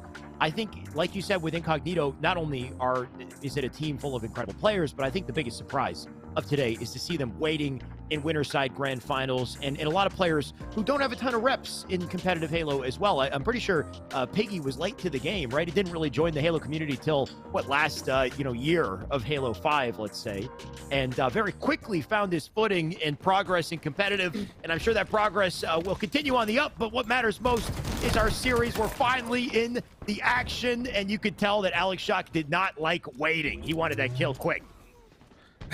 That he did, and we want this game to start up quick. 3 down. Go Torrent. Need an Org already started with the power weapon and the ball in hands, and they have a setup. Meanwhile, Aperture receiving some pressure here on the C side of the map. That player really overextending for that kill, but the setup still being locked in out of Need and Org. And let me tell you, they already pulled off 1 upset. Alex, why not 2? Why not 2? I mean, heck, opportunity to go back up into... Or sorry, Torrent with the upset. I mean, maybe Torrent have already taken out Fnatic, like you said. Need an Org you would think would be easy money if you could take Fnatic. I mean, just keep going. Need an Org not going to make it easy, that's for sure. 24 already for them. Precision going to continue to lock things down. We've seen beautiful plays out of this man all day. He's only just getting started with this double. Precision staying here over towards the tire side. He sees the pressure coming in from Cafe, whips out the Stalker Rifle, throws a denial grenade, but receiving damage from multiple ends. That's exactly the initial pick that Need and Org need in order to advance forward. Aperture able to take down Groovy, gets the double kill onto Parzelli. The third one gonna be in PD. Obviously he's snitching, but looks like there's 3 players that are gonna quickly do away with them as 3 down go Need and Org. Torrent clap back. You see how quickly Aperture gets to this right side lane, picks up the AR as well. So take notes on this play if you're not already doing this. Locking down that corner of a map. Because he doesn't see pressure, what he does is he flanks immediately. Such a smart play, right? Make sure he gets into the action, doesn't wait and make himself useless. He's making himself a valuable part of this team despite nobody pushing up that side of the map. On top of that, we got rockets about to spawn here. Hot shot going to take a kill on the Parzelli. Precision dies as well. This setup going to extend quite a bit if this keeps up. I think they got the rockets to work with too, and you can see that Aperture trades out places with his teammate to go to that side lane to hold things with rockets. Shoot, Need an Org. As of right now, they need a kill. They need to break the setup coming in out of Torrent. They had a beautiful lead coming in, but now the slate is starting to heavily go in favor of Team Torrent. Filthy G just replacing him over toward the tire side. He sees the nade coming from Purple Street, so he has that awareness. There's at least one coming in from Purple Street, but there's also at least one sliding in from the B Street as one ends up going down. Alex Shock able to take down the second one, but now it's 3 down for Torrent. Need an Org try to play the ball towards the middle of the map, but it looks like they're able to intercept it. Nice. The boys in blue now having a turn to steal back the lead. Very quick setup as well. They caught the ball out of the air, took it to the back of the base, and immediately took position. And you got to love that efficiency out of teams like this. At this caliber, you got to be quick to set up, to take advantage of that little moment of time you get because of it. 62 points and counting. Hot shot get a beeline through center map. Very effective damage he's put in 2. He gets a kill too. That's 3 dead. So despite the quick turn of events and setup we saw out of Need and Org, Torrent a little quicker to reverse it again. Yeah, I mean, Need and Org were able to get into their setup, but Torrent very quickly breaking that setup. Beautiful plays coming out of Hot Shot Ghost. And now we're going to see if they can get a second round of slays. The Stalker Not starting to fly. Alex Shot going down to one shot. Luckily, he was able to back down and get his life. Earns himself an assist. Misses the first melee, and the second one's not going to connect either. That's going to be a double kill coming out of Aperture. Was able to take another one, and now we have a 1v1 battle between Filthy G and Precision. Shotgun, I mean that's not fair. Shotgun versus BR, you know the Shotgun's gonna win that one. I mean, not at that range, that's for sure. He can just spam it, make sure he dies. Because of that, maybe they have an extra number on the map to fight for Rockets. You know what? They're gonna lose those numbers, though. Alex Shock with the clutch nade puts damage in two. Gonna try to stay alive. Tires. Rockets up. Teammate in position to get it, and Alex Shock there to save him. He'll take the marksman medal. Precision with the ball. Alec now weak. I love that rotation. Let the teammate with the extra shields get the coverage. They got the artillery, too. You got Precision holding down center. Let them come to you as their hands. Aperture getting the first kill onto Parzelli, but it looks like they're not able to capitalize on that just yet. But Precision laying down the hammer, earning himself an assist with the Rockets, ends up shooting another one, putting one more down to one shot, and somehow needed Org flying into PD, putting pressure on the ball. Aperture putting in 36 bullets worth of pure hell onto Need and Org, but Parzelli answers with a double kill. Nades are starting to fly. Precision gonna go down. Parzelli thought it was a good time for go for the ball. Sadly, he finds out it was not. It looks like everybody's scraping away at this ball time. 76 to, it looks like 64 lead for Torrent. It's definitely scrappy for a bit here. No real, advantage in slays as they kind of trade blows. Whoever breaks away is going to get that setup opportunity. So a couple quick slays out of Need and Org. Definitely a great indent to make here. You've got Huss now down for the count, too, as Groovy comes in to clean up one. What else can he do? Going to wrap through back A, a couple shots in. Gotta love the movement, too. Look at him deny lanes and hold things down for his team. They're now collecting some scrappy ball time off of it. 90 and counting. Precision deletes hot shot. They got a setup. 5 seconds. Can they get there in time? You got Groovy to cut the line. Ball in the hands of Alex Shuck. They can't get there. They'll close round one. And you got to respect the efficiency at a Need and Org. Every opportunity they had, they were so quick to flip the map, pull the setup, and because of it, they pulled away. Let me tell you, if they keep playing like this, they're going to have to change their name to Found in Org, because, man, they are playing lights out, going at Torrent right now, ready to make the grand finals. Parzelli taking down Hotshot, goes Aperture, now going to try to advance forward onto the B side. Despite Aperture being one shot, doing a great job of avoiding damage and eventually finding the kill onto Parzelli. And now there's a player over toward the C stairs being annoying, finds his way into subway, then doubles back to the subway stairs, pulls out the Bulldog. Aperture's one shot, but so is the Bulldog player. Aperture able to take down Precision with the precision-based shot. 2 down, go Need and Org. And now it's Aperture getting a turn with the shotty. Aperture had to work for that. He lost a little bit of time, but thankfully still won the fight. Because of it, he can get aggressive now, too. Gets the kill. Set up in favor of Torrent. Now they got ball back A, but they don't quite have numbers. And it's up to Aperture to be that defensive line. Teammates going to catch up with him through the alley. Because of that, the spawn at PD is open. You can see they got to do it immediately. A nice little split, too, for Need and Org. They can push 2 on both sides here, but Aperture not worried about it. He'll drop Groovy. Precision dead as well. And if they keep the slays up here, they'll get free time for the ball. Alex Shock with a big trade. That'll slow them down a little bit, but the advantage Torrent. Torrent not only having the advantage and the slays, but now putting ball time on the board here. Aperture watching the cross from Purple Street going all the way towards the B side of the map. They see the nade starting to fly, so they know at least some of the pressure's coming that way, but they don't know if all of it is. There is about 3 players coming from the B side. Parzelli able to take down Huss. Alex Shot getting a kill as well, so needed dedicating 3 players over towards the B street, 1 towards mid, and that was just enough to break the setup. Groovy taking down Filthy G. Aperture whips out the Bulldog, but quickly gonna back down to try to play his life. Beautifully played by Aperture while playing his life. Even though one shot able to find 2 players, gets himself a rocket. That's gonna be a triple kill. And now the ball in the hands of Aperture and Torrent. My dude had so much. It was a party out center. He had so much to work with. He ended up dropping the BR, keeping the Rockets in shot. He taking the ball back, and he's still going. This dude is nuts. He'll take a double.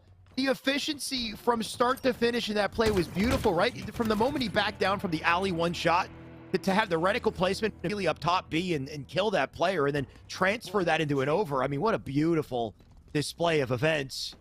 and the opening that he's created for Torrent is massive off of it. 61 and counting, and Filthy G putting in work now. Our blue roster needing an Oregon Aperture, showing why he's signed by 1-8-1 at the moment here. Just in this round alone, it's a 72-18 lead going in favor of Torrent. The Stalker Rifle coming into play, but Filthy G finally gonna hit the black screen. Alex Shock able to take down Hot Shot, goes off the screen, and all 4 members going down here for Torrent, but they were able to put a very impressive lead on the board.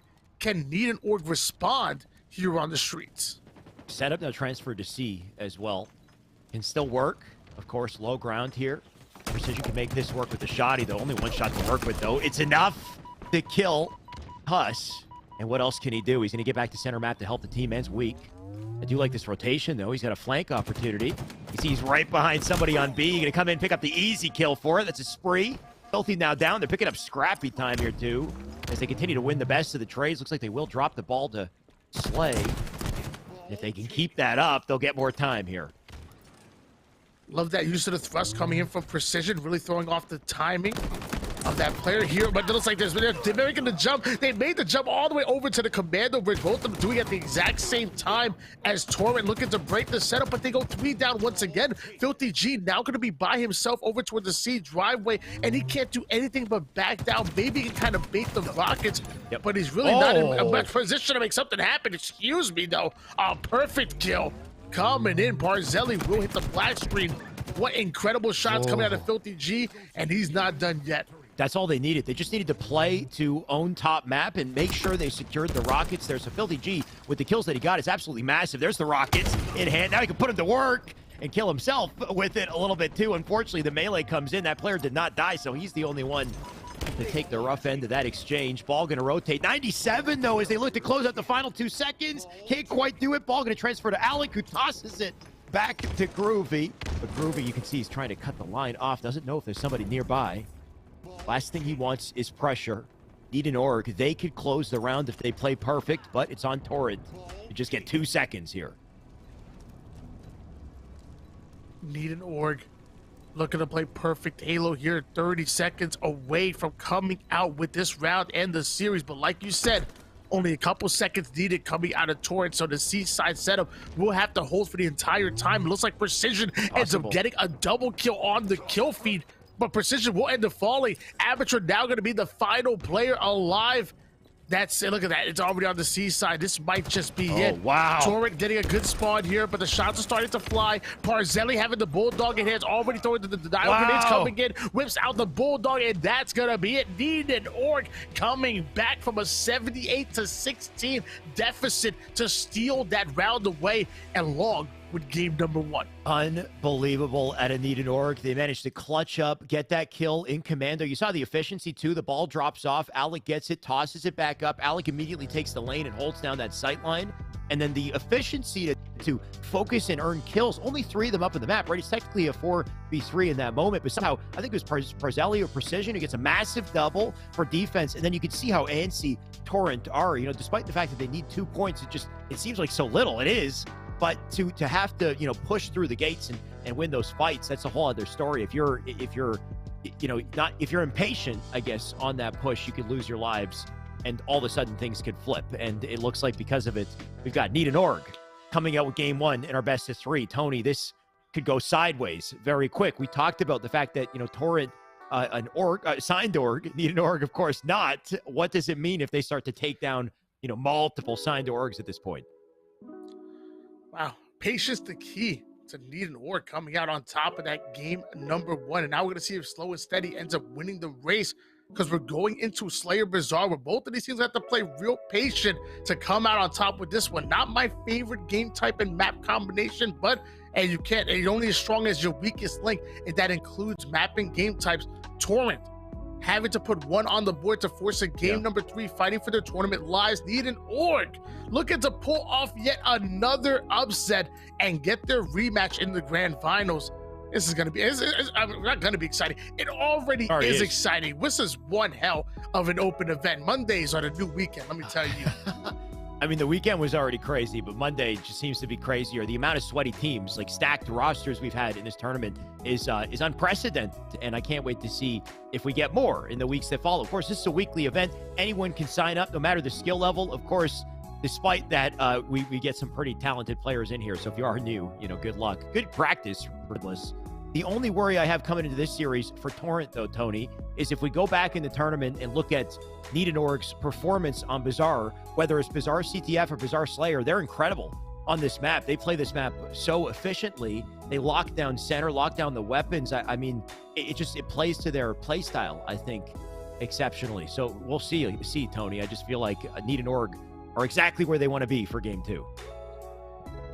Yeah, I mean, Needed.org really had one hell of a tournament so far, running into Built by Gamers in round number 2, which many might have said they were definitely the underdogs in that fight.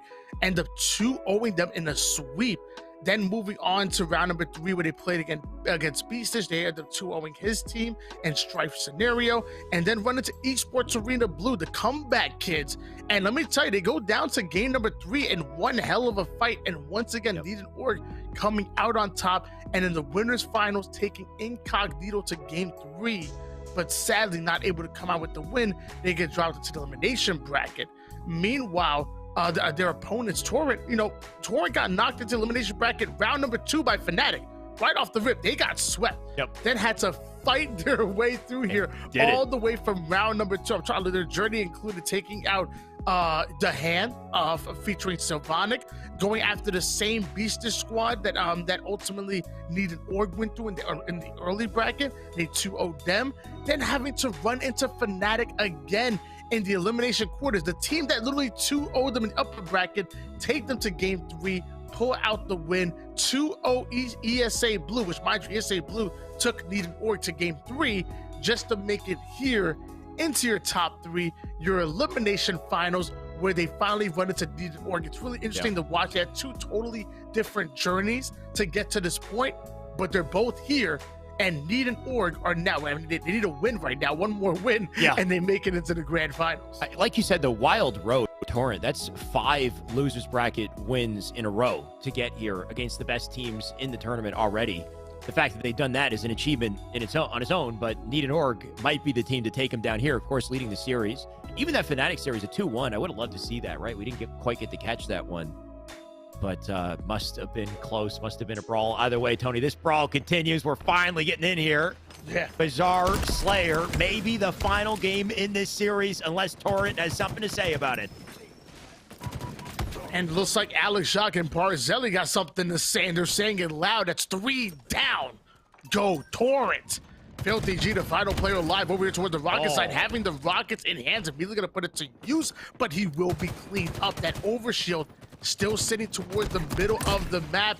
Amateur tried to get his hands on it, able to find Alex Shock, but not able to get away with the overshield. Clean kill at an Amateur for sure, but like you said, that OS still on the map somewhere. We'll see whether or not Torrent has angles to delete it. One player going to slip into the locker here. Not a good spot for him. Amateur does deal with it. Filthy going to lend some shots across map. Of course, a tough fight to win. Really, all you're doing is just going to continue to apply pressure, maybe give your teammates an opportunity to clean something up here. Filthy G just wants to be a presence in this.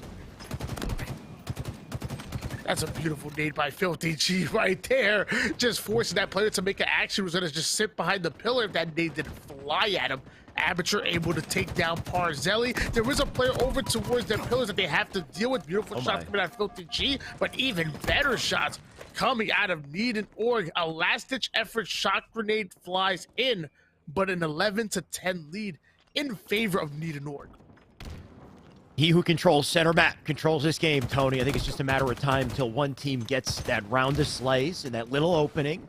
It's all about how they control that center. You can see right now Needed.org are the ones who own it. Alex Shock with the kill. Aperture tries to net one, but a good escape there out of that player. Because of it, Aperture getting distracted, gets killed off by another member of Needed.org, and Needed.org pulling away because of this. Barzeli going to come back to back base, likely going to pick up the thrust here. His team going to focus center map, but they know where the spawns are. They're coming from the opposite side.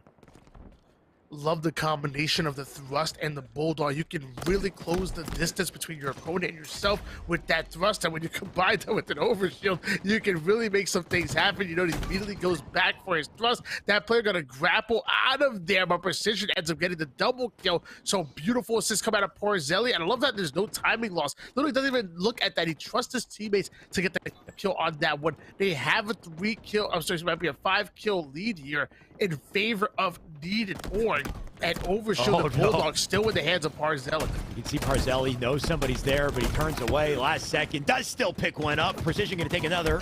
Trade comes in. Torrent losing these trades, though. Is Precision going to get the best of it? 21-16. Rockets in 10 seconds. This is the fight to pull away with the game. Precision going to hold angle. Groovy in a big battle bottom mid. Groovy going to look to take that kill. Doesn't do it, though. Aperture with a clutch one. He throws a dynamo in, too, so Precision in trouble here. Parzelli there to fight for the Rockets. Can he get away with them? He'll turn back, take one off the rack. And that might be enough to pull away. 23-19 is still scrappy. The dynamo grenades are absolutely really valuable, really impressive. I never see somebody get slapped in the jaw with one. That was a direct hit with that dynamo grenade onto Precision. Precision himself, though, the perfect kill come out of Amateur. That's the reason why they call it Precision. The shot is nasty. They have a 4-kill lead. Needler in the back pocket here. I know that grapple's up. I think he wants it. It looks like a player falling from the heavens. And he has a halo on his head. It must be an angel falling. Definitely a bit of a misplay, though, right? You got the melee in, tried to finish him with the needler. That's the last thing you want to do. You got to switch to the BR, get the quick headshot instead. That did not work. Parzelli, he'll pick up on the deficit, though. 28-21, still got quite a cushion to work with here. Parzelli just gonna play it slow. Why bother moving? He's got 2 victims coming out to fight him. He'll take one on the hot shot. He does drop, but that is a nice little opening here for Need and Org to collapse off of. And with a 9-kill lead, they certainly have a cushion and more cushion for the pushing as they look to push up onto Torrent and keep the pressure on them. 31-22 lead. Alex Shock still on the bridge. Heavy damage going in. Groovy ends up taking down Huss. And Precision sitting here towards the rocket side. Defenders 50% push on the map. Able to take down the one-shot running away Filthy G. Oh, this is not looking good if you're a fan of Torrent. I mean, I knew this coming in. It's just Need and Org. They're so comfortable on this map. They control it so efficiently. I don't know what it is when it comes down to these long-range sight lines. Or just the teamwork, the awareness of where the teammates are and who's looking at what, because Precision going to get in the middle of it. Look at him get out of dodge, too. Groovy with a kill. It's just relentless at this point. He comes right back in the other side. Aperture does kill him, but I mean, Aperture's got a million different foes to fight at the same time here.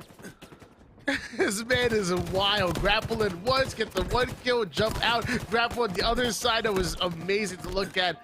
And now Parzelli looking that smooth with the grapple, but he's able to play his life. Sadly, Amateur comes in for the cleanup. Hot shot, Ghost getting a double kill onto the kill feed, but it is still a deficit that Torrent have to fight out of. And again, it's a best-of-3 series. Need an Org win this one. That's it. They're going to your grand finals. And Groovy looking good. Groovy looking good, but an unfortunate whiff. The melee there at a hot shot. Groovy came in with a jump challenge. Could have been an easy cleanup if hot shot just maybe played it slow, opted for the strafe and a little distance there. Instead, Groovy's second lease on life, and with it doesn't get to do too much. Those the shotgun going to drop. Precision and Alex Shock going to try to 2v1 their way through the locker. Doesn't quite work.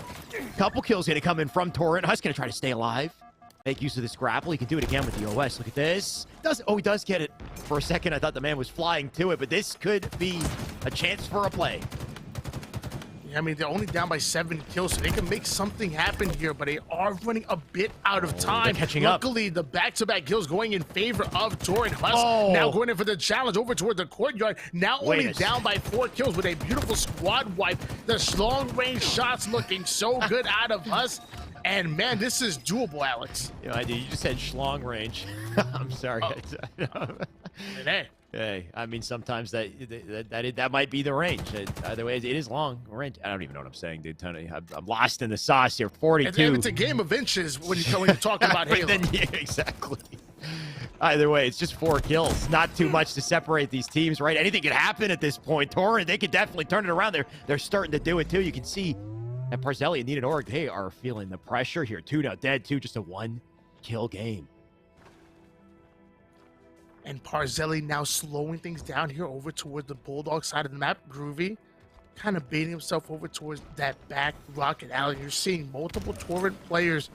One over towards the truck, wants to get into the lockers. Precision wants to deny access there with a couple well-placed grenades, but nobody getting damaged by them. There's a player that overextended towards the pillars. Precision puts him down to one shot. Groovy comes in for the cleanup kill. There's another player extended towards the grapple. He's gonna go down as well. And now over towards the Red Cafe and the Red Rockets. Need an org. Just created an opening. They needed an opening and they bursted through and created one. I mean, Precision is a turret, though. You see the angles that he's finding on these players. He finds like the butt cheek of one down bottom mid and then still manages to chip in to the player out on Rocket's side. So, I mean, just the fact that he's a line of sight doing damage left and right, he hasn't moved. He's just holding that line of sight. That's all he really needs to do to give him that 2-kill advantage. Alex Shock dies, so center map. They got to dive in for it, make sure that they pick up on that damage. They can't quite do it. Huts might be in trouble. Precision, he'll drop into the fight. He'll take 146 all, though. And the OS spawning up center, who will win the fight for it. Alex Shaw chucking a couple of grenades. Alex Shaw now going to be forced to back down toward the flowers. The 47-46 lead now back in favor of Torrent, but Parzelli is able to take down Huss. And Alex Shaw taking all of that nade damage out of the Dynamo grenade. We are tied up at 47 apiece. Plenty of time on the board, but both of these teams needing 3 kills to come out on top. What a game this has been, Tony. Torrent, they were struggling midway through. They were down by at least 10 kills. They found their footing. They found center map. And now all of a sudden, need an org. They got to respect it in a big way. 10 seconds to draw both teams to center. Rockets about to spawn, and there's no way they can neglect them. Precision continuing to play from back, but he's got to start to push forward. He's going to dive into locker. It's a risky play, but can he take advantage of it? He'll take one shot. Parzelli with the kill. 48. He dives in, can't find them, but 49 at this point. No. Clutch kill to stay alive. Can he stay up, though? They got the Rockets on the side of need an org, and just 1 kill to do it, to secure not only the game, but the series. Need an org. They win it. They get their rematch in grand finals. Not only did they find the butt cheek, but they whipped out the spanker and put it to work.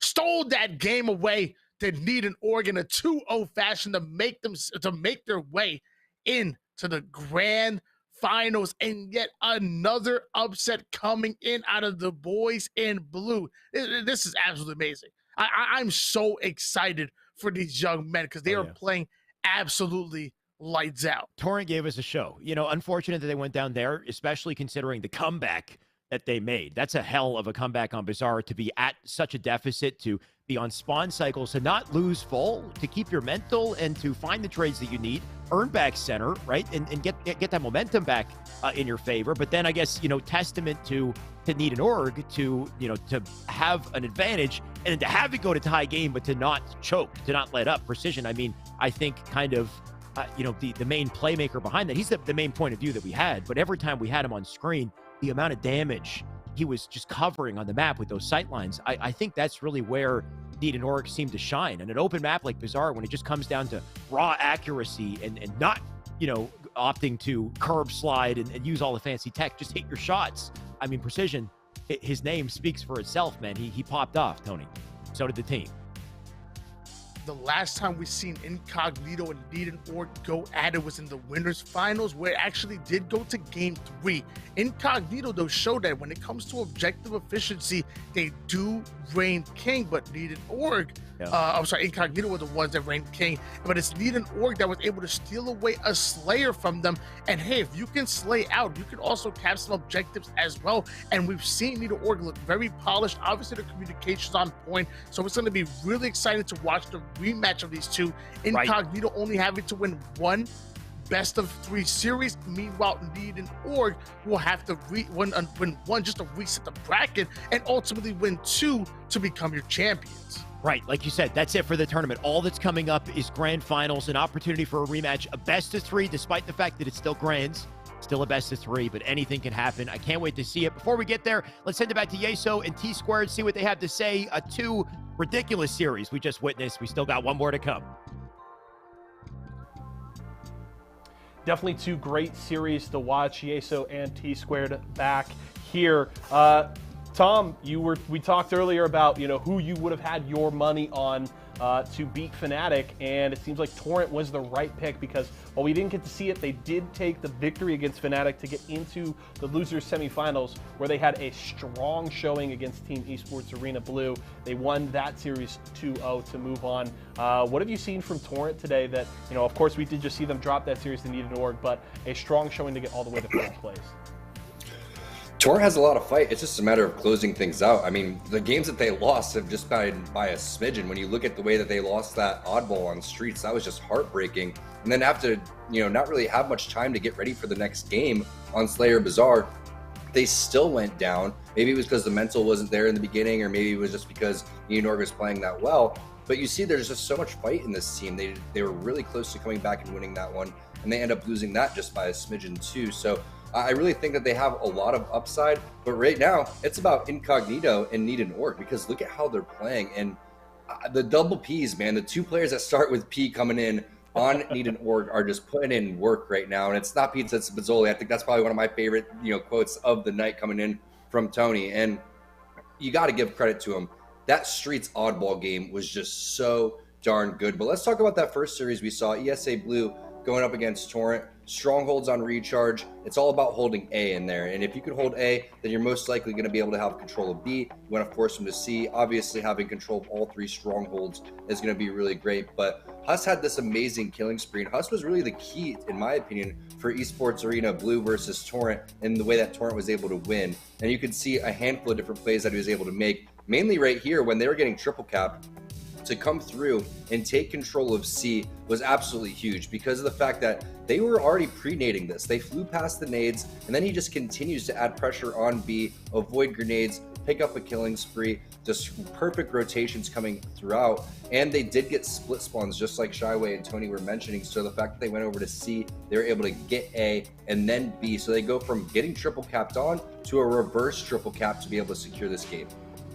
Yeah, just really well played, and it's interesting to see how different teams approach playing on recharge. I feel like there isn't necessarily always a set best when you're talking about kind of the two main sites you want to focus on, but just really clean play from Torrent. And of course, B is incredibly important because when you were able to control the shock rifle, it becomes incredibly impactful in these games. We talk about it a lot, controlling those power-ups and the power weapons. And if you're holding B, you get tons of pressure on camo when it comes up, and easy control of the shock rifle. And when you talk about the sight lines from B site over towards C, or if you just take a couple steps over to look up towards A, if you have possession of the shock rifle, it can really snowball the game for you and continue to allow you to just keep points going up on the board. And Torrent did such a good job of that. We got a nice good look there at Huss playing very well there on recharge, and Torrent just looking really, really strong and carrying the momentum, it would seem like, from that series against Fnatic and grabbing that win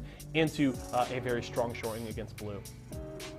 Yeah, and the reason that controlling B is so good is because of the fact that once you have control of it, it's pretty easy to get people out of that with grenades, et cetera, et cetera. And now there's callouts for every single little portion of the things that are sticking out of the ground there. So I think that controlling A is so important. One, because the spawns, when you can get spawns over there, you have so much space, and you don't want to leave control of that elevator. And if you force them over towards C, they have really only a couple options to go, right? They could try to weasel their way bottom middle. That's not really going to work. They're going to either have to go to control, or they're going to have to go to gold. And if you have crosses and if you have gold control, then you're going to be A-okay. And they're going to be forced to either say, okay, are we going to take A? Are we going to take B? It seems like you're so far away when you're spawning over towards that C side. But Huss didn't stop there. He started the next game with a killing spree too. And they were able to win that game 50-40. And it really wasn't that close. I mean, 50-40 isn't that close of a scoreline anyway.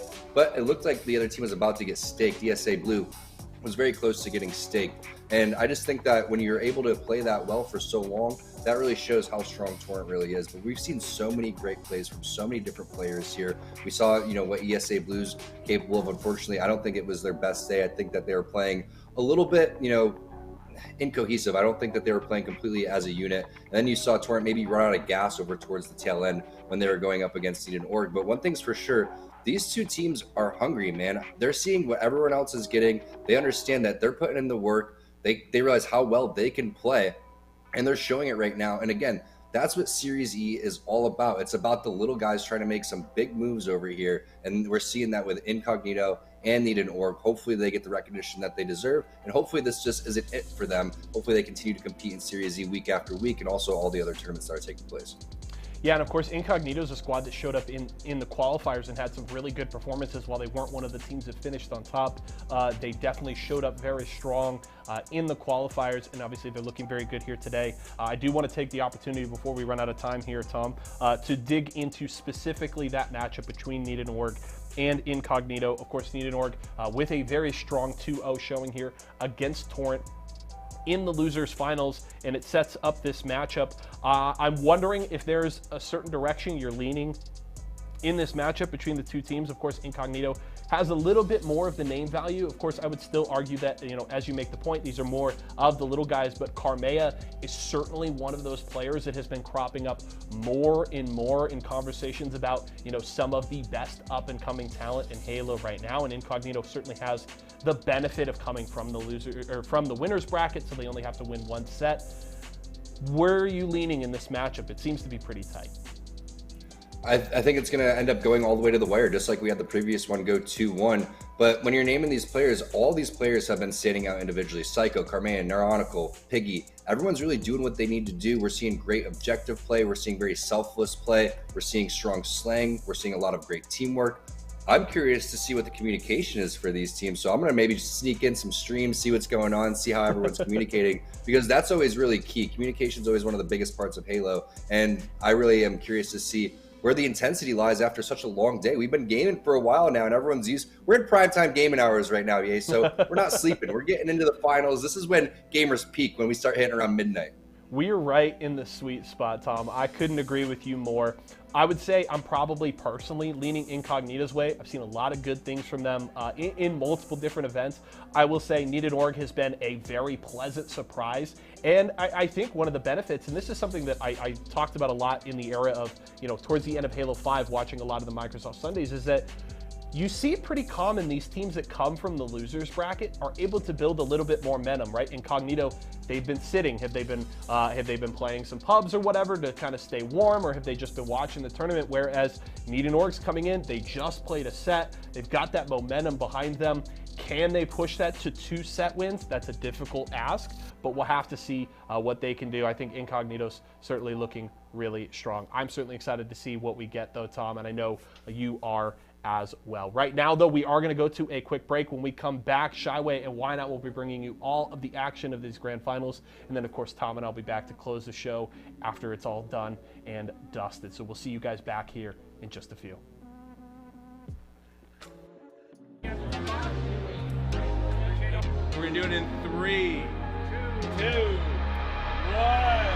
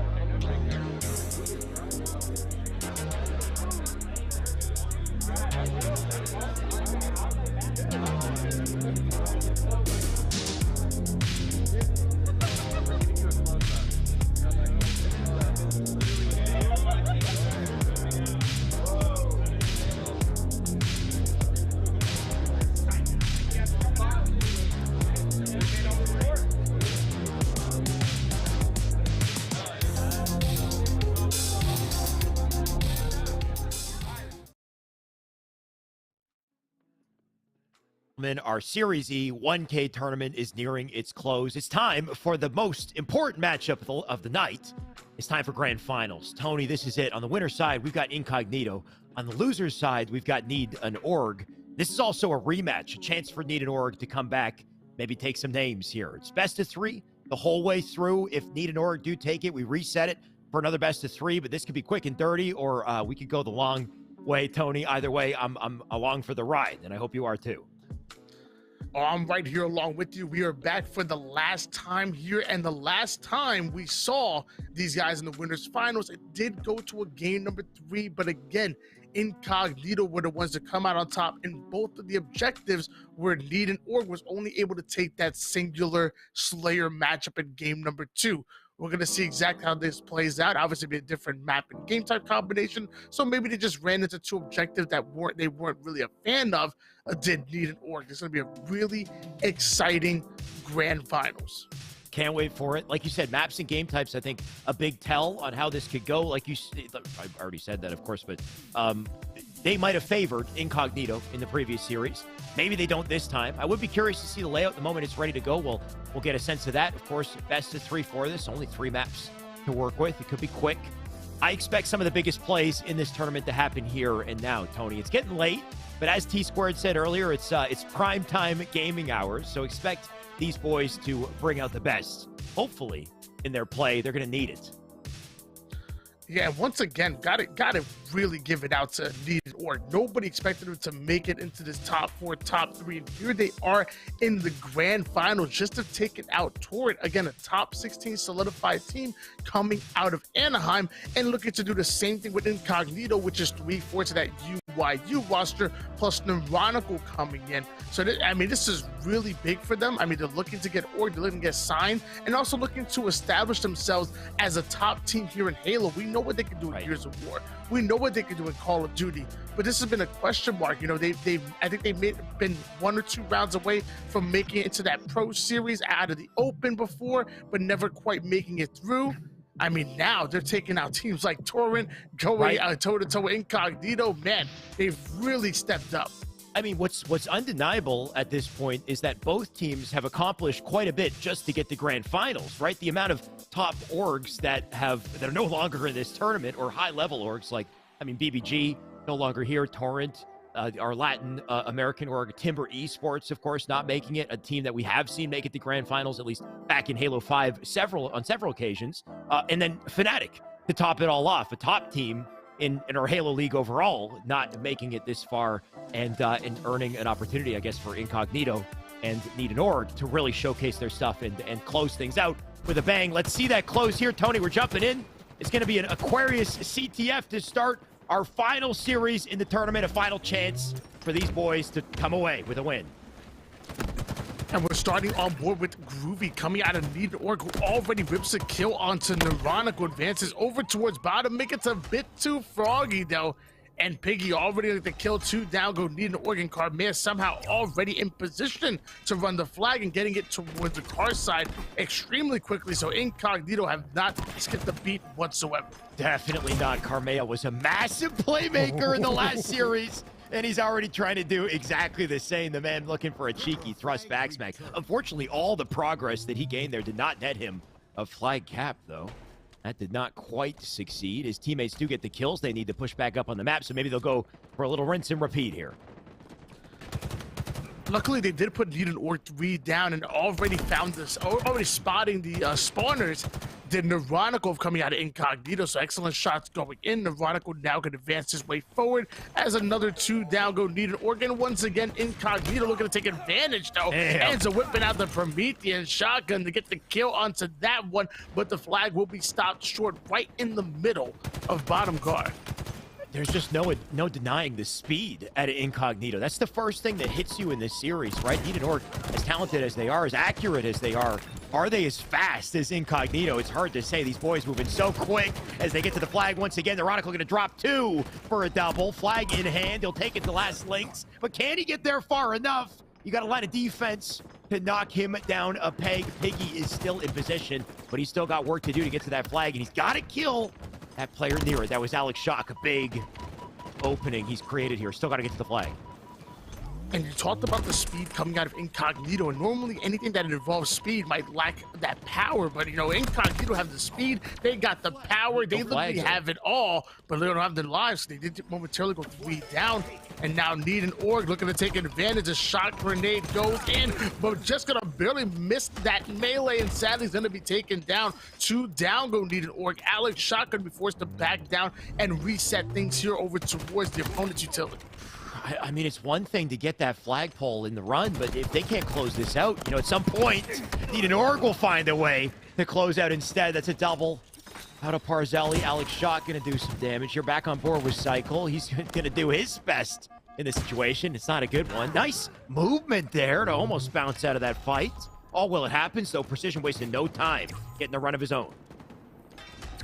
We've seen 2 failed attempts at a run coming out of Incognito, but Need and Org not only running the flag, but also getting the slays at the same time. And we're actually going to see a 1-0 lead going in favor of Need and Org. Sometimes it is quality over quantity, and the quality of that flag run was absolutely lights out coming out of Need and Org. And we're going to see how Incognito are going to respond. I mean, the timing of those kills, the coverage on the map. Speaking of kills and timing, we got 3 more dead once again there for Incognito. They're pulling another flag. Groovy's got one out through utility. Prenade's in the back of Spawn. He knows that Spawn is open in the back of the base. Spawner's up the fridge as well. They're going to try to chase this flag down, but Precision will be a wall of defense. He doesn't last. Flag's still in hand, though. They're still running at the last links. They got to live with it. And I like this play by Groovy to double back and focus on the defense. Let a teammate collect the flag and relay it to victory. They got to get a few slays first to do it, though. And man, I'm loving the way Need and Org are playing right now. It almost reminds me of like a young KCP back in the day, back in Halo 5, a team that maybe didn't win all of their individual gunfights, but utilized that movement and their teamwork to really overwhelm the enemy team and their objective efficiency as well. And that's exactly what we're seeing here on Aquarius CTF coming out of Need and Org. Again, they're not winning all of their gunfights as far as individuals, but their teamwork is absolutely amazing. They're cleaning up these one-shot kills. They're playing extremely fast. I'm really excited to watch Need and Org here in this matchup, and also continue to watch their journey. 3 down, quickly go Incognito. Carmea able to advance that flag over, even though he was the last player alive, taking some heavy damage. You might have to allow a teammate to relay the flag. Carmea, look at him go. He's still going with the defense. Tell me this turns into a cap. It does. If at first you don't succeed, try again, right? The perseverance here at Incognito. Eventually one of them is going to go through, but is it Need and Org's turn to get the return counter here? You can see they got a flag pull, and that's one of the most important things to do as a team here. If you go down in the deficit, you get the round of slays, you get a counter immediately. Parzelli, he is on it. The drop slide comes in out of Parzelli to get that flag across the map as quickly as possible. The thrust comes in, and that flag gonna actually hit the board. 2-1 lead in favor of Need and Org. Another 4 down, full squad wipe for Incognito, and that means another flag is being pulled, this time by Precision, but beautifully played by Neuronical, gets the kill. More slays started to hit the feed, and Alex Shotgun attempt to relay. The momentum gained from the losers finals match seems to be punched right in the grands, because Need and Org, they are just not stopping, right? The coverage there at Alex Shock. The flag will go down, so they will get on the return. Neuronical gonna look for a way to turn this around, turn the fight too. He'll take Precision. And with that opening, can he get further? I think the return did go through, so flag back in base. They fended off what could have been quite a deficit, and now they got map positioning for it. They're gonna just barely miss that clamber to get up the top car, but somehow still finds the double kill, throwing another shock grenade, both for damage and for information, but the team grenade's coming in. That is not what Incognito had planned. They had a player already over towards their opponent's utility, but the team grenades come in, and ultimately Piggy ends up going down. Look at Need and Org time their push together, though, right? Taking different lanes. At the same time, you have one center, Precision up on this right-hand side, looking for a victim. It looks like he does grab the Heat Wave on the way. Going to pick up quite a few shots onto one. Heat Wave onto his second here. Can he get a kill, though? He will. That is Cycle out of the running for 10 seconds at least. And with this little moment of time, Precision, he's got to make a play. He's still got a defender to keep him off of it. My God, the outplays here out of Precision as he takes the flag. Well, one shot. Does he get it through? He does. And now he's got an opening to run yet another. clearly Need and Org are very comfortable here on Aquarius CTF. They were already looking amazing in the tournament, but they're looking even better here against Incognito, the very team that sent them down the elimination bracket to begin with. A 3-1 lead, less than 5 minutes on the clock. Precision now going to try to advance forward with the heat wave.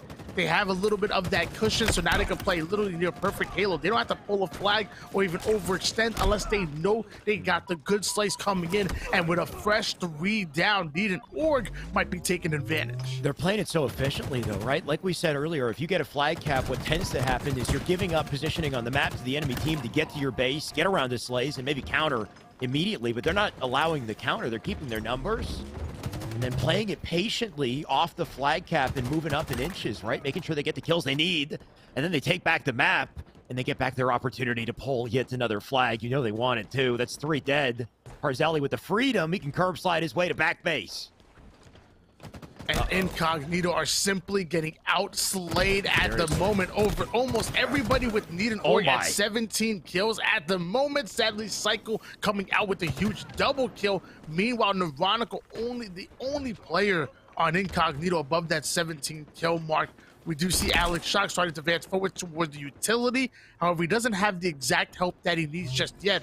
So he's just waiting, hiding, playing. Ends up getting the kill onto Carbea, but the cleanup kill is going to end up coming in. Parzelli able to take down Neuronical. Big melee kill coming out of him, allowing Precision to get complete car control. Precision, where is he going here? You know somebody's down low, but doesn't want to chase it. Instead, he's going to move up on the map. He does have a couple competitors to challenge across. Not worried about Neuronical, though. He'll take him. Groovy now gets a kill. Parzelli dead back base. He's going to come back to it. Can he win this exchange, though? Looking good. They jump over each other's heads. And somehow a back smack is the result of that fight. Piggy now dead. Flag out, but doesn't get far. It's up to Alec to maybe do something about it. He does hit a nice little curve slide to get across from base, but maybe not the time to do it. Unless he's collapsing on spawns here. But those spawners, they get back to back base. They'll get the return. Neuronical now going to try to advance forward right through the bottom middle of the map.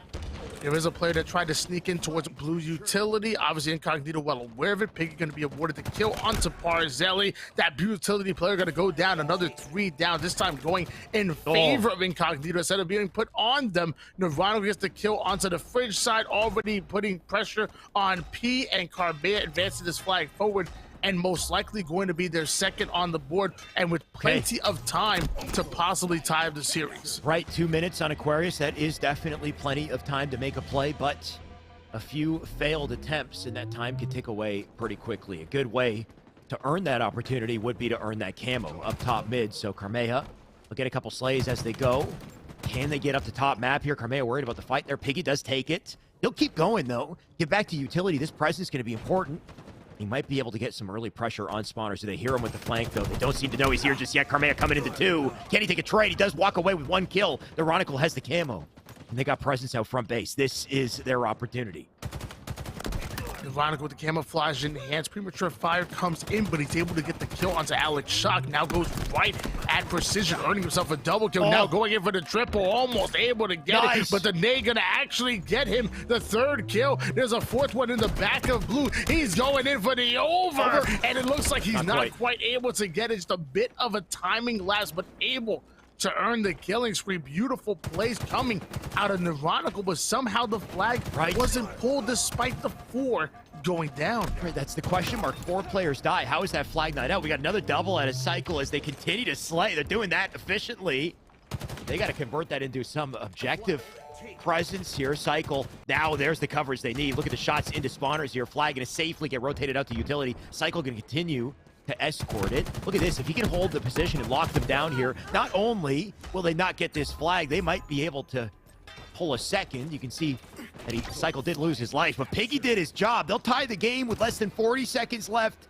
And if somebody doesn't pick up another flag here, we will go to overtime. Tony. 30 seconds here. One of these teams can force a sudden death at this point, but like you said, most likely we will be going into an overtime. However, Piggy ends up getting a big kill off the screen here. And it looks like all 4 members going down here for Need and Orc. Precision going to be the first one to spawn up. Piggy already wrapping towards the P side. He takes a longer angle not to interrupt the spawns. Ends up going in for the challenge onto Precision, but not able to get the kill. And Neuronical can't even get the flag out of the utility. So the sudden death most likely will be started, but that timer is ticking on the pie chart. Yeah, you know what? Looks like, wait, do they get to that flag? You can see the timer still going down here. Somebody's got to get a grab to keep the sudden death in play. I can't tell who has it. Nobody does. And like you said, they won't quite get to it in time. Instead, we will reset things with an overtime first flag in to take this. And the starting strat in a map like Aquarius, so powerful. Whoever earns this opening strat might earn that flag.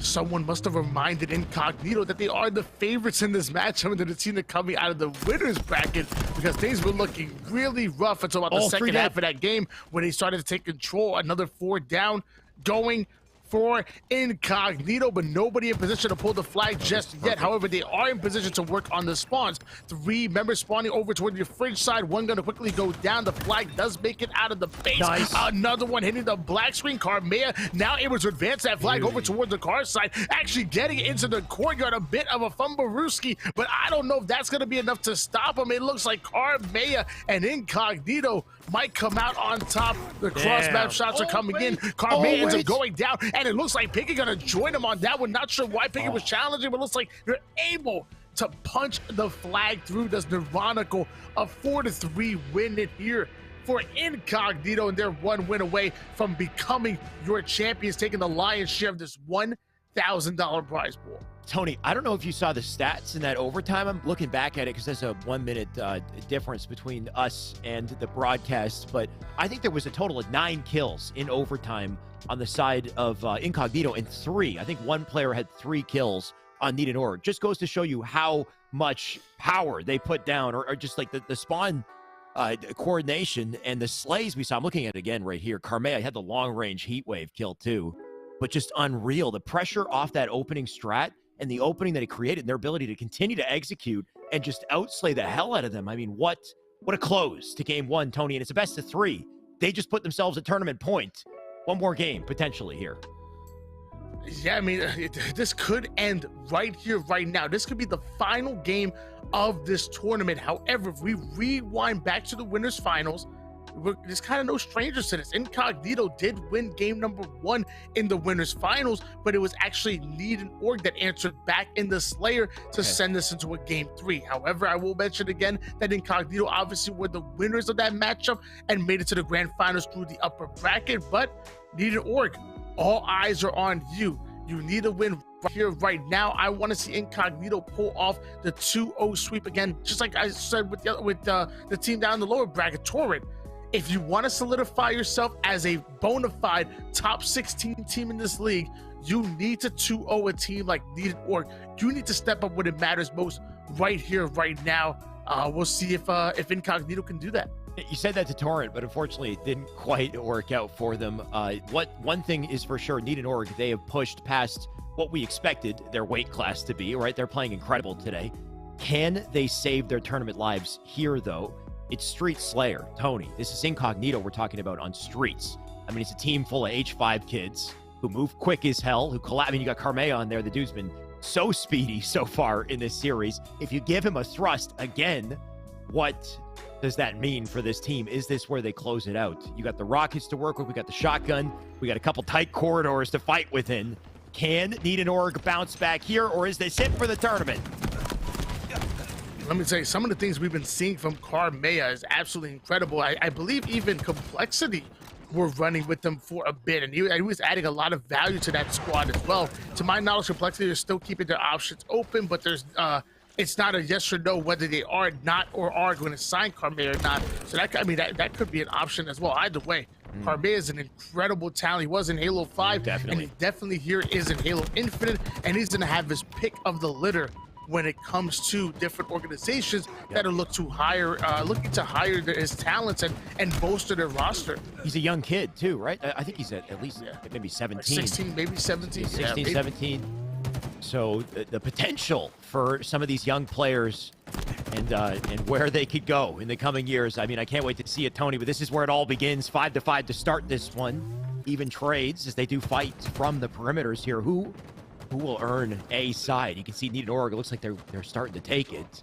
Carmea going to rip one from Parzelli. Groovy does get the trade. Neuronical in to answer back. Can he take a second? What is going on here? Somehow Neuronical lives, and Cycle there as a saving grace. Precision going to keep it scrappy, but Carmea, he's gotten that high ground spawn.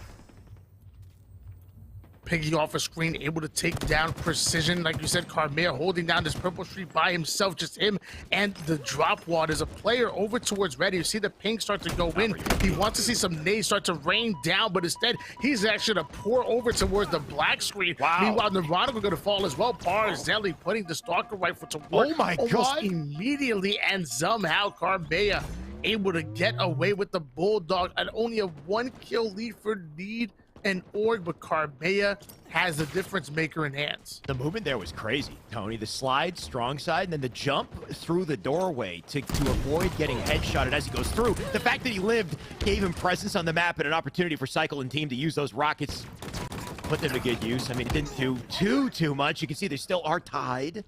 Neuronical going to keep top map in control. He's got a thrust to work with as well. Teammates to help. They'll delete Groovy because of it. Spawners up on C side. Once again, limited options here for Need and Org. A big impact opportunity for Alex Shock, but he is shut down. And once again, low side of the... Oh, I think he team killed there. Not what Neuronical had intended, but they do have the high ground. Hey, that's on Piggy. When a player's hot, you got to get out of his way. He out here, he's liable to shoot everybody. You, me, his mother. Oh, he's out there. I don't know, man. Don't I'm just saying, get get out of the way. All right. 18-17 lead in favor of Incognito. Neuronical currently 9-5, and Piggy looking to add to the lead. See the spawns have flipped at this point. Piggy with an uphill battle, and he does end up meeting two. Groovy gonna drop one as well. Trading blows here left and right. Of course, I wouldn't have expected anything else, Tony, but a 2v1 straight up into alley. And you gotta love how quickly Incognito moved to get back control of the map. They're moving in file here. Neuronical, I think he's alone though, but he wants a piece of this. Neuronical wants a piece. He's gonna take the whole pie. Able to take the Alex Shock. Another 2 down here for Need and Org. And Neuronical and friends looking to take advantage of it. You're already seeing players start to go towards the BD side of the map. Neuronical finds the backup Precision. To never turn your back on Neuronical. Almost able to get the double kill, but finds himself an assist. He does have some help that's defending the B street side, and that's a 6-kill lead seemingly out of nowhere, Alex. And if you're at that deficit bottom map, you got to be so careful pushing driveway, right? Limited coverage, a sharp decline to fight from as well. Oh no! Wait a sec, the entire team just decided to push C. You'd think they'd play for rockets. Instead, they just played for kills, and they got them all. They're gonna get rockets now. Can they rotate them out? Looks like they did. They gave up high ground, but man, did they pick up artillery and slays off of it. A 9-kill advantage. They're caught in a rough spot, though. Cycle with a cross-map rocket. Piggy with a second one as he immediately picks up the down rockets. Put him to good use here. Carmea gonna scamper away. And probably still, what is going on with this man's BR? Best they could have hoped for, I think, here. Yeah, we had a little observer glitch every once in a while there, but man, let me tell you, Carmea and Neuronical have been going off all series long. Neuronical currently 13-7, even having 5 assists, putting pressure over toward the A side. Easy kill coming in now, but sadly he's going to be taken down courtesy of Alex Shock. 35-27 lead. Need and Org need to slow things down and find an answer. Otherwise, Incognito are going to run all over them. You can see Carmea taking full advantage of the map there, too, to move quick and stay in the fray. He's going to help with that fight. Carmea tries to live. Unfortunately, cannot. He'll drop the thrust and the stalker for Piggy, I believe. 38 at this point as they continue to trade blows, getting down to the end of the wire here. Need an Org, they cannot afford to keep trading. They got to slow things down just a little bit. Incognito does not want that to happen. And you got to look at the coverage at a Need an Org. They send 3 to B side. Multiple reticles trained there, and they even the odds, too. Just a 3-kill game here. Groovy trying to apply pressure, but ends up catching a little bit of a grenade. Either way, 3 down. Quickly go Incognito. Need an Org. They needed an answer, and it looks like they found one. Precision able to take down Biggie, and now it's a 1-kill lead in favor of Need and Org. They're coming out of nowhere, again, fighting for their tournament lives right now. Look at what they've created. I think did a split spawn or spawn PD? Groovy got shot in the back. Doesn't matter, though. 2 die. They're in position for rockets. They're going to pick them up. 41-39, what was looking overwhelming for Incognito. What was that rocket? That did not work out, though. I don't know if that phased through or if he just whiffed it entirely. Either way, the rockets sit down on the floor. Veronical not going to worry about it. He's got high ground here. Do they get to it? Oh, somehow he dies, though. Wow. 43. And these little opportunities that Need and Org are finding is allowing them to pull away in the end here. That's another. I think. He's still chasing him here. Oh, but Alex Shock off a screen ends up getting the double kill, and although Precision didn't shoot a very precise rocket earlier, it looks like Need and Org are able to get the rockets back. Only 2 more kills. Needed make it 1 after the double kill coming out of Groovy. The final one is about to fall. Alex Shock putting the shotty to the body. Ladies and gentlemen, we are going to a game number 3 here in your grand finals. Incognito still 1 win away from becoming your champions. Need and Org can make this a much longer night than expected. Yeah, what an unexpected turnaround, right? They were at a huge, it was a 10-kill deficit. We had that whole map flip, too, where they picked up rockets, got around the slays, and they had a bit of a scrappy, it was a weird play, right? Because rockets spawned up. Instead, they decided to just full collapse on Subway. They probably got a couple early slays, decided, screw it, we're just going to go in, we're going to attack. But in doing so, they gave up high ground. They did get the rockets. Didn't quite make a huge impact with them. Off that high ground, though, it was the playmaking out of Need and Org. Their efficiency. Remember that one play they sent 3 members over to B side, and just the line of fire that they used to melt multiple. That was 1 round of slays. Then they Incognito tried to flank through Cafe. They shut that down too. So they had, I think it was 2 back-to-back full team wipes with no answer. Next thing you know, it's a tie game. And we're in the end zone here. But, man, I was not expecting the turnaround. Tony, like you said, this could be a much longer evening at this rate. We've got a game 3.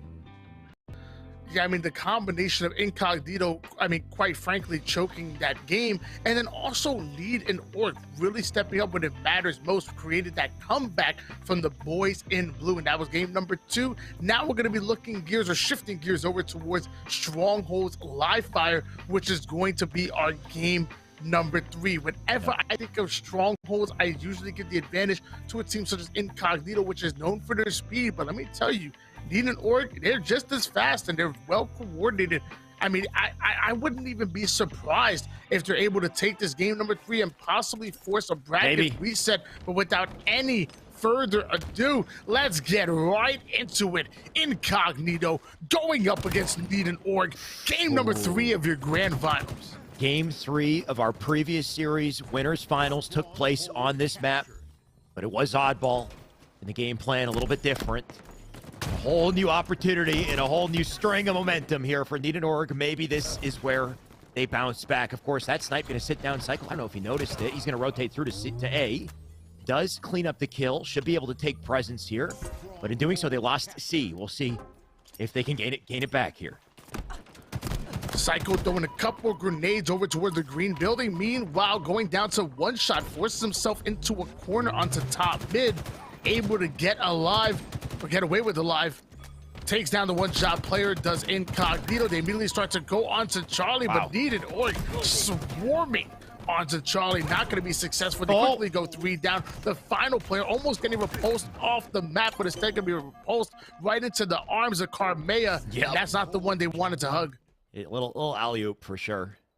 That definitely hurts. Because of it, they got presence on top map, coverage on B as well. The optimal setup to have here. It's just about whether or not they can hold it. You can see a couple members spread over to Nest side. Groovy with an opening kill. Can Need and Org collapse off this, or will Cycle come in and ruin their day? 2 dead for 2. Cycle looking for that kill. He decides to leave it alone. Can he double back for it? You can tell he's caught in a bit of a sticky situation here. The man doesn't know where to look. All because of the survivability out of Need and Org there. They screw up his intentions, and they earn back the map. Until Carmea comes in and takes it back himself. Beautiful double kill coming out of Carmea, dropping the drop wall before committing to that engagement. Sadly, it's not going to be enough. as he does end up going down. So do 2 players, though, on Need and Org. Precision advancing forward towards Alpha, trying to out-rotate the Incognito squad. And although the heat wave shots are flying in, nades are as well. Somehow, Need and Org still able to hold on to their double cap and the lead, Alex. Precision looking to extend it, too. The heat wave, can he put it to good use? Getting caught in the jump, though. And I think because he thought he had that kill, he jumped for the angle, but a risky thing to do. When there's multiple sightlines trained on you, he does go down. Carmea earning top map. B and C back in their favor, and Carmea doesn't want to get too aggressive here. Let them come to him. And maybe he can find a flank afterwards. The fact that he lived is big, though. He can come back into this fight. And hopefully the timing is right, too. Gonna pinch onto C, does die. 3 dead on the side of Incognito, though they'll earn back C. Maybe not, actually. Looks like the trade's still continuing here. Precision will fight for B. Alex shot going down to 1 shot, playing the tower side, but he is going to get some help from Need and Org as B goes quickly in the hands of the boys in blue. Groovy in position to help out towards the sandbags, but there are 2 that are making their way towards top mid here. And you're seeing Need and Org once again applying pressure almost everywhere on the map, but it's Incognito that are still holding on to the double cap. Both of these teams fighting for that first pick. Alex shot going to find it. Neuronical ends up going down. And it looks like Precision just waiting for the moment to start to up the tempo. 2 quickly go down for Incognito. Precision now putting pressure over towards the nest side, repulsing nades that are going to come in. Need and Org playing this really well and now working in for a triple cap. Earlier, I saw the glint of a scope over on C side. I'm wondering who has that sniper. Maybe it's Neuronical. You can see he's still getting kills covering down tower. Heatwave coming into play here, too, as Piggy does what he can to survive. And as those weapons stay in play, the impact they could apply is massive here, especially with the camo. So Piggy, he wants a piece of it. And can he get there in time before a little bait comes in? You can see the brawl going to continue for it. Groovy going to connect with that camo. He does put it on the body. He won't live. In the end, he does get the burn. Is that enough, though? You can see they've lost the map to fight for it. A and B in the favor of Incognito, and Neuronical still putting the pressure on here. Need and Org dedicating multiple resources trying to get away with the camo, and although they were able to actually to grab it, sadly they weren't able to get away with it and put it to use. And while that happened, the trip cap did go in favor of Incognito. Neuronical ends up sending Parzelli a bit for a swim here, and that having no idea was Precision. Luckily he's able to turn around, gets the 180 kill, then immediately body shotting with the sniper rifle. Beautifully played as Precision takes down Piggy, and Carmea tries to repulse him off the map. Finally, Precision will go down. 3 members going down for Need and Org, but excellently played by Precision for Need and Org. They're so quick off the spawn to get back into the fight, to pick up off of their teammates' damage. As long as you have that communication, that coverage, you can keep things in your favor, especially in these scrappy battles when there's no clear round of slays on either side. Parzelli going to find his way through this very risky challenge on a 2. He does take 1. Is that damage enough, though? The fight going to continue over on B. Cycle going to very carefully play his life. Map control favor of Need and Org. Incognito, they need an answer here. They need a rotation, maybe a push through center. Looks like B might be the plan here for Cycle. Yeah, Cycle playing really aggressive despite not having the slays here, but he's able to make it into B. Nades haven't rained down yet. Love the fact that he's listening to his teammates. Calls out the 1 shot, able to make it through. Gets himself a double kill onto Parzelli. And it looks like one's over here towards the B side. So, I mean, they were going after B, but really utilizing as bait a little bit to find some of the kills. But still a double cap in favor of Need and Org. They still have a lead, so they have a bit to play with here. It's a beautiful little slide at a Piggy, by the way. That one in the box is very difficult to hit. The box is uneven. The height is just a very tall height, too, so the timing needs to be perfect. But Piggy will find it. He's able to skate his way in and out of sightlines because of it. Neuronical and team, they can meet up on the C. And is this enough to start to gain back control? You can see that Need and Org have creeped back up. They've nearly tied the game here.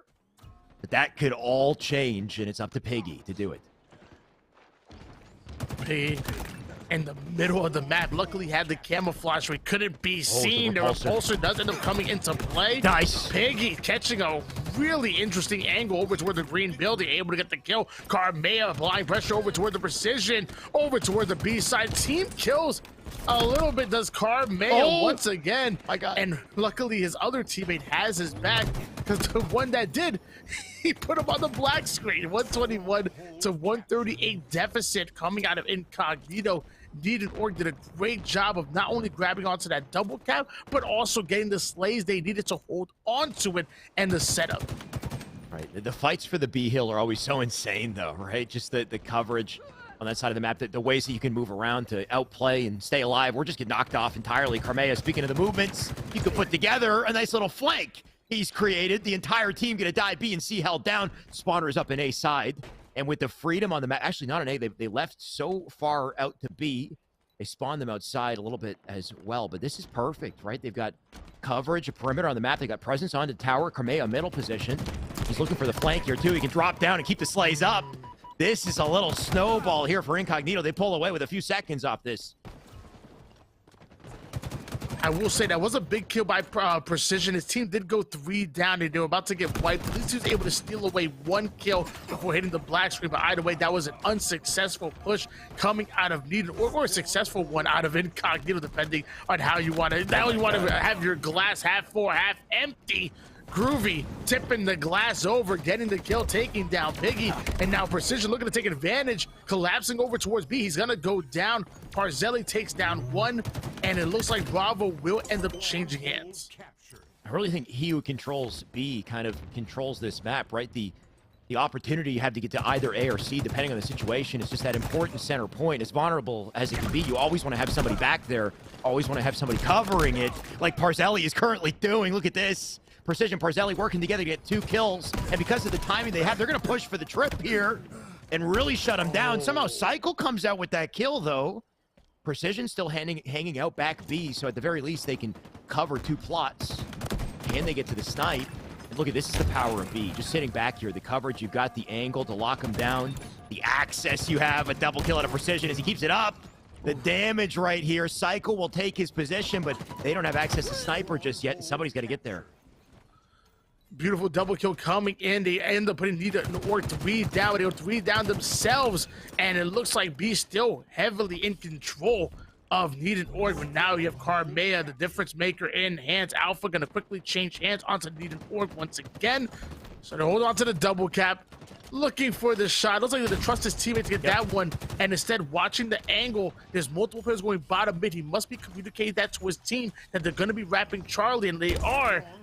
But they did, like you said, the one who holds B holds them all. And Well, as of right now, B's in the hands of Incognito, and that sniper ain't in the hands of anybody anymore. Definitely not them all, but it's an important vantage point, right? Tony, you can rotate if you need to. You can see that C is still the high ground, though, still a very oppressive point to get to. Piggy going to quickly get to A to at least stop the bleeding here, but 208 and counting is Needed Org looking to reset this bracket real quick. A quick pickup on the Mangler, by the way, an immediate drop. Piggy knows he can't use it.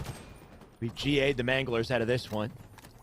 And that means that there's more opportunity for some very skillful plays with what's left of the resources here. And not much left to this game either. Incognito, they got to find a way to ice up.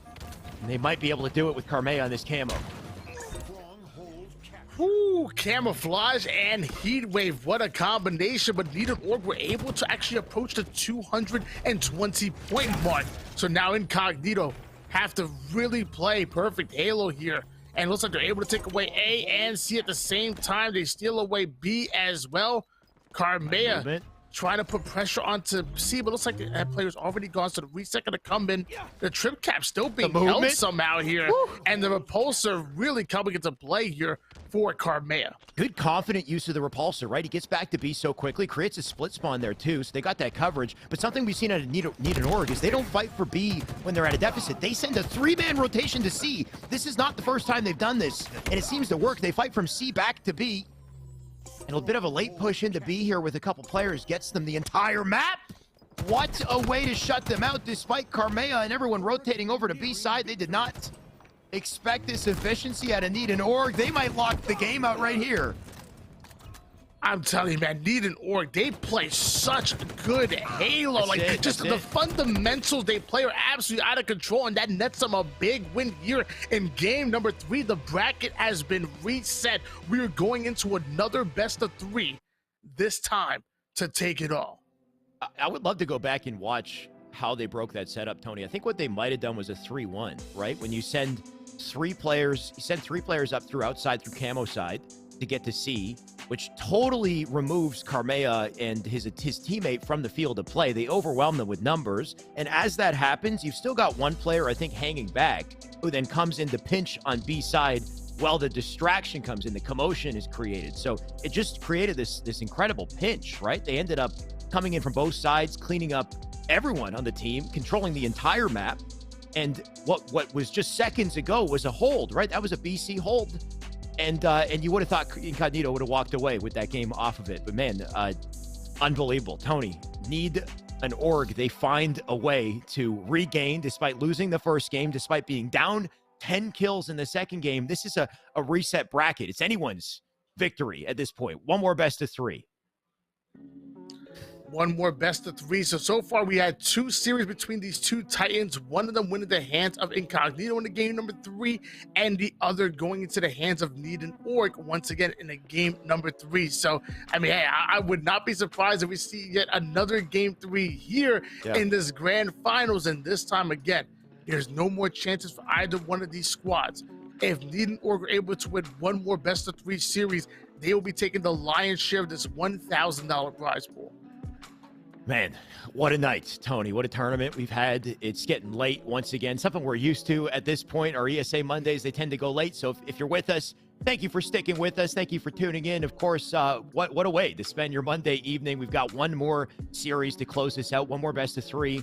Based off of what we've seen, this could be quite a long one, even with just the 3 maps we've got in front of us. Tony, we got Recharge, Strongholds, Slayer on Aquarius, and Oddball on Streets to close out this series. Anything standing out to you? Any expectations coming into this? I mean, no time to talk about them. Let's just jump in and see how it goes. Well, I mean, we do have a Strongholds, which, I mean, normally I would say go in the favor of Incognito, but Need and Orc just came off of a big Strongholds win. However, quickly going 3 down, make that all 4 members down here on Recharge, which is obviously a lot different than the map Live Fire. Carmea advancing forward towards C, trying to put the first double cap on the board in the series. Carmea has done so much work for his team in this series. Despite it, it has not allowed them to pull away with a W just yet. He might have to continue to put that work in. Carmea going to come back for this fight as well on to C. Maybe a double, too. Immediately going to pick that up and secure C. They got the AC hold because of it. And they'll keep that in their favor. We'll see what they do with it. Still on board now with Carmea out of Incognito. He did catch a player coming through the long haul, but looks like there's a secondary one coming in. Then Carmea does not want to take that individual gunfight. Instead, going to rotate all the way down the C driveway. Sadly, Groovy ends up finding him. 3 members going down here for Incognito. Psycho going to be the final player alive. Did I say alive? I meant joining them on the black screen. A triple cap has erupted here out of Need and Orc. The entire map in control all of a sudden for Need and Org. Groovy going to lock down a couple sight lines there from control. They'll rotate back just in time to cover. Oh, he's getting aggressive.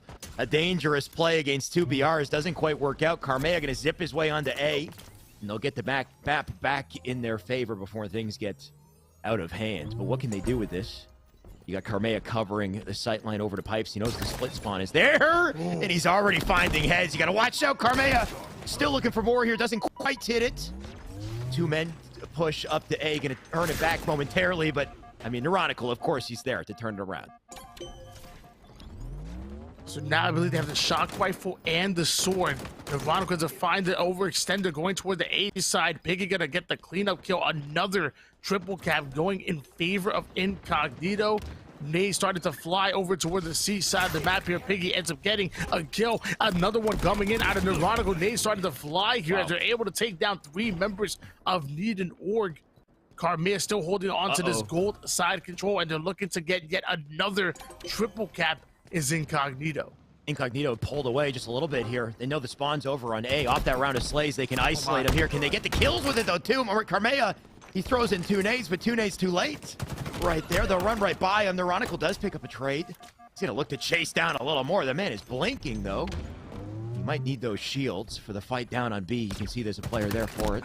Neuronical will delete one. That's a shock maybe in his hands, or maybe he just wants that map back. And I do respect the positioning here. You can see still A held down for Need and Org. They're going to continue to spawn there. And a good anchor point to have. They get high ground immediately, and it's going to make things tough for Neurotical. Gotta love having the grapple in your hands when you're playing, when you're traversing the map. I mean, anytime you get into any situation, you can usually grapple right out of it, but the moment he runs out of grapples is the moment he gets hunted down. 3 down, this time going in favor of Need and Oregon. Now Alex Shock looking to put a shock in somebody's system, having the rifle in hands. Setup completely flipped, and look at the spawn awareness for Alex Shock. He knows he has a teammate on C and a teammate on A, so Pipes is the spot to look. And can he delete a couple? 2 already died in the feed. Alec going aggressive here. He might have just skipped by one. He did. But thankfully, he turns back. He's got the help of a teammate. Carmea kills them both. What? I don't know how he turned out alive in that fight, let alone taking both. And because of it, they've earned back B and A. Groovy's got to fight for A. He will take the kill. But, I mean, plays like that, those are absolutely massive, Tony. The things Carmea does legitimately don't make sense. I don't know how he's able to get half of the kills he does, and most of them end up chaining into multi-kills. It's absolutely incredible. But now we're back on board here with Groovy and Need and Org. They currently lose the double cap. Incognito not only having the lead, but having some good points here. Groovy putting the initial damage in, gonna allow Precision to get the cleanup kill, but as that happens, it looks like he's gonna go down. Precision trying to take B, but now he doesn't have the help that he once did. Quickly comes in, goes down, reset in favor Incognito, who go 2 down. Cycle gonna answer back with a beautiful, perfect kill. Cycle gonna come do the damage. You gotta respect the play to Carmea to just dip in, get the reset, come right back out. He does die, but it does keep the B hold in their favor here. Cycle just down low in A. He's got teammates above it too. So they know the spawner's up on long haul once again. How to Need an Org break out of this setup. You can see one already coming through the low hall. Doesn't quite make it through, and this is why the sightlines are so valuable when you got that map coverage. You can so quickly delete them. Alex Shock with a big opening trade there, and they got to push off these numbers, but Cycle, he can play it patiently, let them come to him. We have Cycle here watching the A side of the map here, putting beautiful shots onto the bottom control room players. Meanwhile, it looks like Need and Org have an opportunity to push over towards long haul. They are sending a player that way. Looks like that player over towards control room is being set back. No one able to get the initial kill, but looks like Alex Shock will open things up, taking down Neurotical, and Carmea is gonna fall as well. That is really good for Need and Org, who now looking to take B and A at the same time. B gonna fall. Looks like A will as well. A momentary trip cap in the favor of Need and Org. Beautiful job breaking the setup. Right, it took some time, but they finally found their moment to do it before it was too late. But can they hold it? That's the real key to success here. Camo is spawned up, so the moment they had their setup, they don't quite have position to get to it. Instead, Piggy gonna take the other end of a sword there. Probably not what he wanted for dinner, but we'll see if that does allow Alex Shock to stay alive a little longer here. This coverage is so important. You can see he's still getting tagged up. But as long as he's alive here is a nuisance. 2 die, though, on the side of Need and Org. Alex Shock getting right behind enemy lines towards the whirlpool. Gets the 2-shot. Not quite the melee. Cycle going to put him down. And now that sword will change hands. And Carmea already having the camouflage. It might as well be him. Multiple players out of Need and Org advancing forward into the Charlie side.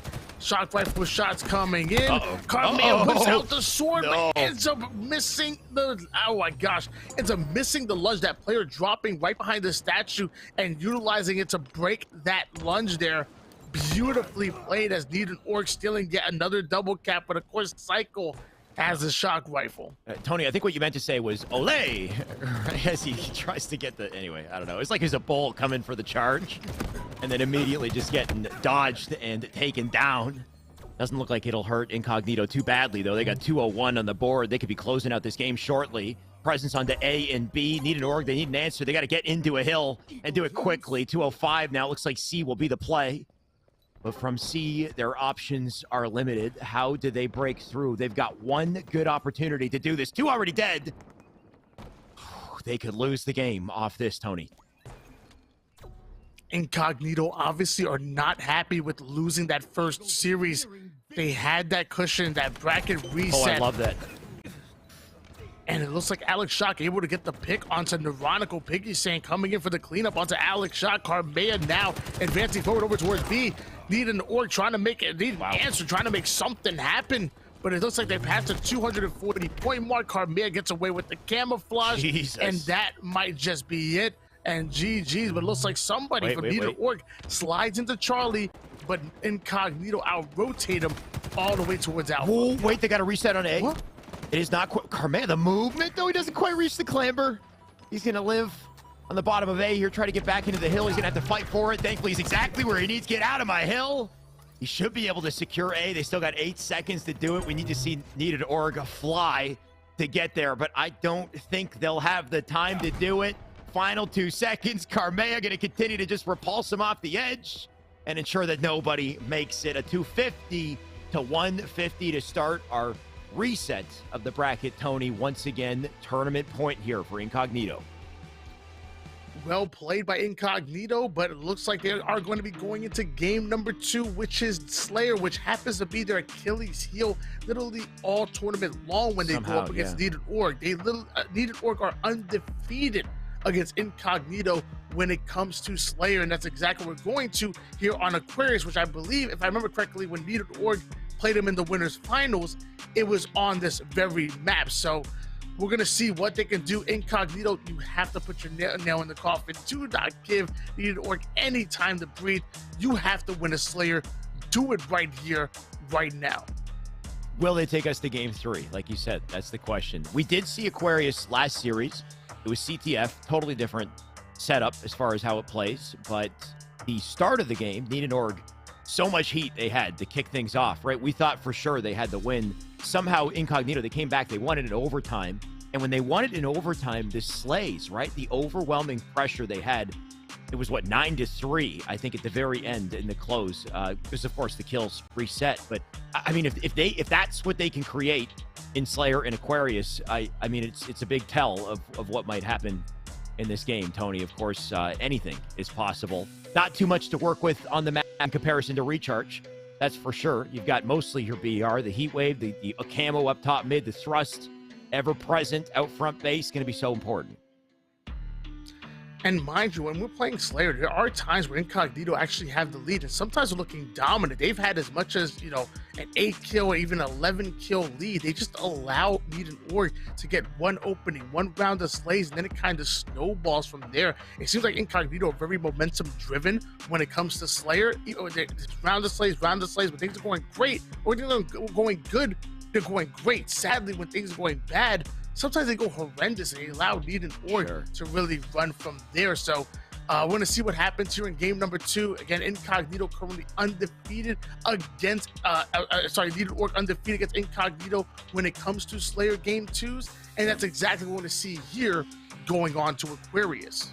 Like you said with Incognito, a lot of variance, right? Like a kind of a high-risk, high-reward play style. When they play well, they're dominating. Next thing you know, things can completely flip. They could get, you know, turned on. We saw it in Streets, right? They started Streets immaculately. They had a 10-kill advantage, like 40-30. Needed Org, they found their footing and just all of a sudden started dominating, closed it out. So that could potentially happen here on Aquarius Slayer, or it could just be down to the wire the whole way through. Either way, Tony, I'm ready to get into this. I know we are still getting that lobby set up. The moment we do, we will jump in. Just waiting on... you know what? No update needed. Let's do it. Let's jump in. What could be the final game in Grand Finals right here, unless Needed Org can find a way to bring it back. And we're going to start with Carmea, the playmaker, coming out of Incognito, fighting all the way to the opponent's courtyard and then wrapping through the P side. But here comes the Dynamo Grenades flying in and letting Needed Org know exactly where he is. Alex Shock able to get the kill, tying things up at 2 apiece, but Carmea got out of that situation alive and still has the Promethean shotgun in hands. Is that what it is? A Promethean shotgun? I mean, maybe. Yeah. I mean, the thing definitely does the damage, that's for sure. Carmea, despite losing the opening strat in numbers, him getting away with his weapon could completely change things. He needs to live, though.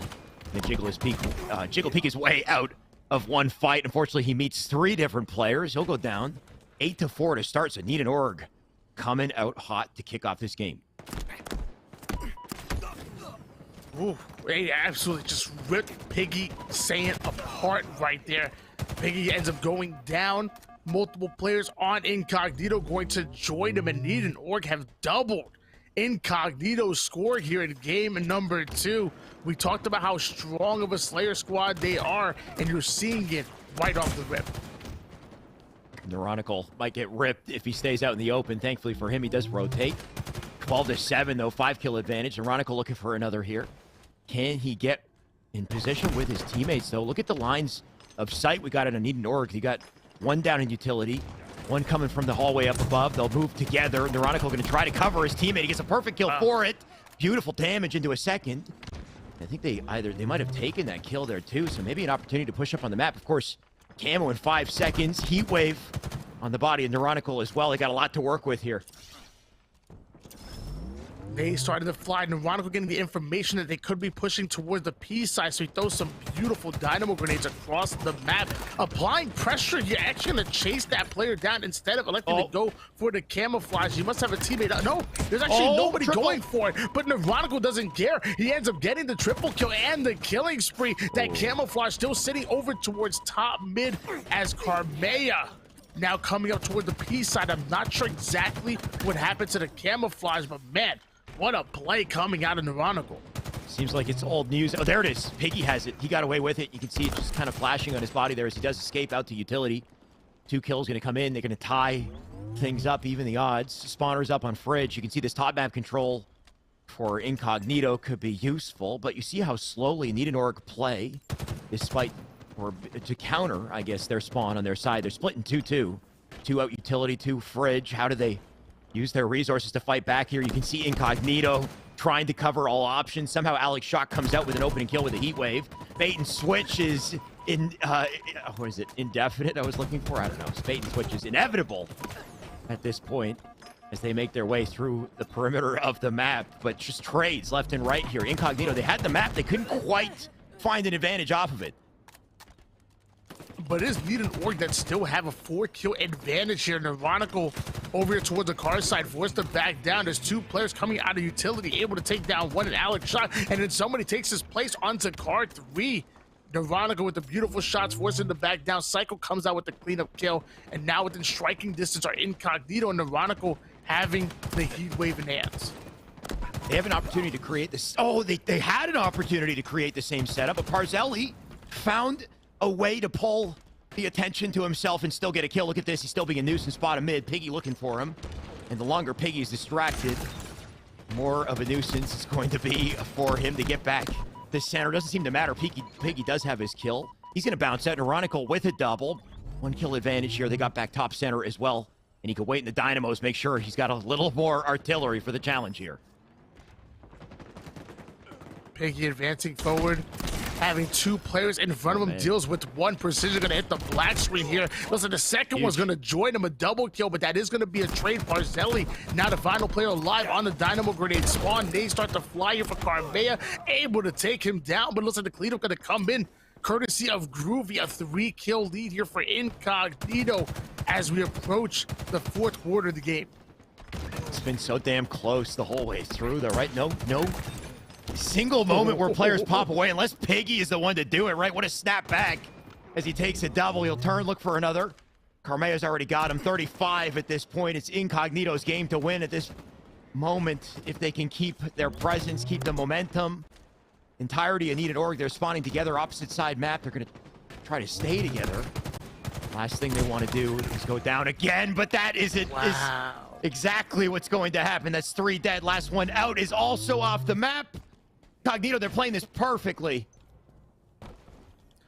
The fundamentals coming out of Need and Org is quite impressive, but this is just coming down to winning pivotal battles, having firepower, winning your individual gunfights, and that's exactly what Incognito are doing. They're holding on to a 10-kill lead. They gotta be careful, don't give up this one. Carmea taking down Alex Shot. It looks like Carmea gonna get himself a double kill. Groovy ends up getting a double kill right back, but Neuronical cleans up the kill, and 4 members quickly go down for Need and Org. 7 more kills, and Incognito can become your Esports Arena Open champions. They're just suffocating them at this point. What do they do, right? They got the thrust as well. Piggy can continue to use it as as an outplay tool here. Carmea does get a kill for 44. They're going to slide right back in for 45. Back on streets in the previous series, Tony, there was a rocket launcher to turn things around, but there is nothing on this map to change the outcome here. 48-31. This one is over, and you can feel it behind Piggy's play. He's already shooting bodies. He knows he's taking it. And it looks like the 50th kill is going to come in incognito. Finally able to put Need and Org down. It's actually taking two best of 3 series in order to do so. But it looks like they are going to be taking the lion's share of that $1,000 prize pool. And as you said, Piggy really letting them know about it. Got a little bit of BM in there as he puts the nail in the coffin. I mean, well deserved, right? If you're gonna, add some BM in the game, why not do it when they can't return the favor, when you've won it and that's it, it's done and dusted. A well-deserved victory to Incognito. They fought through the gauntlet to get there. Didn't drop a single series except for the grand finals reset, of course, but they held on to their winner's side the whole tournament, and unexpected as well, Tony. I mean, we went back in the bracket earlier. So much talent in this tournament. So many stacked teams. We had Fnatic in here dropping out, I believe, in top 6 today. We had BBG, built by gamers, in this tournament. We had Torrent in this tournament that didn't make it to grand finals. I think no matter where you look, every single roster stacked on top of our ESA, our Series E sponsored roster, ESA Blue in the running as well, that didn't make it through Luce's bracket. I mean, incredible tournament all around, Tony. At this point, it's 1 a.m. It's been a hell of a cast, my dude. Thank you for joining me.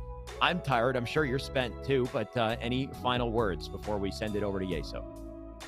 Yeah, it was fantastic to join you. You're my brother. You're my casting brother, of course. And it always is a pleasure. Thank everybody out at Esports Arena in the background making things happen. Connie in our ear whispering sweet nothings in there. Also T Squared and Caster Yeso as well for being such phenomenal hosts. Most importantly, you guys in the chat making some noise and really hyping us up, and the competitors for putting on one hell of a show and showing us that Halo Infinite is still very early and there are grinders putting in the work. And good luck to Need and Org on your journey going forward. And the same thing for you, Incognito, as well. You came up with a big win today, and hopefully you can ride that momentum into some more success throughout the week, because there's plenty of Halo action ahead of us. Well said, Tony. Like you said, it's very early. This is the beginning for ESA, for Series E. This is a weekly type deal. We got 2 tournaments every single week. We got the exhibition on Wednesday coming up in just on Wednesday, a couple days. And the next Monday, we're going to rinse and repeat. Open tournament, $1 grand on the line. So if you like this Halo action, make sure to follow the channel. Make sure to see us next week. See us Wednesday as well. Plenty of action coming up. We're going to send it back to Yeso, send it back to T Squared to wrap the show. Thank you, everyone, for joining us. Incognito finish it up with the victory after the reset there from Need and Org. Yeso and T Squared here back one more time to close the show. Tom, we were feeling good about both of these teams. They had a hell of a fight, 5 of a possible 6 games here in these grand finals. What are your kind of final thoughts here as we look back on this series? I just really think that these 2 teams have what it takes to, put some serious slaying power against any of these teams inside of Series E, inside of the HCS. We saw Incognito go through a handful of teams. I mean, it started with them taking down Fnatic, which is not an easy feat, and Fnatic going out in top 6. And Fnatic is a huge org. They came in as the #1 seed. But we're seeing so many facets of their gameplay, so many different things that are extremely impressive, from the individual, gunplay coming in from Incognito to a team like Need and Org, who hasn't really made a huge splash in the Halo scene quite yet. And I think this was their first, kind of big move in terms of saying, hey, this is where we belong. We belong in a finals, because look at how they were able to reset the bracket. It's not easy to do. They've been gaming all day, all night. They put together just a handful of great plays. And we saw teams like Torrent fall just short of maybe, 1 or 2 points in an oddball game, or 1 or 2 kills in a Slayer game. And they're already breaking down their film and going through what they did wrong. So there was just so many different great players and teams today. I'm excited for Series E Halo Infinite's future. Yeah, it's going to be really fun, especially because you talk about this kind of being Need and Org's debut here in the scene. You've, of course, starting to build these kind of storylines for Incognito. And as the season continues, as we get to see more action from these different squads and, see the results go back and forth, our understandings of these squads will grow, the storylines will grow, and we'll start to see, better and better the potential of these teams. At the very least, early returns for Incognito and Need and Org, very, very good. They showed up great today. They built some very, very good signed teams. When you mentioned Fnatic and Torrent as well, and even Esports Arena Blue having a solid day, but being kind of gated right there at fourth place.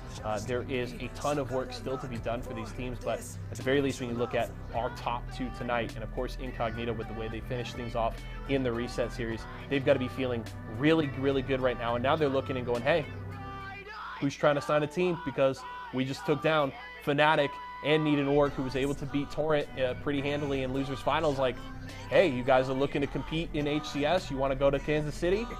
Maybe we're the team you should be taking with you.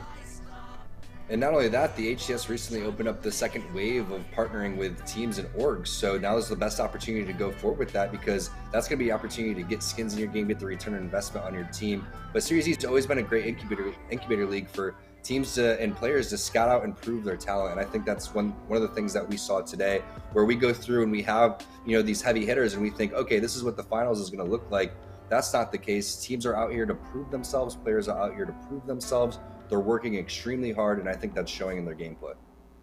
Couldn't agree more with you, Tom. I appreciate you taking the time to come and hang out today and talk some shop. It was a lot of fun. We had some good memes, some good games, and some great highlights, and I look forward to doing it again in the future. Rock on. It was a pleasure to be here. Hey, always a good time. That is my friend T Squared. Keep an eye out for him in Series E Apex Legends and I would say Series E Halo Infinite here in the future. But we are going to close out the show, folks. Thanks so much for coming to hang out. I hope you enjoyed it, as we certainly did all throughout the night. Do want to remind you the schedule's still packed the rest of the week. We're here with Series E Apex Legends Open Night tomorrow. We'll have the double booking of Halo Infinite and Apex Legends on Wednesday, Guilty Gear on Thursday as always, and then we'll be wrapping everything up in a nice bow on Friday with series recap. So make sure to clear your schedules and be here at twitch.tv/esports arena for all of that action. But that does it, folks. My name is Yeso. I've been your host all night tonight. For myself, the entire live broadcast crew, and everybody here at Esports Arena, thank you so much for joining us. We'll see you again tomorrow.